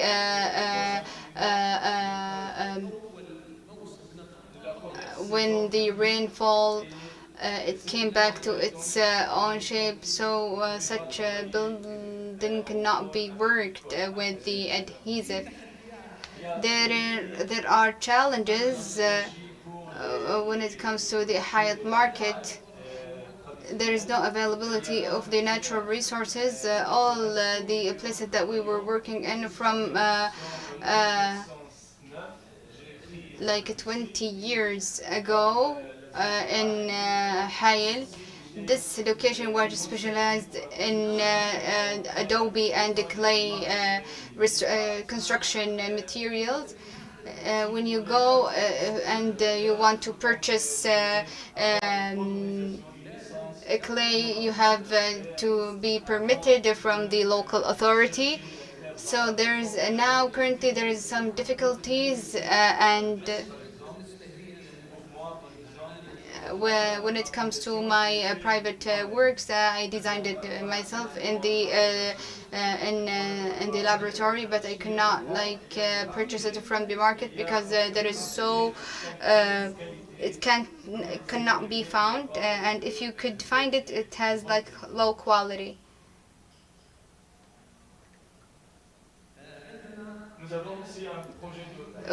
We got rehabilitation of the fences of the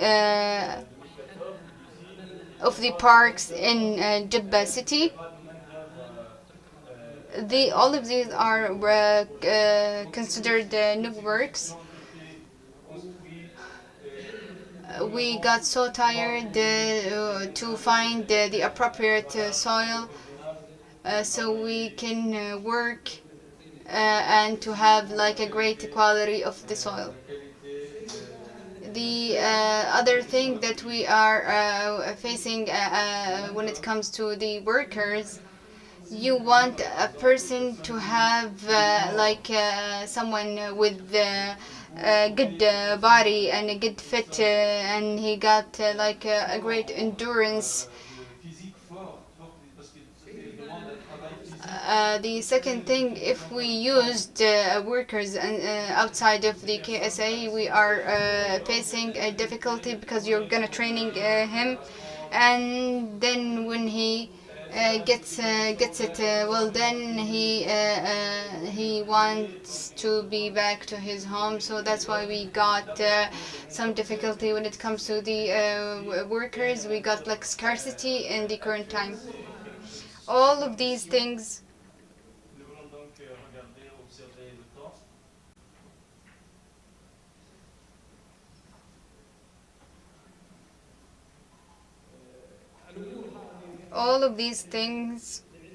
that we are considering it as one of the challenges. We are overcoming it. When it comes to the project of restoration of the Majlis of Hayal, during the restoration we're facing some difficulties, especially if there is like a technical work or embroiderment decorations. Sometimes there is like some embarrassments between the owners or those who are concerned in such matter. This piece is like 2 meter times 2 meters. During my working, I'm a craftsman. This is my picture here. I'm not an academic. This piece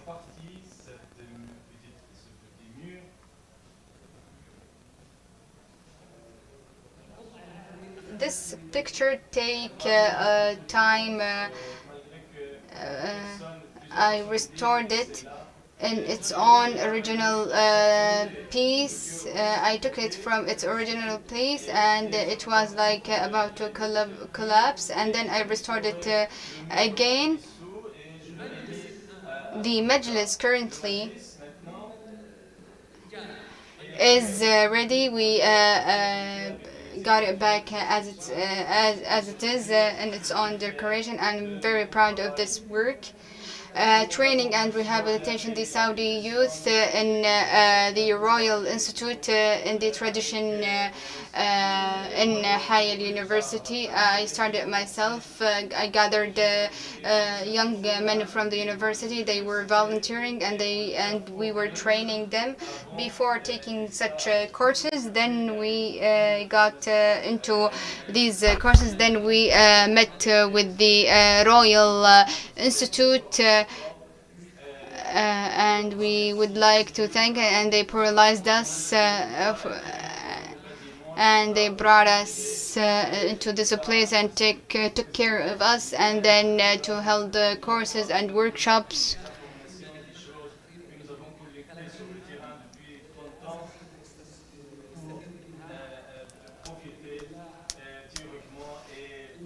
So the upcoming generation can make use, because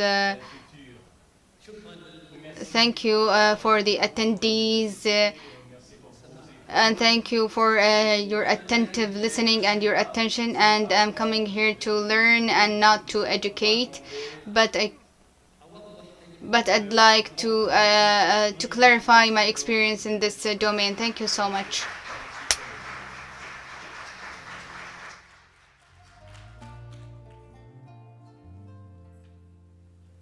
Thank you, Abdullah, for such an elaborate presentation.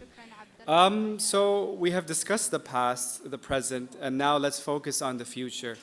The future of Saudi Arabia, with two talented architects from the Heritage Management Team from the Diriyah Gate Development Authority, which will be chaired by Nadia Maqbool. Nadia is the Director of Design and Architecture at Saudi Downtown Company. She is an architect, entrepreneur, CEO, public speaker, and was named the Young Global Leader by the World Economic Forum. Nadia is passionate about how culture and memory and sustainability play a positive and interpretive role in architecture that is authentic to it and resonates with the essence of place. So without further ado, Nadia will introduce the two talented individuals from our Diriyah Gate Development Authority with us now and discuss on this panel. Thank you.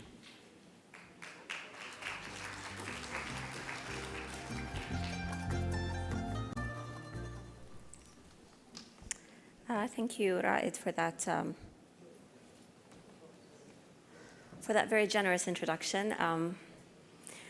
Thank you so much, DGDA, for having us and for organizing this very rich seminar.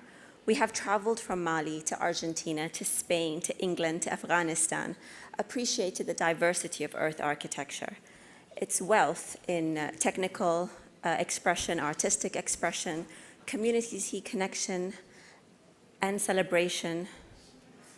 Earth architecture brings everything together. Thank you again for this seminar and for this opportunity to bring old friends together and make new friends. It is my privilege and my honor to moderate this next session, which will address the young Saudi professional and personal experiences with earth architecture, their aspirations for the future. I am delighted to introduce Nujud Al-Anbari. Please come, Nujud, to the stage. Nujud has an MA in Architecture and Urban Planning from Italy Politecnico di Milano. She is currently a conservation architect with DGDA. We are very happy to have you, Nujud, with us. Also on my panel is Al-Hanouf Al-Rasan, Masters in Sustainable Heritage from the Bartlett at UCL London. Al-Hanouf is currently working in heritage management at the DGDA. Thank you very much, Hanouf.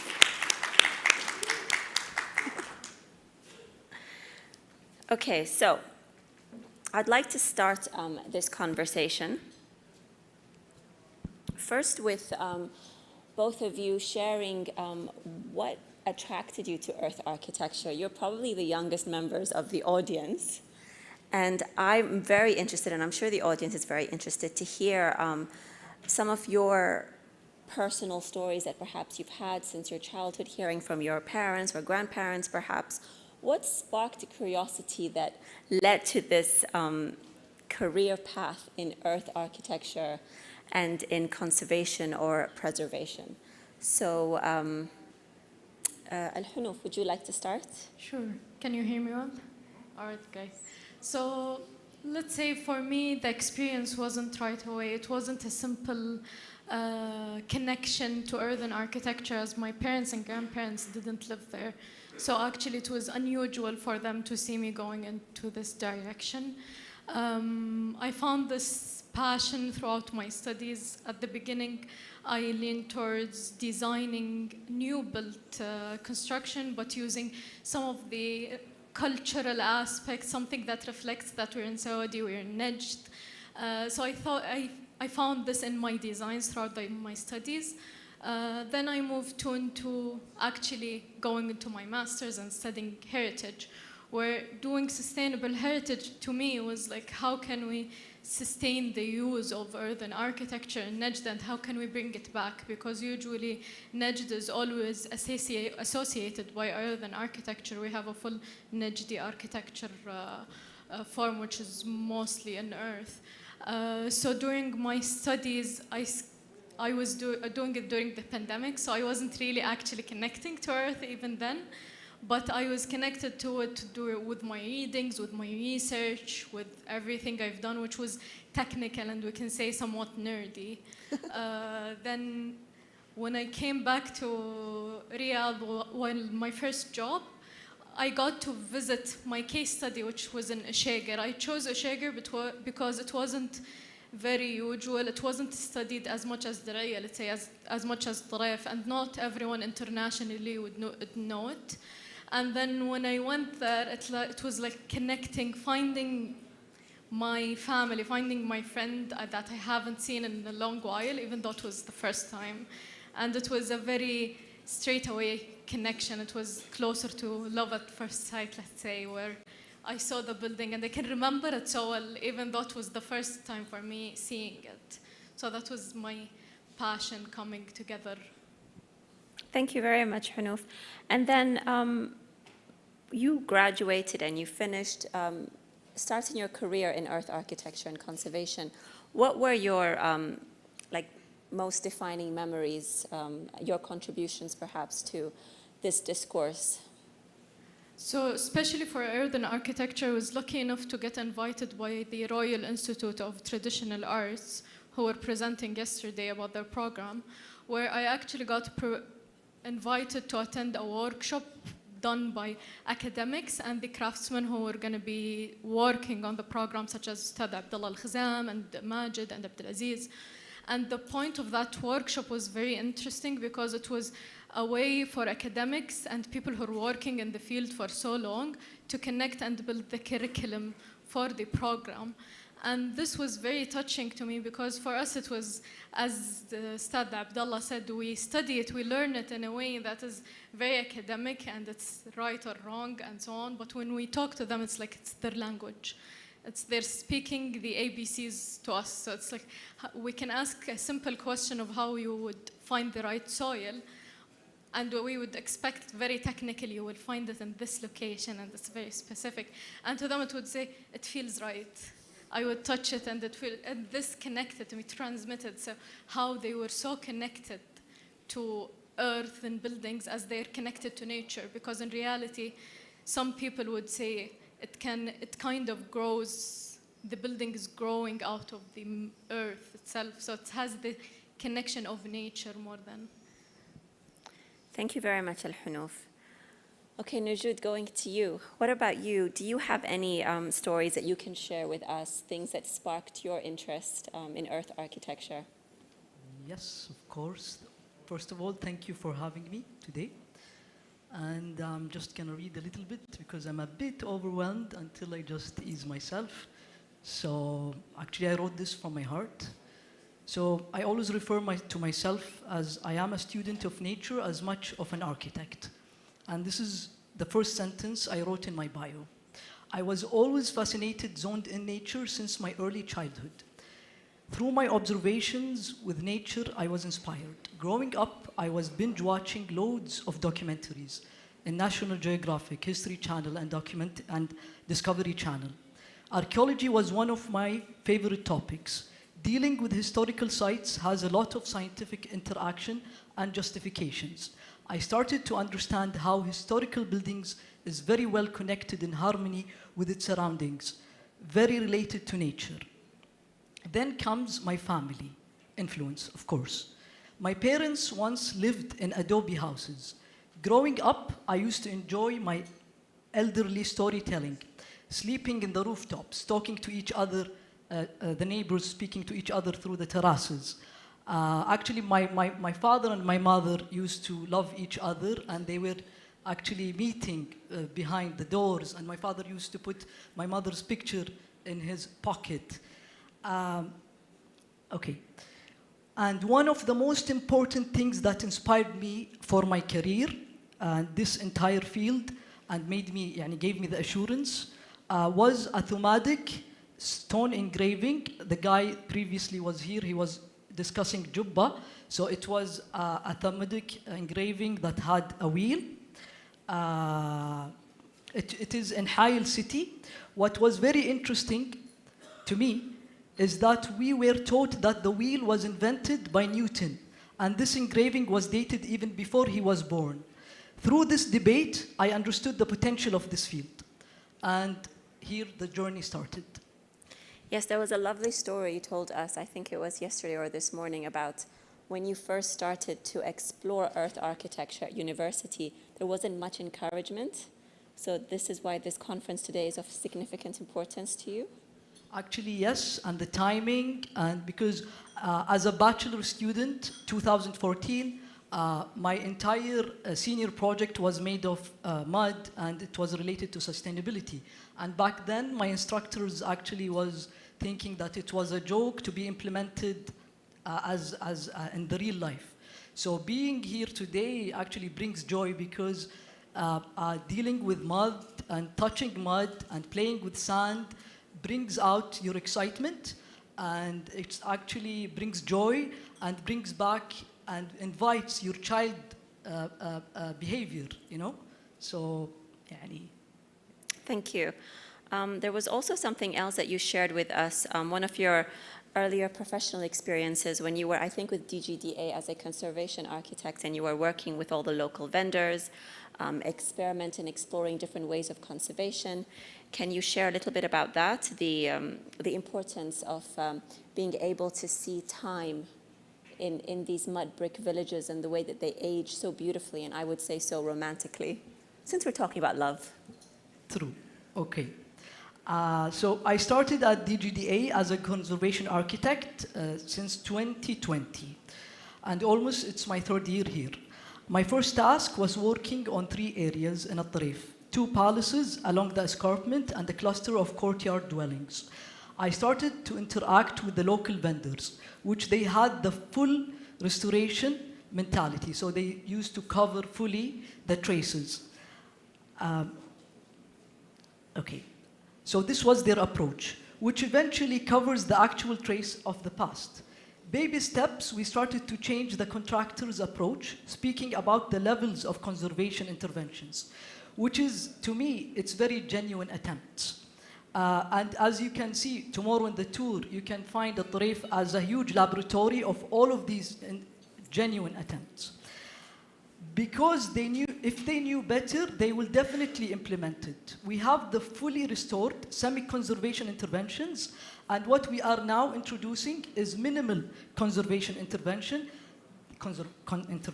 that is supported by some scientific understanding, site documentation, archaeological excavations, oral history, community engagement, and capacity building, and more, inshallah.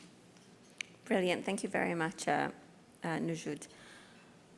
My second question, or my second area of discussion, is where you both see the future of earth architecture being pioneered here in the kingdom.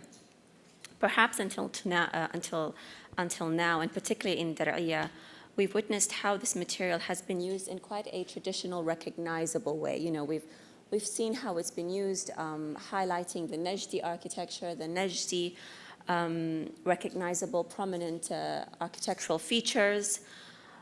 Do you see this as being the destination, or do you hope for more? What are your professional or personal aspirations for the possibilities of this material here in the kingdom, especially if this kind of seminar were to continue on an annual basis and it becomes like this meeting place of all the experts in earth architecture that would come and meet once a year? Next year, what would you like to show them? Again, Hanouf, maybe we can start with you. Sure. So to me, since I didn't experience living with earth and buildings, my fascination was where did it stop and why are we now trying to recreate it? I found my passion looking into how did we transition, and then during my research I started looking into the impact of the oil boom in Saudi Arabia and the introduction of concrete, and the direction has completely transferred from living in earthen buildings to living in concrete buildings, and it was seen like, as the future. It was seen as the future of Saudi Arabia. Everyone started doing it. It was like a luxury to live in such a structure. So to me, to look into the future, I would love to go back to the past and continue the trajectory, focusing in earth rather than moving into the focus to concrete.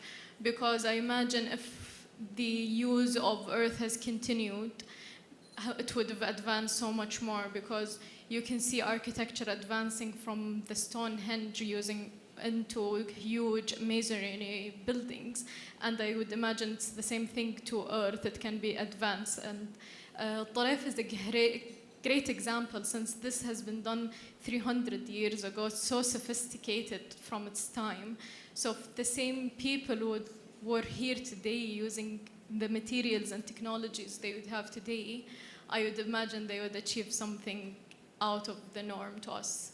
Unrecognizable, perhaps? Exactly. Thank you, Al-Hanouf. Nujud, what about you from a conservation perspective? Where do you see the aspirations? Where do you see Saudi Arabia pioneering in this playground of Tarif? Okay, I'm gonna continue reading. Okay, so the term restoration and conservation philosophy went through more than 150 years of debates, starting from the 18th century, shifting to another way of thinking that takes us to a more contemporary approach. You don't restore the image, but the matter of the work, taking in consideration the conservation work authenticity and integrity. The more you can go minimal with your intervention languages and approach, you can consolidate rather than restore, repair rather than consolidate, maintain rather than repair. If you have new additions to the existing state of the building, it must stand out from, not to be blended into the old. So going back to what can make a correct approach, we can take in consideration multiple of values.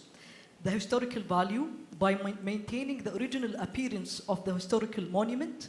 The value of age, by slowing down the deterioration factors which are considered as an important tool for understanding to be traced and highlighted. The value of the new as an additional renovation or replacement that should be compatible and different than the old. And there is the value of the use, because mainly sometimes, and what is happening now, that most of the monuments are kept as mummies, as you mentioned before. So there's no any interaction, and it's not being open to the public. So dealing also with heritage has to do a lot with building cases. So everything has to be justified. So reaching this point, I can mention the value of use as necessary to guarantee the survival of the historical monument itself and its consistent use, for example, by engaging and bringing back the local community. And inshallah, this will happen and will start next year in a collaboration with even different internal stakeholders and departments. Fantastic. Well, can you speak a little bit more about this idea of, like, to the non-conservation technical people here, what do you mean by the different levels of conservation and being able to stay authentic to how the building has aged, but at the same time stop it from aging further? This is actually what we were experimenting a couple of years ago.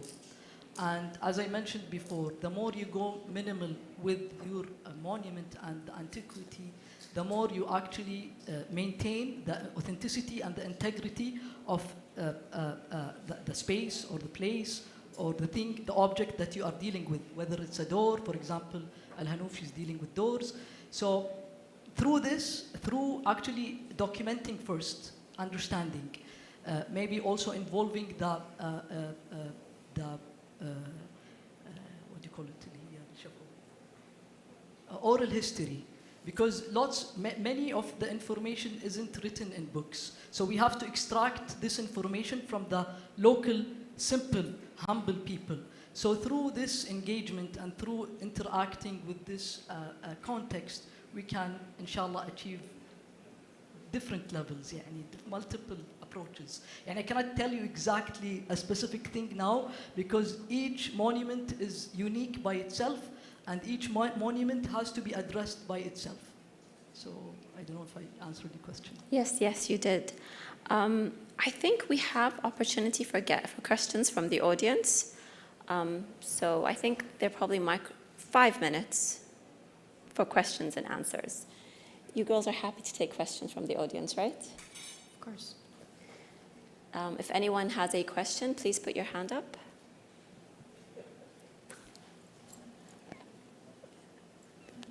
Yes, there's a question here. Hi, so I would just like to thank you very much for the amazing panel. I'm personally very inspired throughout your journey that you've, talked us through. And I would like to ask, sorry, as this practice here is considerably new, and as you mentioned, it's like an open lab, it's just an experimentation, maybe a trial and error sort of phase. So how would you say that you're throughout time are able to build like sort of a framework of how whenever you have to repeat the same, let's say, process on a building or another piece, or even if it's just a door, is there like a special way of documenting your experiences to create a more, let's say, a framework, if I can't just find another word, and I'm happy even to hear a no. It's just something that came up to mind. And thank you very much. Can I just clarify the question while they're debating who answers it? Do you mean like documenting the process, a technical documentation, or more like a personal documentation in the form of the video that you guys created at the end of your module? Both sides, okay. Okay, sure. I would say my opinion and how I would approach it. But to me, pictures speak a lot. So it's one picture is of 1,000 words. So pictures throughout the process with simple comments, just that would remind me of what happened there. And then I guess discussing it, because the moment you discuss it and you talk about it with peers, it will start getting embedded in your head, and you would try to fix it more and more. So every time going back from site and discussing it with my colleagues and saying what would happen and what we've experienced. First of all, sometimes we're working on the same project, but other times we're just in completely different projects facing different problems. And sitting down and talking about it usually reminds me of things because I can go back to the conversation we had. It's similar to when you study and you would understand better if you teach someone. It's that kind of approach to me. Do you want to? So you're asking if there is a framework that can contain dealing with antiquity, for example, yeah? Okay, so through my experience also here in DGDA, we have a very important tool which is called the management plan.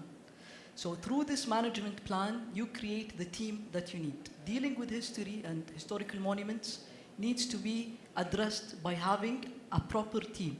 So as we say it, أعطي الخبز للخبازة, give the bread to the baker. So this is one level. And speaking about levels, dealing also with history has to do with layering. So you have to deal with what is under the ground, what is on top of the ground, what is sometimes also in the sky. So it depends. And by creating the proper team and the experts and the management plan, and also we are also developing a GIS system. So also you can, even the pictures that Al Hanouf mentioned could be plugged in this GIS system. Videos, interviews with the local community. So through all of these activities, you can extract and protect and make sure that you can deliver and inherit this to the people who is coming after you. So this could, Madri. Thank you very much. You're welcome. Any more? I think we have time for one more question.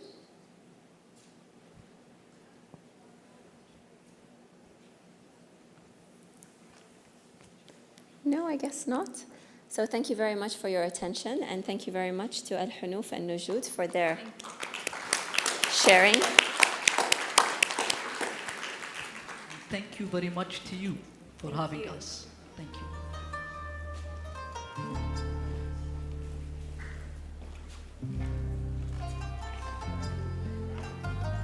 Thank you very much, all of you. Obviously, a budding TV series, I think, in that, with media stardom beckoning.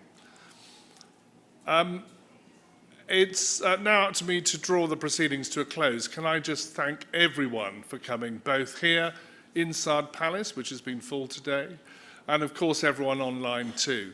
I think it's been a marvellous day where we've explored so many themes and so many countries and so many issues. So I hope, as Professor Hisham said, that this won't be the end, that we'll have more events like this around the globe. And it'd be wonderful to build on the successes and some of the suggestions and recommendations we've heard both today and yesterday. Can I also thank all of our partners in creating this conference? Can I thank our logistic partners, TopX?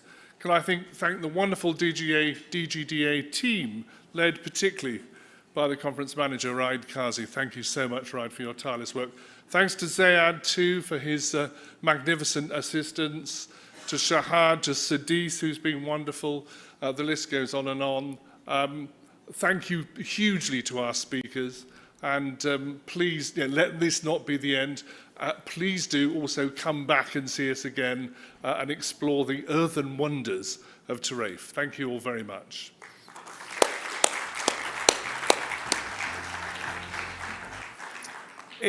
So now we must depart sadly, but if the speakers could come forward for a team photo, both speakers for today and yesterday.